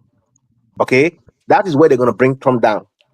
Second thing, China is gonna jump on this war by between the middle of next year. But you Okay, never said that before. You said that Russia was going to. You said that you always said that Russia was going to crumble. That Russia was lost the war. You said that so many times. Sorry, Mike. Now you're telling me that China is going to come into the war and save Russia.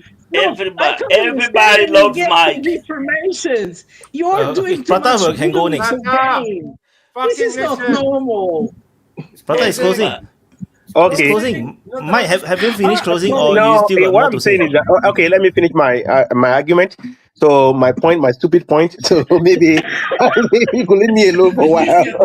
Let me finish my stupid argument. So now what I was right now the way things is going right now is getting ugly day by day. I say everybody think this war is about to finish. I tell them no, this is just the beginning. Things are about to get ugly. Iran and Putin is not Yeah, helping. thank you, buddy. So It's closing, boss. It's closing. don't How can I get serious with super shot like that? Look at super shot. Difficult. It's closing. We're going to Okay, Mike, don't let them overpower you. Spread the truth. It's okay. The fact is that the Chinese understand that they are on the line right now. They are on the chopping block. How did they say it, right? If the Russia fall or how would they say capitulate, they are the next. Nothing China can do to save them at this point anymore. It's clear to them. They are coming after them. And like I said before, China already been blockaded. The only side that has not been blockaded is in Russian side, which is it's easy for things to come toward the China through the Russian than through the West.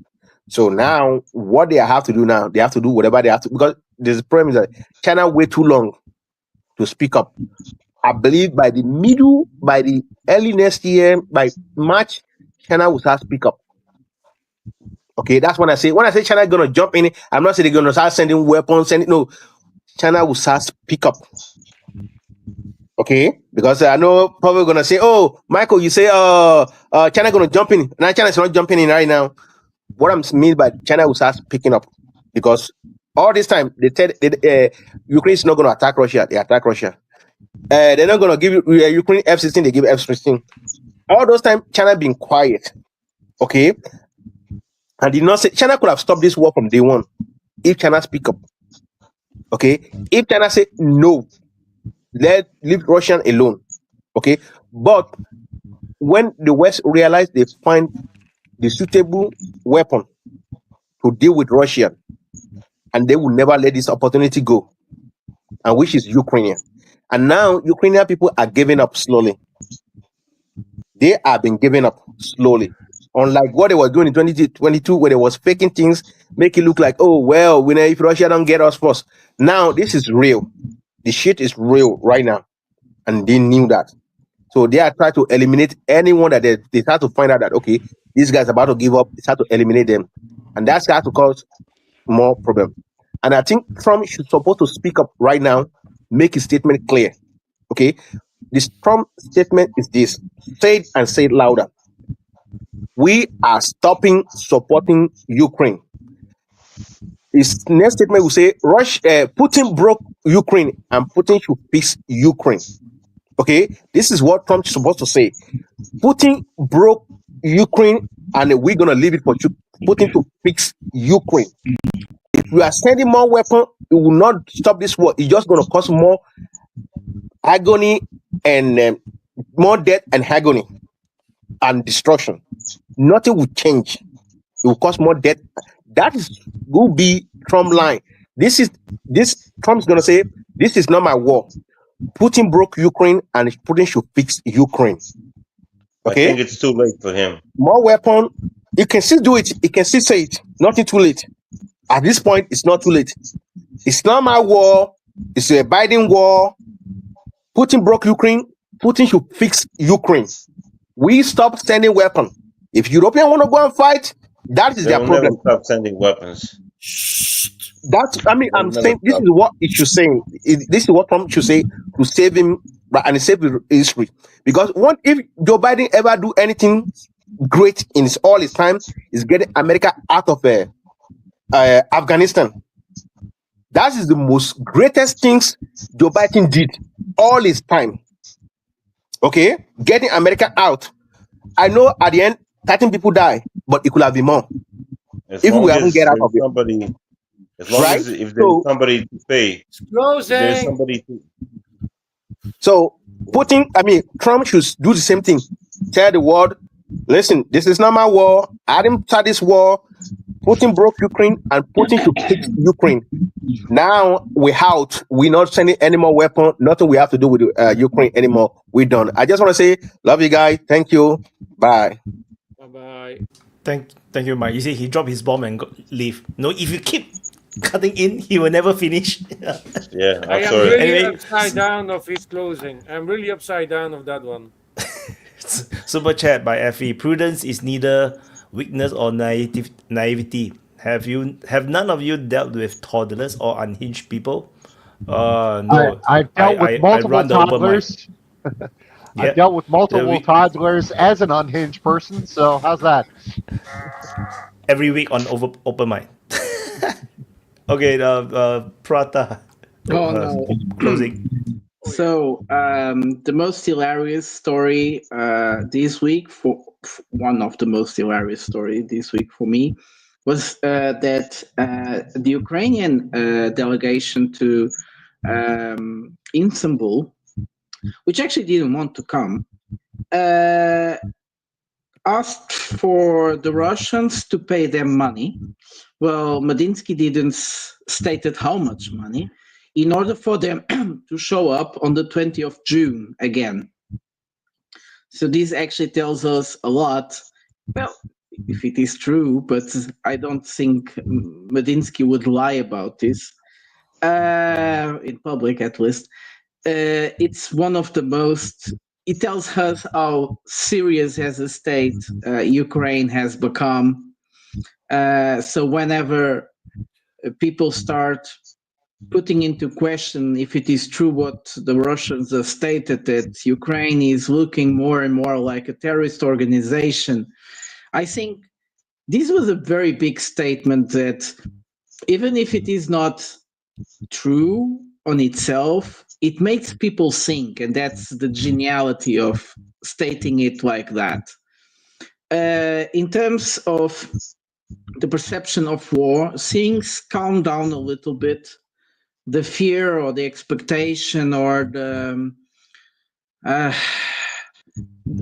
ability not to know how to answer to these, because to the expecting reaction of the Russians towards the destruction of the trains, of the airplanes. It's a very interesting concept, because Trump is the element of surprise that Europeans were not expecting when he kind of confirmed that Russia has the right to answer in a way. And the Europeans now kind of came back to the ground, because they understood, well, if Trump recognized the right of Russia to answer towards a provocation. Imagine if one of these hawkish European countries was actually involved on it, or decides to be involved in another crazy action, in a cowboy-like reaction, then it means that the US, as the biggest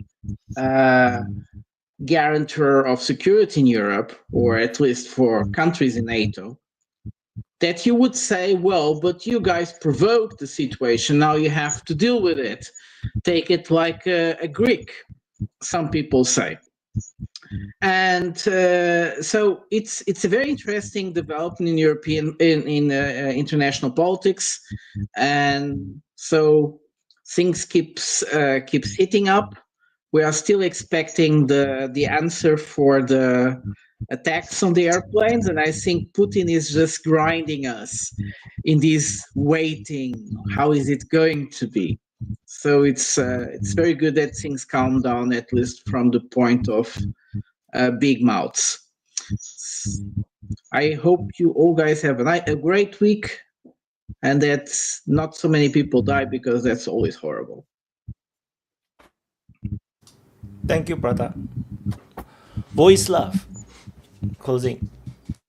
Yeah. Well, I guess Mike said it all. I mean, shit. Up to him. I got nothing else to say. So, I don't know. I guess. I mean, I keep watching this war for like what 3+ years, and I guess I'm getting kind of tired of it.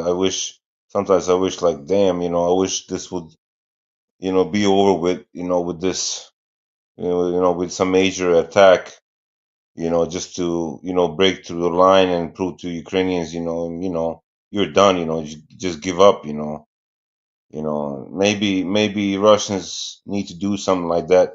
I mean, I know they're trying to conserve their troops, but maybe they do need something like this to kind of show the West and the Ukrainians, look, it's pointless. We're gonna just crush you. So, but I'm afraid that won't happen. And like you said, it might last, up to 2 years.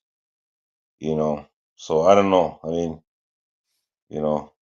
like Brata said, I don't wish anybody to die anymore, but I guess that's war. So I'll be watching the DPA, and we just hope that there is something else to do, after the war. Some other I don't know. I just yeah. So yeah, that's it, guys. I mean, I wish everybody happy day, and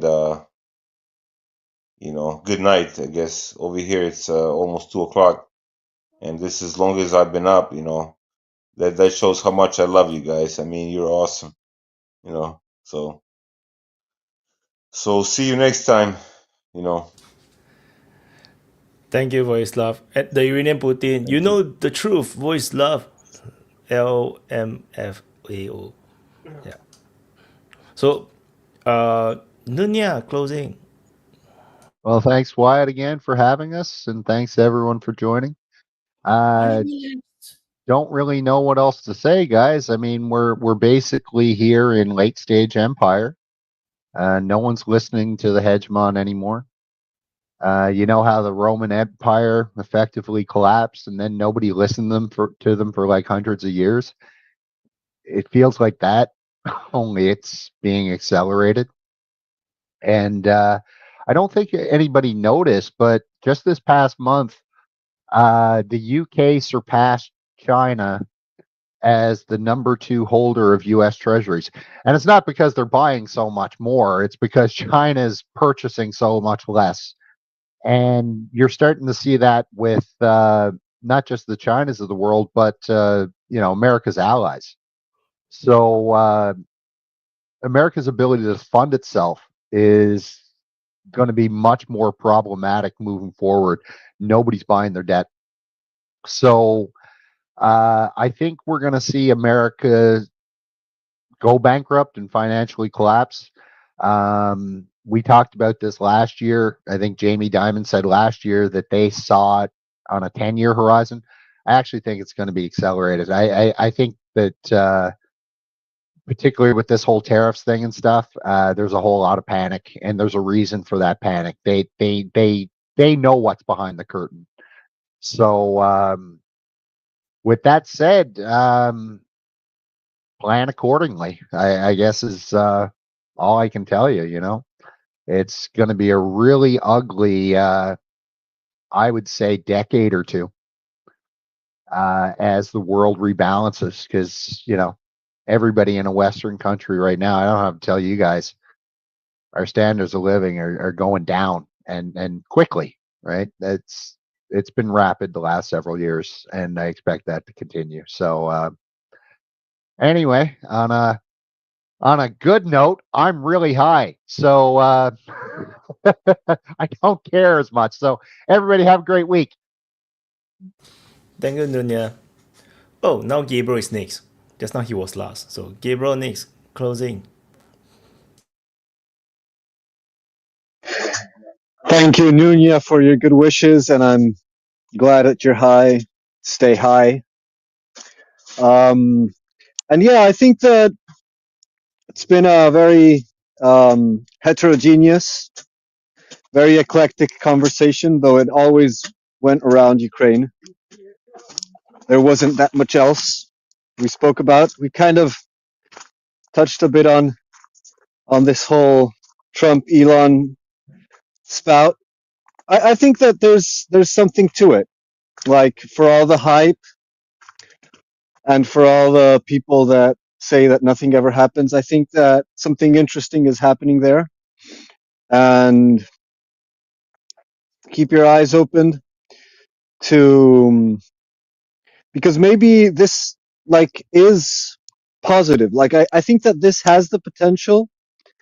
Like, one of the good things that happened with this whole Elon versus Trump spout is that he got the Democrats talking about the Epstein list.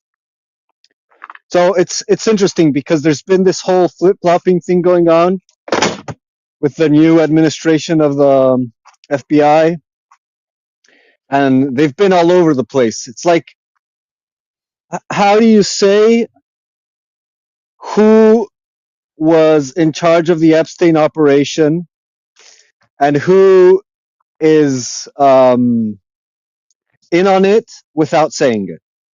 That's been this whole Patel saga. And so I think it's good that they're talking about it again. I think it would be terrible for Americans to forget what's happened there with them, with their politicians, with their state, with their government. And like, for all your land of the free and home of the brave, the fact that you have that type of stuff in your closet, and there's no consequences. Like, you basically know who they all are, and no one, not a single one, has had even a modicum of Luigi. Just saying. So I think it's good that they're talking about that again, and I think Mike had a point. China has been more assertive on Russia's side. They actually spoke out in favor of Russia in the I can't remember if it was the Security Council or General Assembly, and they have restricted their supply of drones and components to Russia's enemies, including Ukraine. So that's going to be decisive for the future of the conflict. And to what Vojislav was saying about wishing for it to to be over with, right? And yeah, I guess I can sympathize with that feeling. I've also felt sometimes like, why don't you just get it over with, especially when you see the excesses and eccentricities of the Kiev regime and its sponsors. So one wishes to see it over with. But again, I'll go back to this idea. I think it's a mistake to see Russia as an innocent victim of the geopolitical machinations of the West. I think it's important to keep into account what a strategic calculation would be, not for the self-defense only, but also for the defeat of its geopolitical rivals. That should not be dismissed or omitted. It is very possible and very likely that there are calculations in their own Security Council about how to best deal decisively, definitively, maybe not definitively, but at least decisively, with the permanent threat of the West. And maybe that's what we're seeing. In the meantime, stay strong. Follow DPA in all of its diverse channels. Be informed. And wait for the return of Prigozhin. Like, share, and subscribe. See you guys later. Vaughn, closing. Yeah, first of all, I want to thank you again, Wyatt, for giving us this platform every week and then all the forums and stuff.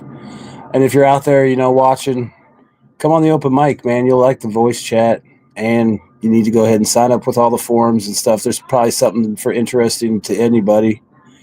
Like I said, like, subscribe, and share. And, just keep watching the updates. If you want to know what's going on up to the minute, Russia's making moves. Things are always happening. There's obviously the hot spots around Sumy, Pokrovsk, Chavez Yard, Kupiansk to a lesser extent. But, the way things are going, chances are something new is going to happen or something's going to break loose somewhere.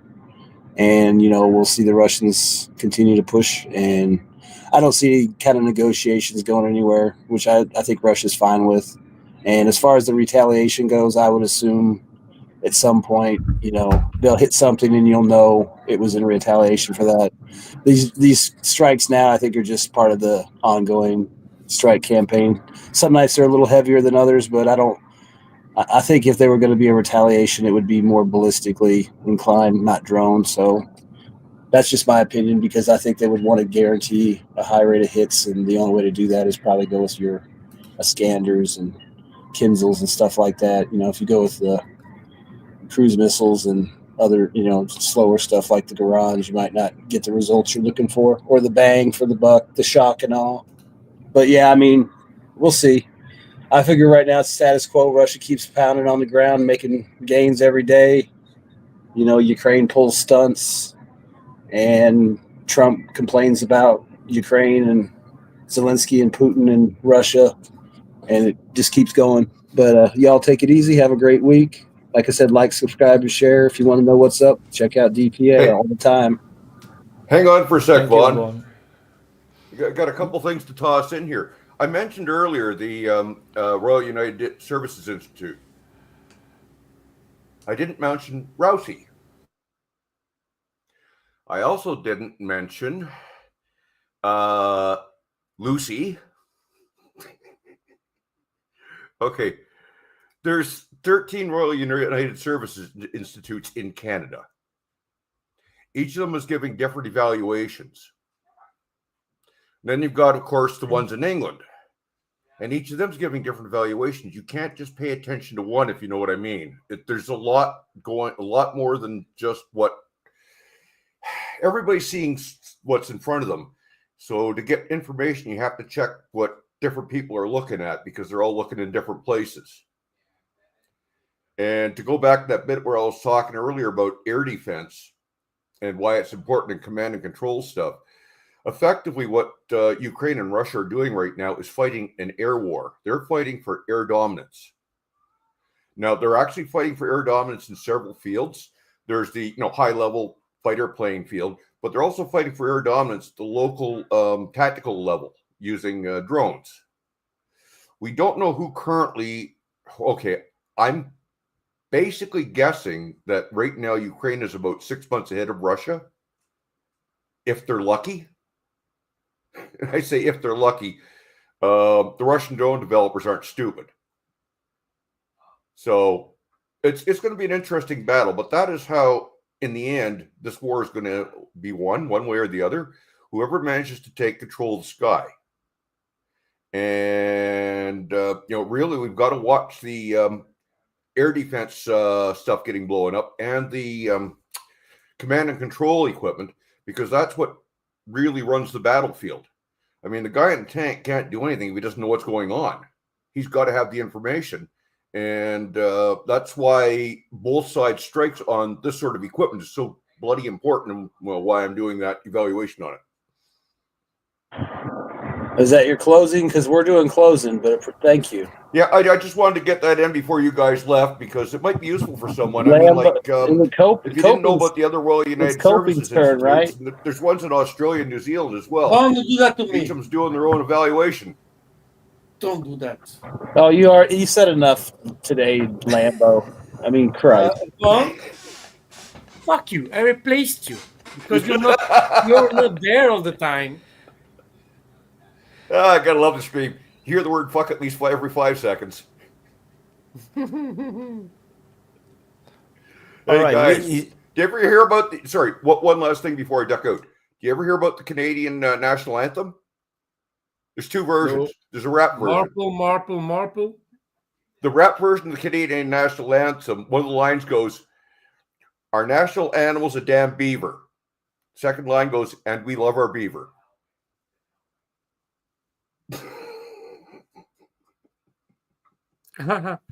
Who's got to close still? Lambo? Yeah, of course. Lambo and coping. Oh, coping. By the way, we can skip Lambo. You still need to install World of Warship Legends we talked about before, because I still want to sink your battleship. Just let you to know. Coming from you, Mr. Lambo, sink your battleship sounds a little bit naughty. It's one of my favorite scenes of. Actually, I'm invading. All right, fucking closing. It's like 7 hours and 43 minutes. Yeah, I am waiting like 5 5 hours to do my closing. So I was earlier on today, and then I had some errands, and then I had passed out, and here I'm back, and you guys are still running. Okay, yes, 7 hours. So what topics have you roughly covered today? These 7 hours. How many black holes? Because there must be at least one black hole. One black hole. What's the black hole? Give it to me. No, I'm going to. I'm not going to show my black hole. No. What was the black hole of the open mic? Because it's always a black hole in 7 hours of open mic. There must be one. What was it? Was it philosophy? Was it economy? What was it that I missed? It was Mike. It was Mike coming in. Mike? Yeah, okay. Yeah, okay. I guess you don't need to deliberate. All right. Yeah, I'll rewatch later. I'm just hoping to see that, like I mentioned earlier in the stream, I'm hoping to see speakers here from the DPA Open Mic. So Lubna is going to be the candidate with Lubna. She's going to stream tomorrow. I want to see. I'm hoping to see some people from the DPA Open Mic come and spread a good word and put a fucking link in the main lounge. I can put it in the private chat here. Yeah, in the speaker's main lounge. Put it there. What do you mean, in the VC? Yes. I'm not in the VC. I don't use Telegram. I haven't used it for a year or so. So can I do my closing? Yes, I'll let you do it. But hey, Mr. Lambo, why don't you come on in, because you can steer the topic on the open mic over there. Spread a good word. Get the peeps over at Lubna's channel who are interested in geopolitics. So you don't want to have me drunk, so no. Okay. I still want to go to my bar. It's going to close in It's 2 a.m. in the morning. If you want to Okay, but I want you people to check out, because we have done so many black holes here. Like we have done actually some really good conversations on the miscellaneous topics, and I think many of them would do actually very well over that channel. We have veteran speakers here. We can speak the good word and kind of attract more peeps over to the DPA Open Mic, because let's face it, the channel has been stagnating. We'll You see. see the same old tired faces, you know. So in addition to like and subscribe, you know, go over to Lugna's channel tomorrow and spread a good word. Go and look at the streams. Say that DPA sent you, you know, and have a, you know, be a good example. So thank you, Wyatt, again for the DPA Open Mic. I think it's awesome, very good. I'm very happy today to see, like, now there's another self-moderating open mic that can be yeah. So yeah, I'll drop the channel in the private chat and in the, so you can repost it on the live chat. So thank you. Yeah, okay, Mr. Lambo. Oh, and Super thank chat, you, me Effie. wondering how Wayne's brain works.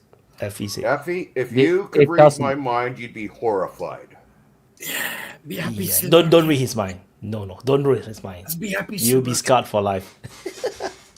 And just before Lambo continues, there's a breaking news: a Colombian Come senator on! and presidential candidate got shot in the head. Like, the video is on Twitter. So, okay, Lambo, go. Oh my! The world is cruel. I wanted to start to end. I was actually happy. I was actually coming to the closing at second, and then you change everybody, and I'm coming up as last. So thank you, Wyatt, for that one. No, but we have these exclusive new images of the Chinese J-36 bomber plane, and so it's actually a DPA premiere.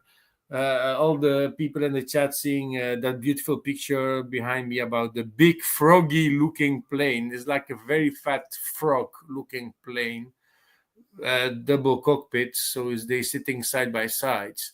I think it's going to be a big plane. 2 bomb carrying areas underneath the plane also, so it's going to give a lot of information about how the Chinese are designing that triple engine plane, bomber plane, can be for sure if you just look at the bomb base.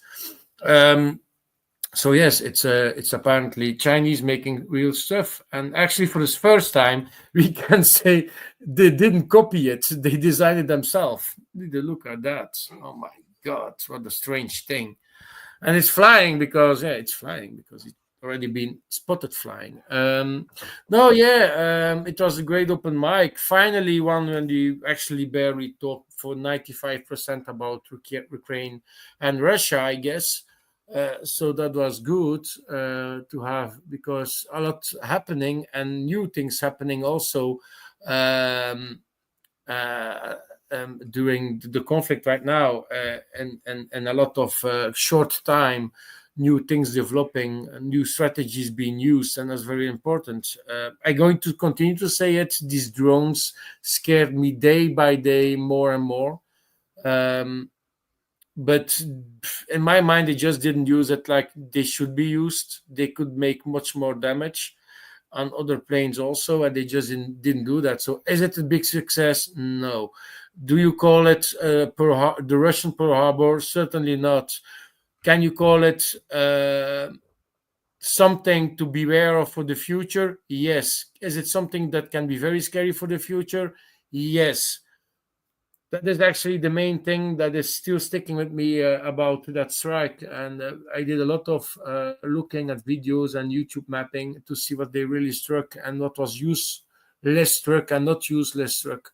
But the concept only is so scared. And so we will see how they're going to use it in the future. And I don't see it very bright in the sky for Russia, in that opinion, because it's scary. And we will see, but for the rest, the front line is not looking good for the Ukrainians. I am sticking with Sumy. Something is going to happen with Sumy. Kharkiv also. These two cities in my mind, I'm going to think they're going to be minimum encircled, and they're going to ending up in Russian hands. We will see. So yeah, I had a great open mic. But yes, maybe next week I'm going to be here also, but I have also my private life, so I'm not going to be able to come every week. today I already sacrificed a lot of my drinking time and my local bar.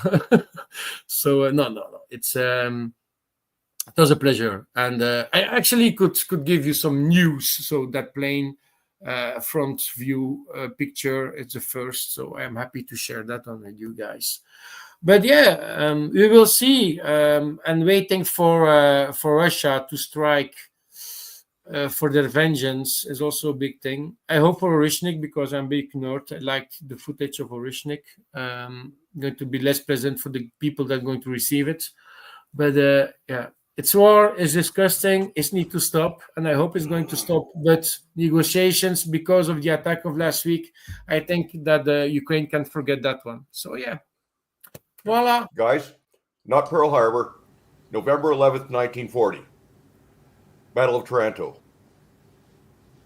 And I just blanked you all out. November 11th, 1940, the Royal Navy Air Service hit the Italian fleet in the harbor of Taranto and crippled probably about a fifth of the fleet. When I say a fifth, they put 3 of the battleships down out of 6, I mean, but they didn't really do a lot of damage to destroyers and cruisers, so ship numbers didn't drop that much. But it was very similar. They basically went in, sneak attack, and hit when the Italians weren't expecting it. And the Regia Marina got cornholed.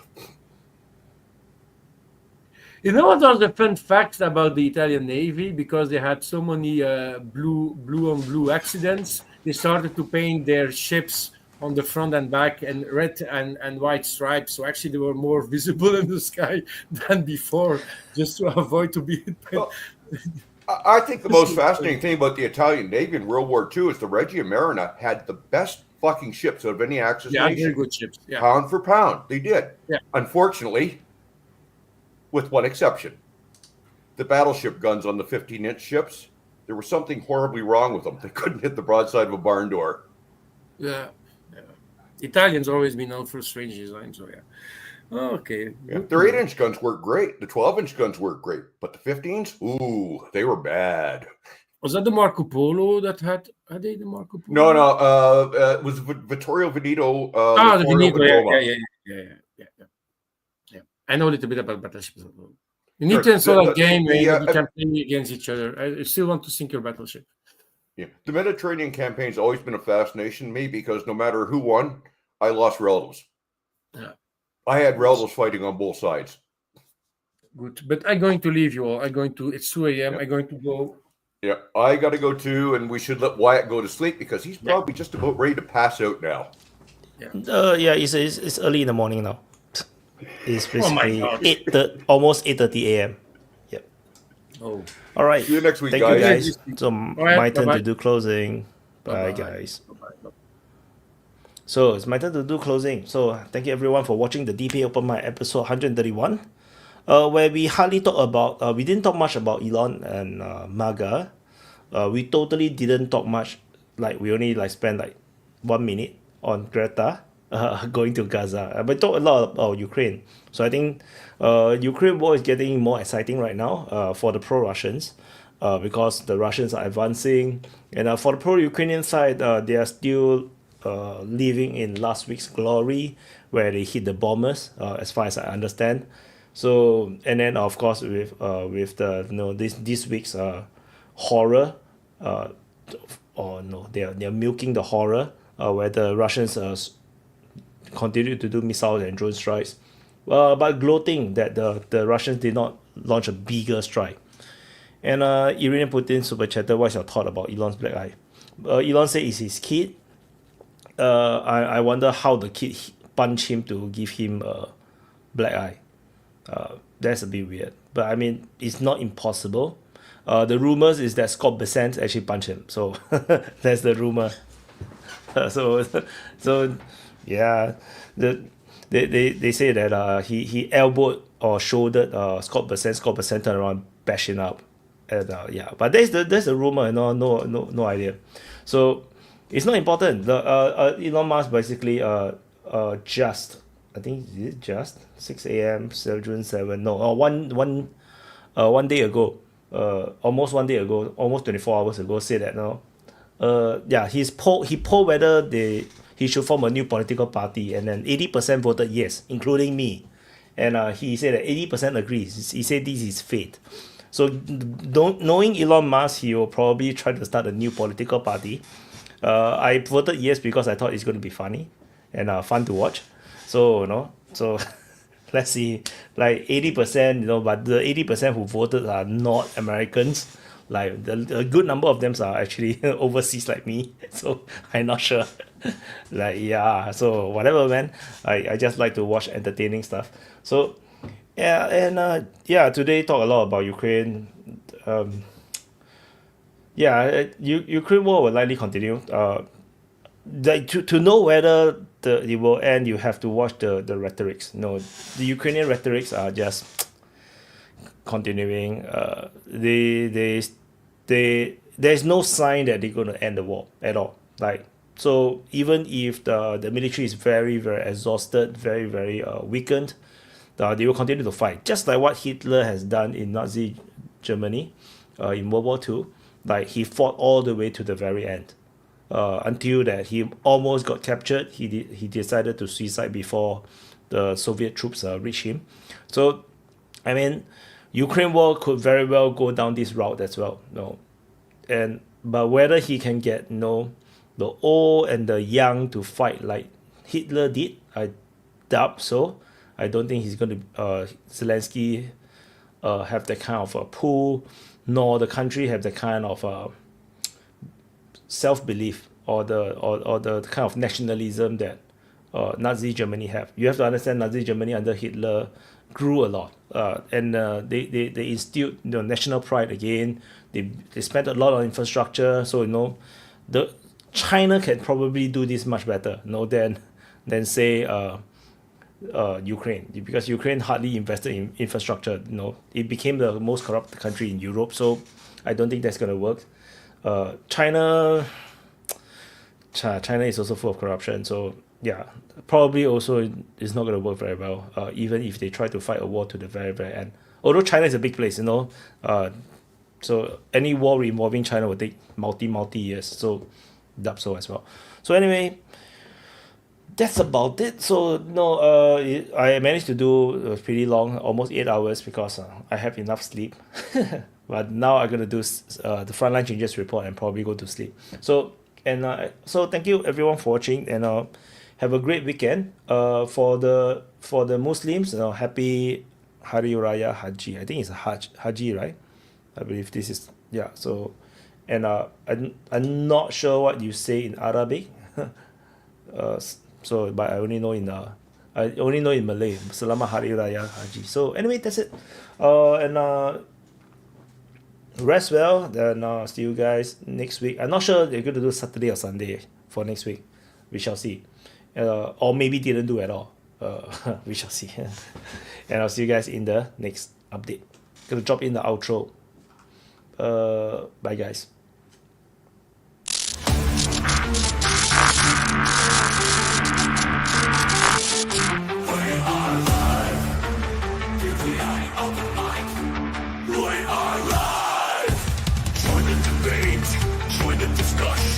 Share your voice, share your opinion. Swallow your ego, expand your mind. DPA Open Mic, free speech zone.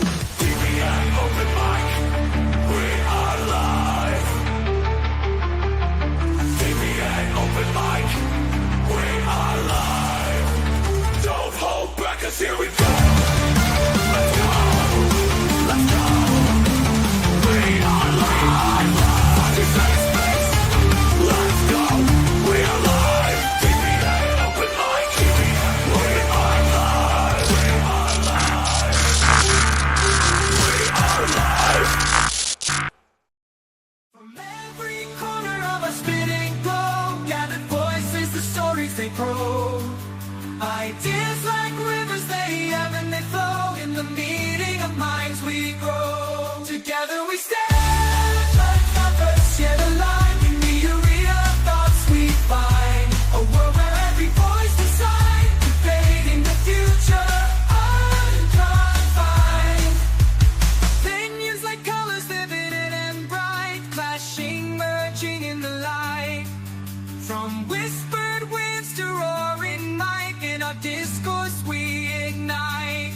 Together we stand, lovers yet alive. In the arena of thoughts we find a world where every voice decides, debating the future unconfined.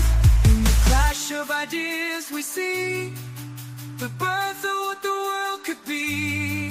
From conflict we find the key to unlock our collective destiny. Round the table